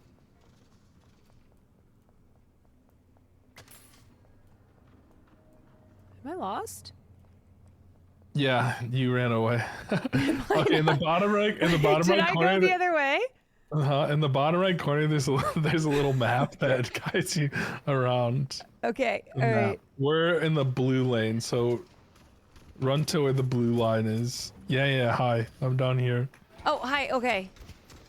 You see these little guys? We want to shoot them. Yeah. Okay, we shoot them. Oh my god. Oh, this is the real world of death. Yes. I don't know if I've gotten one yet. Oh, No, shit. you're standing on the bridge. You're on the other side of the creep wave. They could jump up there and kill you if they see you. Okay. Oh, I fell. Now we can shoot them. Oh, up above you, there's a gray guy. Ah! You see him in the sky? I'm gonna do my sneak. Wait, gray guy. Oh, God. This guy? Oh, wait, no, it's you. You killed him! You killed him! You shot through me and you hit him, I think. What did I do? I think you were shooting me and it went through my head and it hit the other guy. Wait, really? Yeah, I think That's good? Yeah, you see this blue guy on the left? You see him? Oh, orb. Oh, shit. Yeah. Yes. See that blue guy? Yeah. Shoot him! Fucking Okay. shoot him! Fuck his ass up. Ah! Yeah. Oh my god. And you have to balance between shooting the candles and shooting the guys on the Yeah. other two when you can. Oh, this guy. Maybe I can throw my knife at him. Hold on. You can kill him for sure. Ah! Who is he? That's a character called Abrams. Someone's shooting me. Oh, you fucker. Oh, crap. Oh my gosh. And remember, you can run up to them and hit Q to kill them with your little orbs. I keep forgetting too. about that. Okay. So how much gold do you have right now on the bottom left? How much kill? Mm-hmm. 1,200. All right, so come to me over here, behind you. Turn around. You can always see where we are on the mini map. Okay. There's like these things that look like trapezoids. You see it? It's kind of south of you right now. Yeah. Hi, Lexi. This is a shop, so if you stand close to this and you push B, you can buy stuff. So you should have enough gold to buy things now. Okay. The more tools I have, the better. Impressive work. Remember, you start in the top left and you go across? Oh yeah, okay. Top left across. So healing right. Where it says ammo scavenger. I'm trying to see what You could buy healing right if you want. That's not. No, I'll just start up. Okay. Oh, I'm broke. Okay. Okay, got it. Okay. Now hold thank on. you, You see Trapcom. it? Thank you, Trapcom. In Okay. the bottom middle, you have like a purple 2. A purple 2, yes. In the bottom middle, those are ability points. So Okay. as you get money, you also get experience. They're like tied together. So you can level up like you did in Elden Ring. And when you level up one of your 4 abilities. So you just hold Alt, and you see how it says recommended over your 3 spell?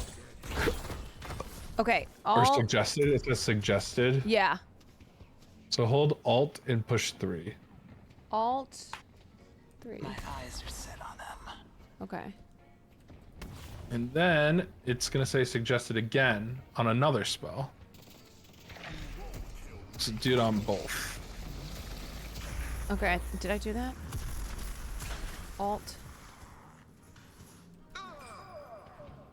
Hold tab. Alt and then 1, I believe. Alt. 1. Make them helpless. Now you have access Alt to all 1, 3 of okay. your skills. You see how there's Mike Wazowski's in here? Uh-huh. We can kill them if we shoot them, or melee them is good too. And now we get gold from them. Nice. So you want to go and do Hold those F4. guys when all the other candles are dead, usually. Okay. Are we losing? No. We're winning, actually. We're doing okay? Mm-hmm. Oh my They're actually god! doing really well. Yeah, you can maybe kill him if you shoot him with your gun.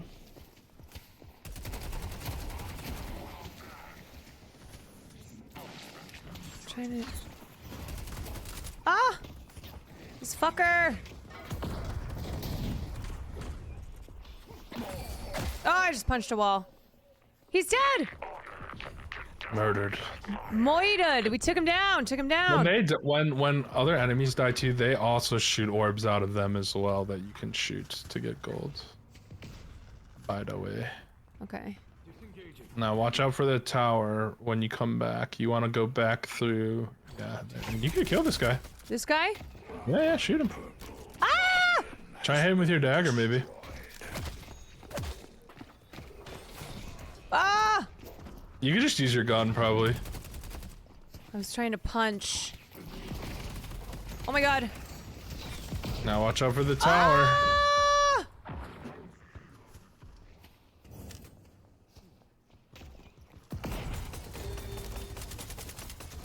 Oh, I died! Oh, no! So close. My orbs! Your orbs. My Now, orbs, Andre! Now, you don't lose money when you die. Okay. Unless you have something called unsecured souls. And I'll show you what those are when you come back to the lane. So if you die, right, the game isn't over, you can still play, there's a lot left to do.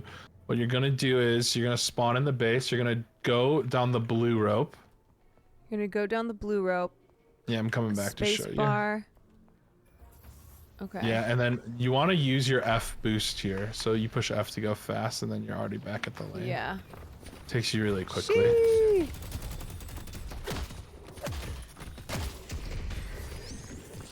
Very nice. Oh my gosh, who just punched me?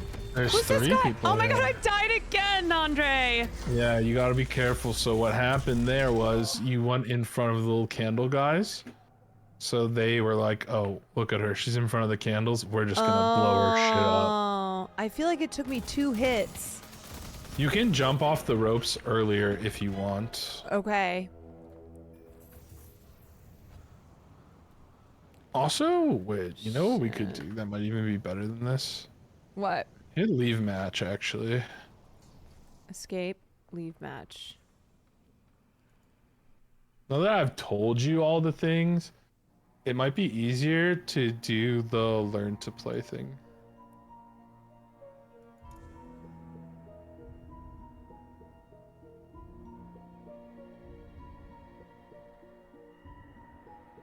Yeah, do You really this need to learn to move and shoot at the same time. Yes. Yes, that's Yeah. very, very important in the game. Yeah. Is to be able to do both those. I am the learn to play, but sometimes it's easier if you can see the visual while you do it too. So if you click get started, it's gonna give most of the information I already gave you, where it's like lanes, candles, Okay. the buildings and stuff. Go to basic controls instead. Press space to jump.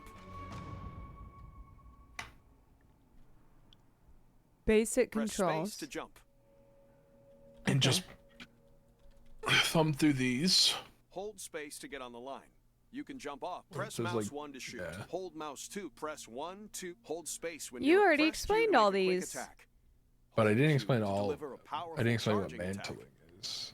Oh. Hold space when near a ledge to mantle up. That's a good one. to Okay. learn. Hold space when near a ledge. Yeah, and then you can like climb up like that. Okay. Get souls by killing troopers and players. And then go to special moves all the way on the Slide right. while moving down a ramp or moving at high speed. Press So space if you at the hold top to control, jump you to double slide on jump. the ground like Special that. moves like double jump use your stamina bar located next to your reticle. When you're sliding, Press space at the top. you Left control preserve your slide movement while speed moving down for a a ramp half or second, moving at high speed. and then you slow down. You decelerate progressively. Okay. But also while you're sliding, you have unlimited ammo, which is kind of useful. You can double jump in this game. Yep. Press space at the top And to jump to what double you jump. saw before, you Special you moves can like double jump dash, use your but which stamina bar on located the next to character your you're reticle. playing looks like a backflip While airborne, while or a moving, front press flip. left shift to dash.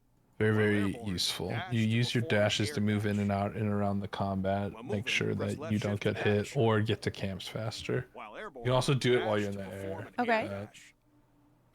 Now, a dash jump is a really useful way to move around the map.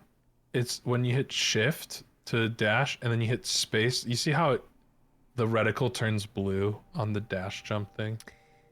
Yes. If you time the jump when the reticle turns blue, that's how you do that movement. You get unlimited ammo while sliding. And you keep momentum. Combine a dash and a well-timed jump to perform a dash jump. Yeah. Press F to parry an Now enemy let's do hero's this one melee more attack. time. Okay. Now you're either gonna Welcome hate to the this cursed game apple. or you're If your gonna team wants to okay. emerge victorious, All right, we'll you'll see. need to wield both This guns is your and moment. supernatural You are the powers to lay moment. This is siege my to the enemy moment. Oh, I base. gotta text Will, tell him I'm playing Deadlock. I'm playing. Tell you're playing Deadlock and you almost just killed a gray Talon. I just almost Hi, killed Ricky. a gray Talon. Mm-hmm. A gray Talon. Mm-hmm. Okay. All right, let's shoot the little candles. One of the hard parts about when you start this game is you probably don't look at your little map on the bottom enough. No. And that tells you a Notoriously not lot. good at reading the maps either. Well, good Gotta for get outta you. We killed them. We did? Well, we killed one of them. Yeah. You want to shoot Flubber? Oh, this guy? Yeah, we can keep shooting. Yeah. All right, now we got to back up though, because the little guys are Oh, coming. they're So back. now we Okay, run okay, away okay, a little okay. bit, I see. So they keep coming. and now we turn Oh, around. the world stopped coming. No, stop coming. Mm-hmm. We go back in. We kill the little guys. Shoot our balls. I like punching them. It's just Yeah, hard punching them is because really good. the A is very close by the Q, so I'm very slow at. You'll learn how to do the inputs faster and faster. Now you gotta be really careful because you're close to the tower. You're taking a lot of damage from the little guys. Oh, okay. I'm gonna get out of here. Yeah, we could run. We could go Get to our outta shop here. even Okay. and buy stuff. Go to the shop. I would go to shop, and for you, I would buy extra regen. Extra regen. Okay. It'll be in the lane owie part. If you want to make it super easy, buy that first every single game. Okay. It's just gonna make you heal faster, and then you don't have to worry about dying in the lane as much. And we could kill this gray guy over here if you want to chase him. Which He's guy? down here. Gosh, I can't even see him. You see how on the map, like, I have like a white outline? Yeah. That's how you can know where I'm at. Oh, you can definitely kill this guy. I died again. You almost had him. I saw you charging into him. But the reason why you died wasn't because he was shooting you, it was because the creeps were hitting you. Oh, crap. They do a lot of damage early on. Crap. Ola. That was the right play, though, was to try and kill him. You almost had him. He's 2-shot. Crap, Ola. Alright, I'm coming back. Melee's a huge commitment. It is. It is a huge commitment. So you generally want to use your gun a little bit more than you melee, unless you're playing certain heroes. With her, she's really squishy. Ooh. Like, you will die very easily. You only have, like, 600-ish health. So you really gotta use your gun to lower them, and then maybe try and finish them with a melee. Man, it's hard on the keyboard. Oh yeah, it's a lot of buttons. It's a lot. I have to, you know, move them quickly. Oops. Oh, shoot them. You can kill them. I think you can kill Flubber. Gosh, he just moves so fast. Yeah. The game is kind of a frantic pace. It's so fast.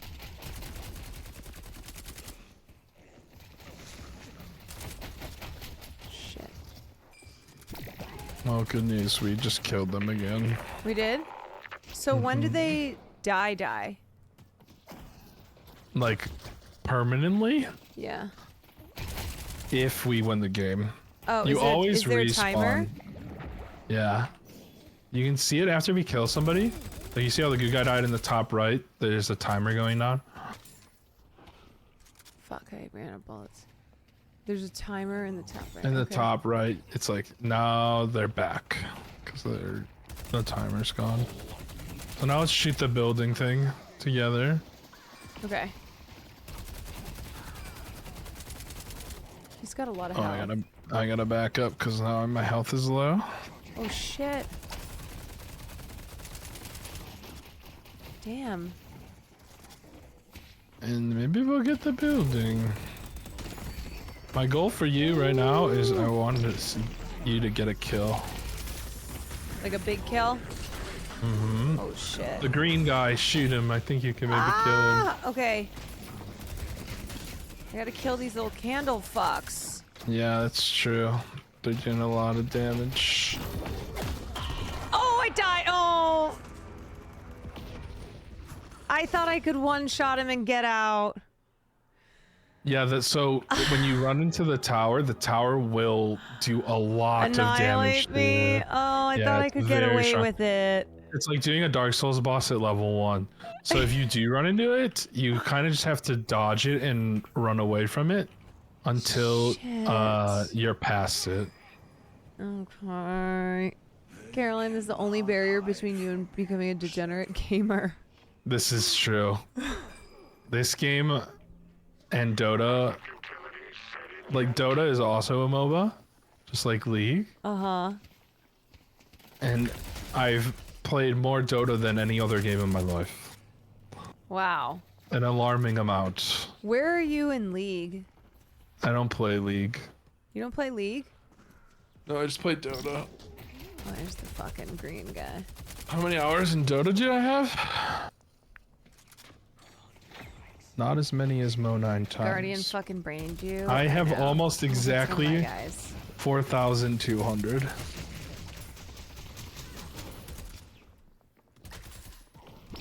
Just gonna collect some money. This fucker! Now, Caroline, you see on the bottom middle you have 3 ability points? Yeah.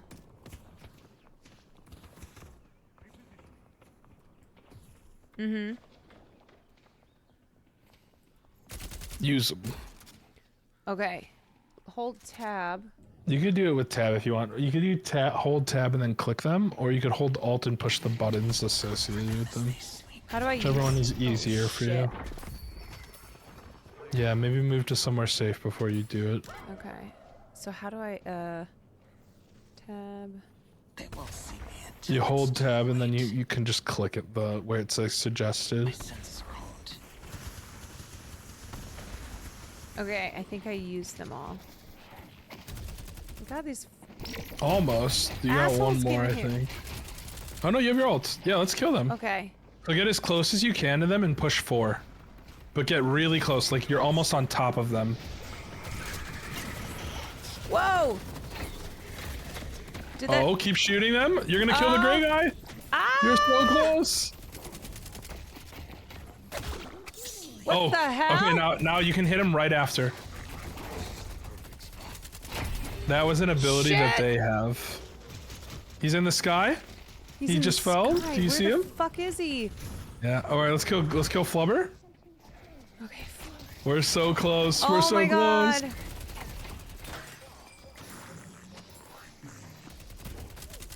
Flubber right so here. fast! Oh Yeah, my no. God.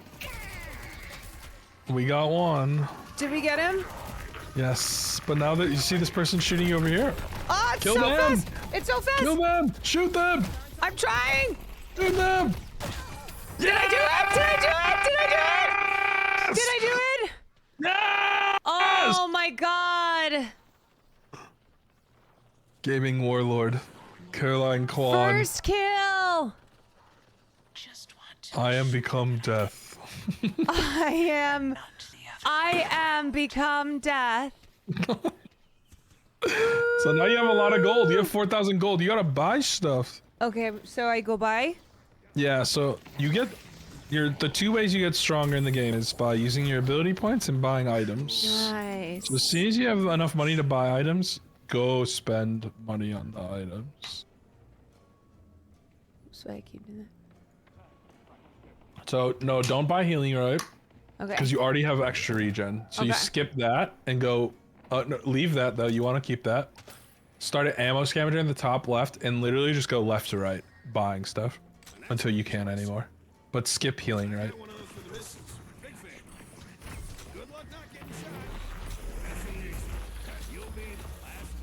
Okay, I'm out of money again. All right. So you bought a bunch of items, and one of the items you bought is called Active Reload. Okay. That is a special item. It has an effect on how the game is played. So shoot your bullets just to shoot them a little bit, and then hit reload. So you see there's like a green part of your reload bar when you hit reload. Yeah. If you... Oh, you hit it. Nice. So if you hit it, you instantly reload, which is a lot faster than waiting for your whole clip to reload. And then also, you get life steal. So when you shoot somebody, you will heal a little bit. You have to spam crouch on their body after a kill. No, It's called the no. cam slam. It's called teabagging or clam slamming, and it's the ultimate disrespect. What? Yeah, because it looks like you're dropping your balls or your labia on their face. Upgrade It's- third skill. Okay. I won't stop until they're dead. So, we killed our lane, right? Every single one of them. We farmed a bunch. We Okay. almost destroyed the building. Let's say you don't have to do it right now when you... Well, okay, whatever. You see these, like, boxes on the ground while we're running by? Like this wood box that I'm standing on behind you? Yeah. Shoot it. Okay, that one didn't pop. Shoot the gold statue. Ah, okay. So they drop these like colored potions, and those will give you little stat boosts that last the whole game. Let's go. Now, if you shoot the boxes, everyone. Oh, let's kill this person while we're here. Who's this psycho? Yeah, chase them. You can Where kill is them. he? If you see where my... Oh, they walked into our tower and died. Oh. Hello. And Oh they my helped us God. clear this camp. Oh, this is hard. Yeah. It's so much information. I know. I have to like look at my keyboard too. I'm gonna be honest. You will learn the ways. There's the Like rule I have of to two. I have to look down at my keyboard. Okay, so damn it, I didn't want to pick that up. Maybe this one will spawn one? Alright, cool. The wood boxes, they drop souls, which is the money and the experience stuff. You see, Okay. turn around. I'm behind you. Yeah. These. You can grab it. That's just my. Okay. Now, you see how on your hip you have this big blue ball? Yeah. That's called unsecured runes. And if you look in the bottom left corner, you see it says unsecured and the number is going down over time. Yeah. If you die, whatever that unsecured number is at, those souls, you drop them. It's money you don't get back unless you run back to where you died and pick them up. Okay. So if you have unsecured runes, you want to go to the shop and spend the money as quickly as you can, if you can. Okay. Or if you have a bunch of them, sometimes it's better to not go and do fights so that you don't lose your money. Did we win? Not even close. Really? But we won our lane, which is one section of the game. Okay. Now, there's a lot more for you to learn in the sense that we have this whole map to play now. Oh my god. If you look in the bottom right, there's the circle, right? The mini map. Everyone else has been also doing lanes while we've been doing lanes. What? Wait, who's everyone else? Oh, who's this? This game is a 6v6 game. Wait, 6v6? So we have 4 other teammates, and they have 6 enemies as well. That we are gonna try and fight and kill. I don't know how to... So Is hit that 2 you? and run with me. Yeah, that's me. Hit 2, okay. Oh, I hit it. Ah! Oh, I'm in They're trying to enemy kill you. territory. I'm in enemy territory. I'm so... No, I'm here. We can kill them. Okay. Let's just shoot them. We got this. Like, I literally have to keep looking at my keyboard. Ah! Oh, I died! Yeah, the creeps killed you. Damn it! You're really far forward, and I think they shot you. Ugh.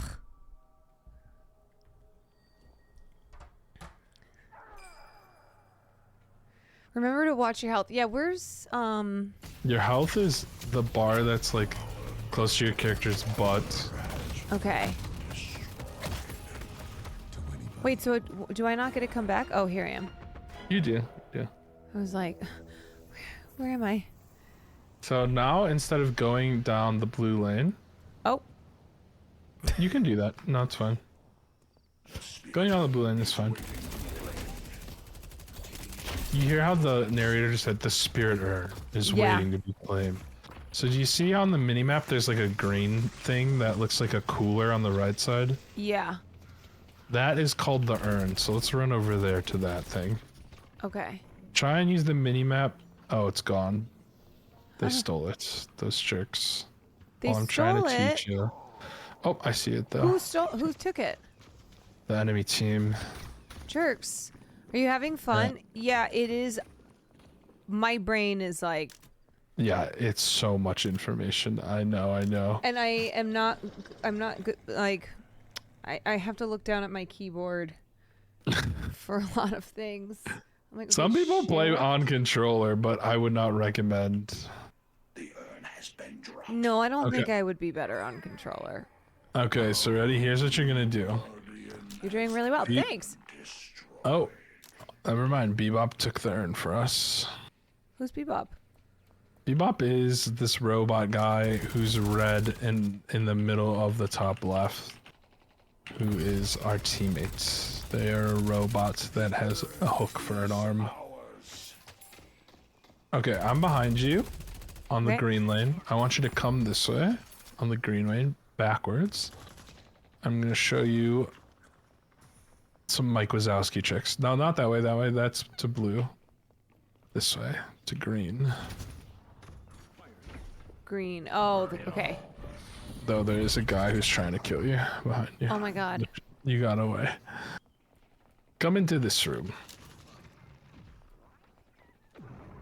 This one over here. You've unlocked a flex shot for killing. Flex slots. So in the bottom left, there's your orange items, your green items, and your purple items. And then you unlock 4 extra slots where you can put items of any color. And that's very important for how to get your character stronger. Okay. All right, so thank come you, over Cadabra. here. We're gonna go into this building right. This piece of shit! Oh, we can kill them. That's Wraith. Yeah, we killed them. Is this doing anything? That was a good ult. Yeah. Was that doing anything? Yeah, that was the Yeah? absolute right thing to do too. Yeah. Intuition. Damn, All right, come over okay. here past these tires into this room. So there's 3 Mike Wazowskis on the floor in here, and then in this room next to it, there's these 4 or 3 boxes. But the hard thing that I want you to learn about is you take this rope, hold spacebar, and walk up this rope. Okay. Not all the way up, just up to this room. Now jump off of it and kill this guy up here. There's these things, the vending machines, right? Okay. By shooting it. Doesn't give you anything, right? Right. You gotta punch it. So if you heavy punch it, your long one, it gives you gold for your HP. Nice. And it gives you a lot of gold. Wait, so that's getting, sick. But it goes away after 5 hits. How did you know it was It's there? really Because of the map? important. So if we leave this room, you can see. Actually, you don't even have to leave this room. You see how a little bit north of us, there's like a car stereo looking thing on the minimap. It's green with an arrow pointing at it. Yeah. How do I draw it? Can I just do this? Yeah, this thing right here. My drawing will go away in a second. Yeah. That is the jukebox, the vending machine. You can hit that for gold. You can steal theirs too. Oh. Gives you lots of gold.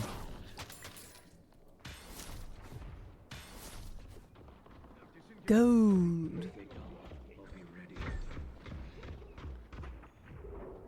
Man, my abilities keep needing to get upgraded. Yeah, you get them a lot. Okay. So you have a lot of gold now. You have almost 6,000 gold. You got to find a way to a shop, right? Oh, but I don't want to go all the way back to base. If I go all the way back to base, it takes a long time. I lose out on farming. So where can I go instead? Well, on the map, there's 2 secret shops. They're the trapezoids. So let's go run and find one right now. Actually, let's get this bridge buff. This bridge, every 10 minutes, gets this little thing right here. Okay. That if you run over it, it gives you stat boost for like 2.5 minutes, I think. All right, but let's go to a secret shop. Sure, but Let's kill these people, and then we're gonna go to a secret shop. Okay.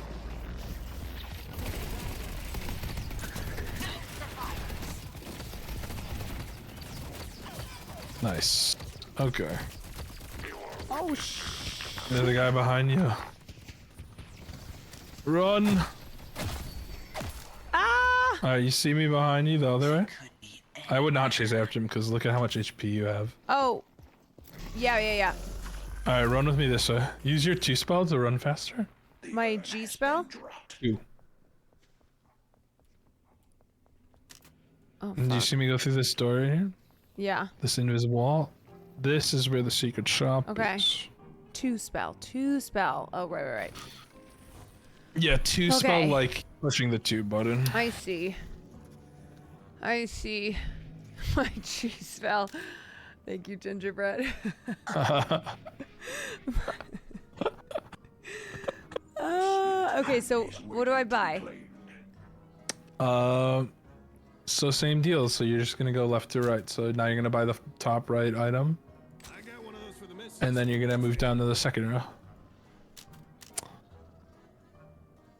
Now Quicksilver Reload, it's gonna ask you which ability to imbue. And you're gonna put it on your first spell, your dagger. Okay. Kinetic dash.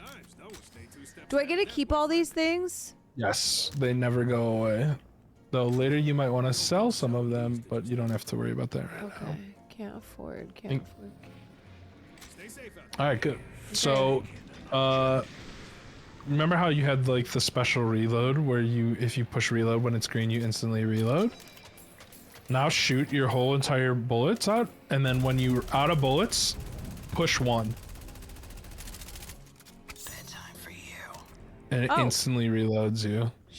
So now you have 2 ways to reload your gun instantly, which is very, very helpful for this character because your gun is everything. Okay. Wait, that's great. Mm-hmm. All right, That's now let's great. practice some sliding. So if you come through this tunnel right here, whenever you're on a slope that's slanted, you can hit control to slide. Okay. Nice. That's pretty good. If you're fast enough, what you can do is while you're running, you can tap control like this. Will just text me, that game is hard. But I don't think you have to worry about that. Yeah. I should text back and be like, I honestly don't think it's too bad. Tell him you have 53 kills Okay, wait. in matchmaking with Non. I have 53 kills. And that you're a natural. In matchmaking with Oh, God. Non. He said I'm unnatural.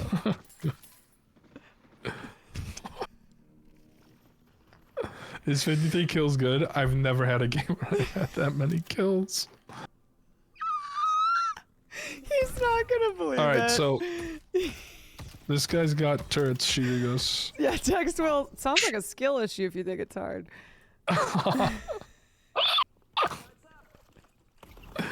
Let's kill these people at the end of the tunnel. I think we can kill them. I'm like still looking down at my fucking keyboard.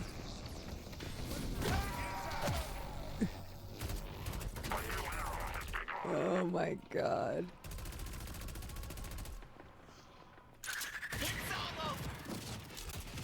Okay, just up here. Oh god, where'd Andre go?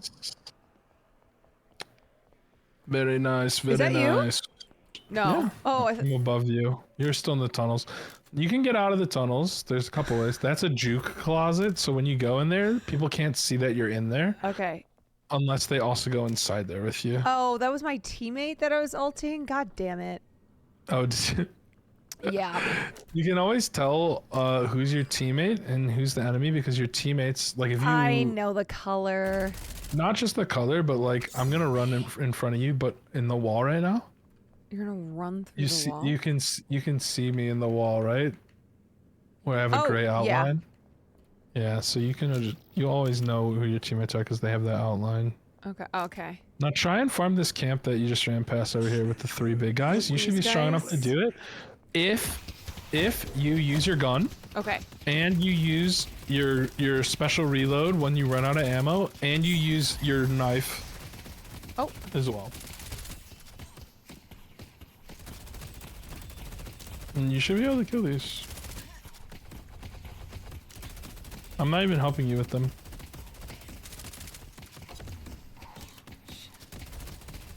Now you do more damage the closer you are. I know. They don't deal more damage the closer you are, I think. So you can get up in their face. I'm gonna punch him. Sometimes punching is better than shooting your gun too. So now you have a decent amount of gold again. Okay. Not enough. I don't think enough to buy an item though. We're gonna go up this rope right here. And what's nice is when you're up on the roof, you can see a bunch of stuff. The first thing that I see is over on the bridge. There's a gun buff, which is really good for you. And in this game, there's no fall damage, so let's go get it. Ooh, it's so fast. It's like Fortnite speed. Mm-hmm. Now your gun's gonna do a lot more damage for the next 180 seconds. Oh, okay.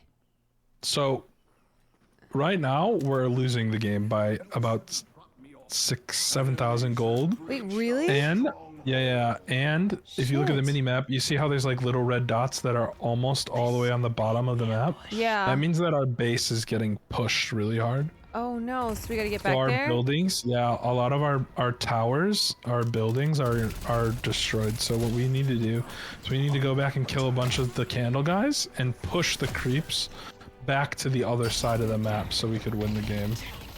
Oh wait, I'm being lifted. Oh. Yeah, somebody used an ultimate on you.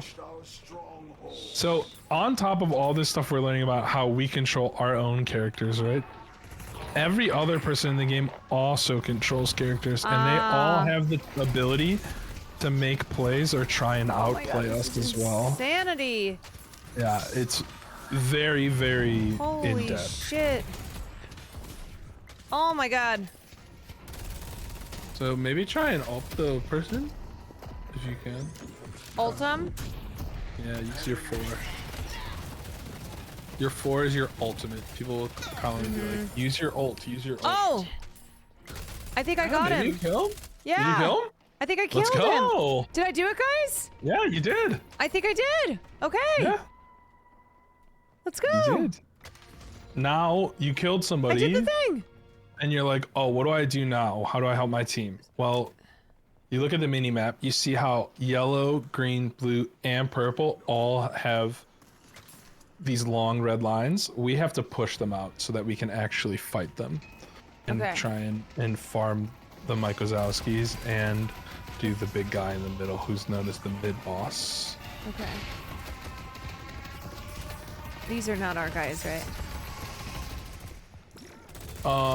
If they have orange health bars, they're the enemy. Yeah. I don't know why I have such a hard time. Oh, I'm being lifted.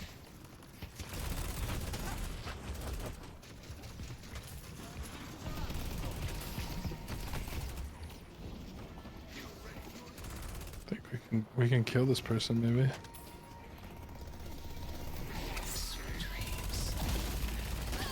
Yes! Another one for Caroline Kwan. Let's go! So you should keep going down this green lane and killing the creeps. Killing the creeps. Okay. Little candle guys.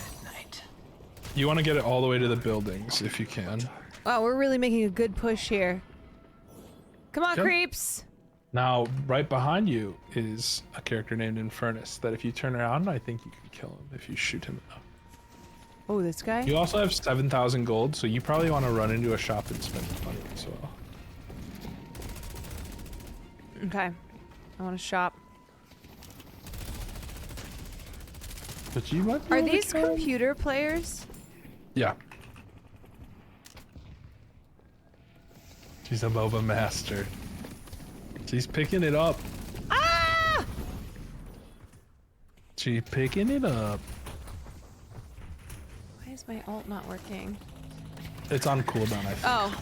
Well, now you have it now. If they get close to you, I wouldn't just use it. Oh, shit. Now, you see how you got stomped and stunned out Yeah. of it? That thing's called a walker. Okay. It's like an upgraded version of a tower. If you use an ability like that close to it, it will stun you. If you walk close to them. And if you get stunned while you're using your ultimate, it gets canceled. Oh, shit. That sucks. Now, Wait, there why? are ways to counter that. You can buy an item that's called Unstoppable. That if you turn it on, you can't get stunned. Okay. We can kill this person who's out here if you want.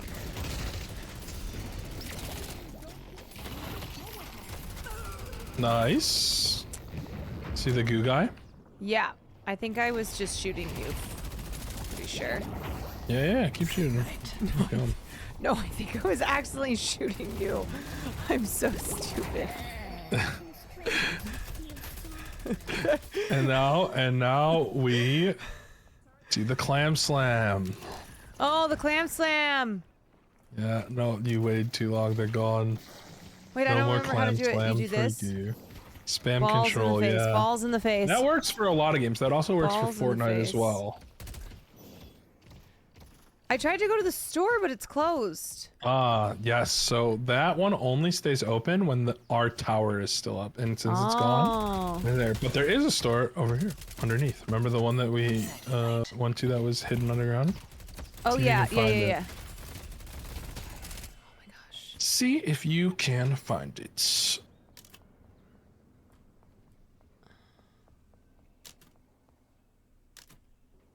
The urn is ours. The urn. Now, there's another objective we can do that's in the game that we haven't done yet. And it's called mid-boss. And we're going to do it after I kill this guy here. Fuck, I cannot find this stupid story. Oh my god! Wait, I'm sorry, did you say that these are computer players or... Oh, Yeah, these are computers. Alright, so you see on the middle of the map there's a gold eagle. Mm-hmm. Run to that. It's gonna be a giant ooey gooey green guy.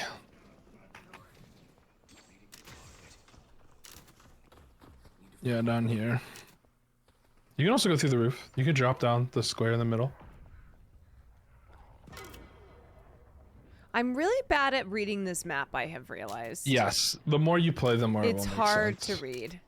It's very hard when you're first starting out, but it's pretty intuitive after you've played a couple games. Okay. Like I feel Promise. like I'm right there. Just want to make sure that I'm getting the drop on them and not Okay. the other way. Oh, you're in there? Is this it? Oh shit, okay. Yeah, you see this big Kill green it? guy? Yes, but you can't see how you're shooting him and you can't hurt him? Yeah. You have to be inside this square in the middle to do damage. And you want to shoot his eye that's shooting the the purple thing at you. That's how you deal the most damage too. Okay. This guy is ugly.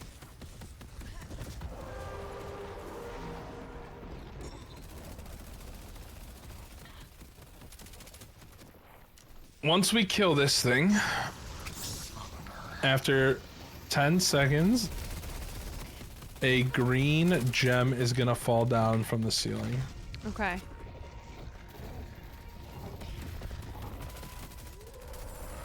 That's called the Rejuvenator. So if we get this, it means that everybody on our team, when they die, will respawn faster.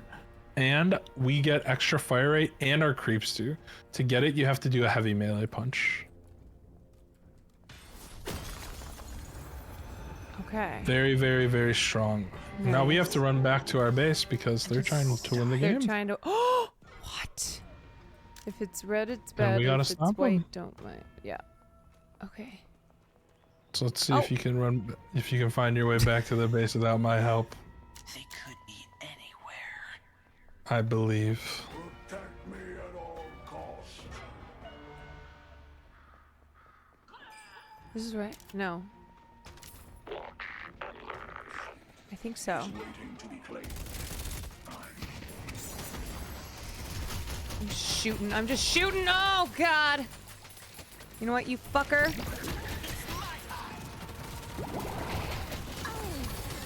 Yo? Yo? She might be cracked out Did of her I goddamn kill gourd. this guy? You did? Yes! I flubbered it his ass. You killed Flubber. And now I think we killed their whole team. Yeah, we killed them all. Woo! Would you recommend high difficulty bots as the best way to learn characters? High difficulty bots in this game have a an unfair amount of gold that they get. They like are purposely given extra gold. So. Okay, I tried to punch one of the guys and I died. Yeah, at this point in the game, punching is kind of scary. Your gun's probably more damage. I died. It's the thought that counts. So from here, we'll try and win the game. We have a chance. I think Will is so tired that he is just going with whatever I'm saying because he said, "Let's go." No, he's definitely tired, but that was kind of sick that you killed that person with the ultimate. I'm not even gonna Yeah, cap. but 53 kills. 53 kills will never be obtainable. No. Not even for moi. Wait, he was actually in the most I had was Wait, like was he in the 40. chat? Do you guys know for sure? I always miss his chat comment. He was? Wait, how do you know? I didn't see him. But how do you know? He's okay. He probably tuned in right as I died or something. You won't have the rejuvenator for much longer. He called you a MOBA master? Oh my gosh. Yeah, I'm really bad at seeing his You read out MOBA master. Did I? Yes. Sometimes I read chat, but I don't see who says the chat, you know? Yeah. It's I don't know. My brain still hasn't done that transition. No. My brain hasn't done that Just transition say where I he's like invisible. seamlessly can read chat. I am reading your chat and my chat. Bro, I don't know how. You read my chat better than I read my chat when you're streaming in your chat and reading your chat. Well, I think you and Will also both have the most narrow chat windows I've ever seen. It's really, really silly how tiny the window is Wait, for really? both of you. Yes. It's really funny. I didn't know. Oh shit. Oh.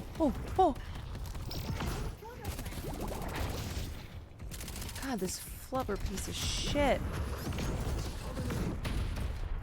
God, oh god, health No. warning. Oh Jesus, these guys are everywhere. Yeah, you're Oh, really. I So if you see died. so look at where you were on the minimap when you died. Did you see? You were all the way over on their I side. see. So even Like, I can't late in the game, escape like them. even like we're what 39 minutes into this game right now.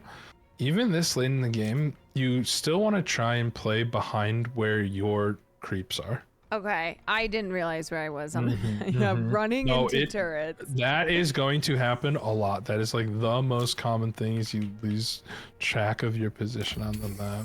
But what's nice is I think we still are gonna win. Okay. Oh, dude, why is it taking so long for me to respawn? Yeah, so the later the game goes, the longer it takes for respawns. Brutal. Have you So died kills in the once? late game are a lot. Twice. Oh, you did. Okay. I didn't even know. Didn't even know. I gotta spend my money. You're right. I need to find. I have $15,000. I need to find the shop. Oh, you can shop. No, you can while always you're just dead. buy in the base too. Oh. Yeah. Okay. It says all slots are full. Yeah, so we have to get flex slots. To get flex slots, I will Oh. get you one right now. Oh. you got to lock in. Nah, you can buy one. Okay. Wait, how'd you do that?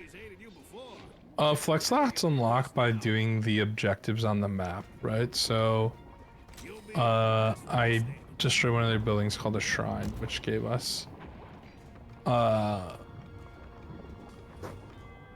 last slot. Okay. Let's imbue this, Okay, I think I'm broke again. and then I will get. Oh. Sword. There And you are. let's try and win the game. Let's go down blue. Let's do it. Let's hawk Tua on that patron. I As they say. I hawk-tooed onto the purple. Purple lane? That's fine. Go down purple. Push that lane. And we will win. I love Hawk Tua Girl. I'm not afraid to say it. I'm not ashamed to say it. Are you gonna Hawk listen Tua to her Girl is my goat. podcast? You're gonna listen to her Twice. podcast. Already have. I had I saw the TV Go playing on my phone, and I had the Hawk Tua podcast playing on my No, computer you did not. No. at the same time. You could not It was have great. like more opposite. Oh, it was so great. Ideal watching experience. God damn it. And then on my iPod video, I was playing Stalker, the Andrei Tarkovsky science fiction film. It was great. Dude, no wonder you have a mind for reading multiple Twitch chats.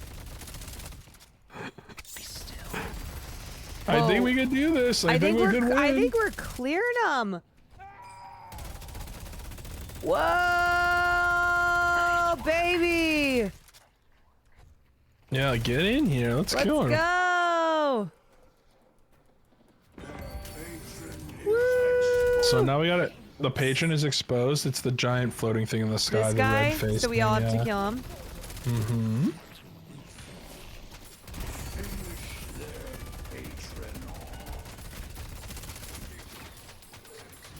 And now it's gonna fall in this pit over here. So if you get in here, this pit over here, and just shoot him, we win. We got the whole squad. The whole squad. You can use your ult if you want. Oh. Oh, we won. And you won your first game of We Tail won, Block. and I was ulting. Isn't it really satisfying to kill something? It's kind of like a rush. So is that typically how long? The bot games go longer, I would say. Okay. You led the game in assists. You have the aptitude you're gonna enjoy. Wow, did I do okay? I would say for your first game, you exceeded expectations. Truly. I exceeded Now, in the relative scale of the game, you're fucking dog shit. But there, you could get better very quickly. Okay, but There's exceeding expectations does not translate to being good. No, and playing bot games is a really good way to get better. Like, you had the really important part when you're starting off is focusing on fundamental things. Securing orbs, shooting the little guys, pushing the lanes, Yeah. killing people in the fights, right? And after you figure out all of your fundamentals, you start learning about like game strategy and the macro stuff, like where do I need to be on the map at different times of the game. Yeah.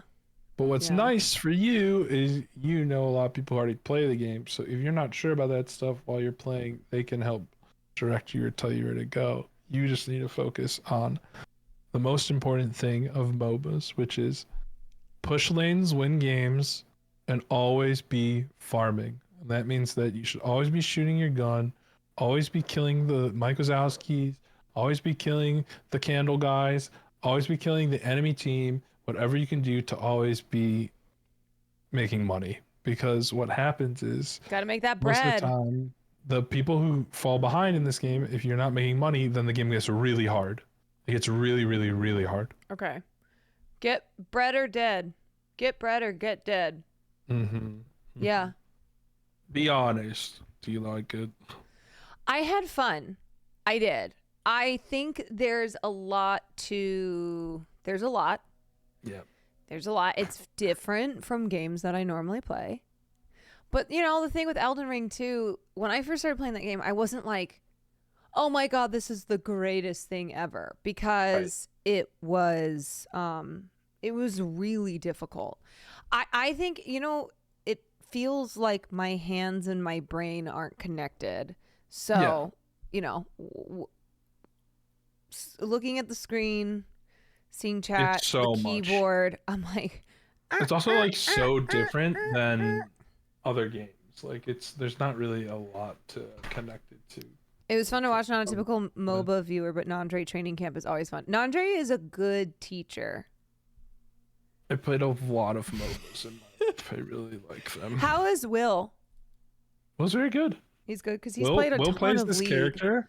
Yeah, Will plays this one character that looks like him and shoots eyes. It's kind of like Frozone from The Incredibles. Yeah. It's his best character. He's very good with them. Okay. Frozone. I would hope he was good because he's played so much League.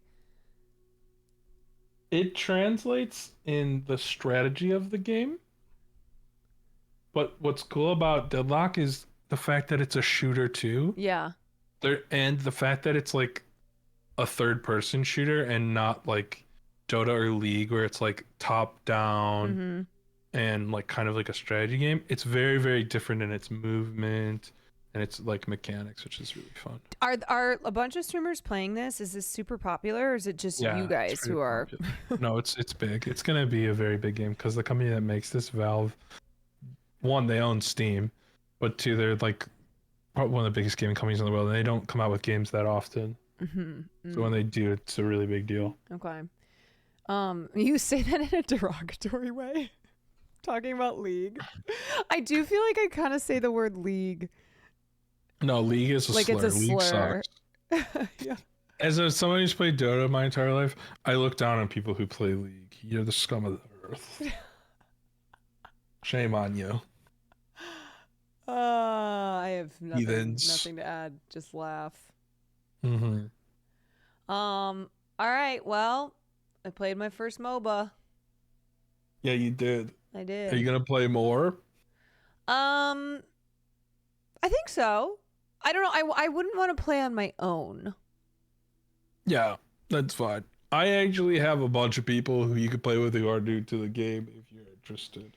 Yeah, I do love my narrative cinematic games. You do have to finish Walking Dead. I do have to finish Walking Dead. I still haven't finished Elden Ring, You've and got to get to the part I heard they when, nerfed Radon. Clem gets into the Gundam and shoots the lasers at the zombies. It's very cool. No Gundam style. That is not the same thing. I don't even know. People are like spoilers. I'm like, I don't know what those words mean. I'm thinking, well, Gundam style. Wait, Yeah. you didn't do 300 days, Walking Dead 300 days though, right? You skipped that part. No. Yeah, good. I think it's the first season is the best, but the Oh, later so stuff good. is still second good. season's so good too. Yeah, I'm interested to see what you think of season 3. Did you play all of them? Mm-hmm. Okay. A long time before I was streaming. Telltale has a lot of games. They have a Jurassic Park one. They have one based on a comic book called Fables, called Wolf Among Us. That's really good. They have the Batman one. Chad, what am I forgetting? I feel like there's one more. First season made me cry of Walking Dead. Yeah, the first season Oh my is god, so good. devastating. So good. Oh yeah, Back to the Future. Dude, after I finished the first season, I took Farley for a walk, and it was late at Life. night, and these two like punks were driving by in their car, and they rolled down the window and went, "Yo, your dog is ugly as fuck." Sorry. I'm sensitive about that. It's in the area. I honestly thought you would be able. I was driving so fast. No, they were like at a stoplight, and then as the light turned green, they rolled the window down. These punks, and they said, These "Your dog fucking is ugly as affiliates fuck." telling me my dog is ugly. Yeah. You badgeless bastards. I was upset. They don't understand. He's our wet napkin. Yeah, that is our wet. You should see him right now. I think he might be getting a haircut, but you can't see his eyes. The video y'all posted from the other day was so cute. Which one? Of Farley? Baby Farley. I didn't know we had Baby Farley pictures. Oh, baby Farley photos are the cutest. Yeah. My bonita Farlito. He really was. I know that everyone probably says this about their pets, just like everyone says this about their kids. He was the cutest puppy. Yeah, he got the underbite, the huge And he had underbite these buff. big yeah, and he had the sweetest eyes. He was the cutest. Yeah, see, there's the emote of him. There's the fucking bearded Farley. No, did a Sequan pupper. Oh, it's so cute. He is at his best when he's in his little costumes. In his costumes, not bearded, even though Will likes the beard. I don't like the beard. No, I don't like the beard. What, bearded Farley goes crazy. Yeah, not in a good way. Not in a good way. God damn it, my microphone is. Yeah, what's up with Dude, that? it's been like this. I've finally got a new mic, but it's not here yet. Are you sure it's the It mic just and not dies. the cable? It is the cable. But you bought a new microphone. Wait. Doesn't it come with the cable? I mean, yeah, I think you don't need to buy a new mic. You probably just need the cable. Well, I'm sending this mic in to get repaired. Okay. Yeah. It happened to me too. I had the same problem. It's so I annoying. replaced my cable and my mic. Okay. But Yeah, I this mic is upgraded a year old. It comes with one, you shit. Well, yeah. I'm not saying it didn't. I didn't know if I could just. They're gonna send back the cables saying fix. Yeah, I don't know, dude. Fuck. All right. I'm tie. I have bad jet lag and I haven't been sleeping good. Time to go to sleep. I not sleep good.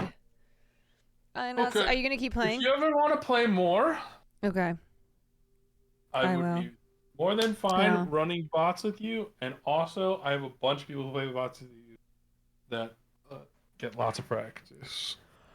Okay. Are you gonna keep playing? Yeah, I'm gonna keep playing. All right. Send him the. No, he's not streaming. Sad. I don't feel like looking to see. Okay, you want to raid somebody? Okay, here's who you're gonna raid. Okay. It's Polar O Cito. I sent you their channel. Polar. He's a good friend of mine. He's a very nice guy. Oh. I sent it to you on Discord. Cito. They're also playing Deadlock. Chat, be very nice. This is my good friend Polar. Okay. You sent it to me on Discord. Mm-hmm. Okay, let me check. Let me check. Polar O Cito. And every single message in his chat goes TTS. So you guys can have a lot of fun with that. Oh, that's awesome. Oh, it's so good. This is gonna be great. All right, Don. Thanks for teaching me. Anytime. That was fun. I'll see you next weekend. Oh yeah, TwitchCon. Mm-hmm. Oh yeah. Oh Okay. yeah. Bye-bye. All right, bye.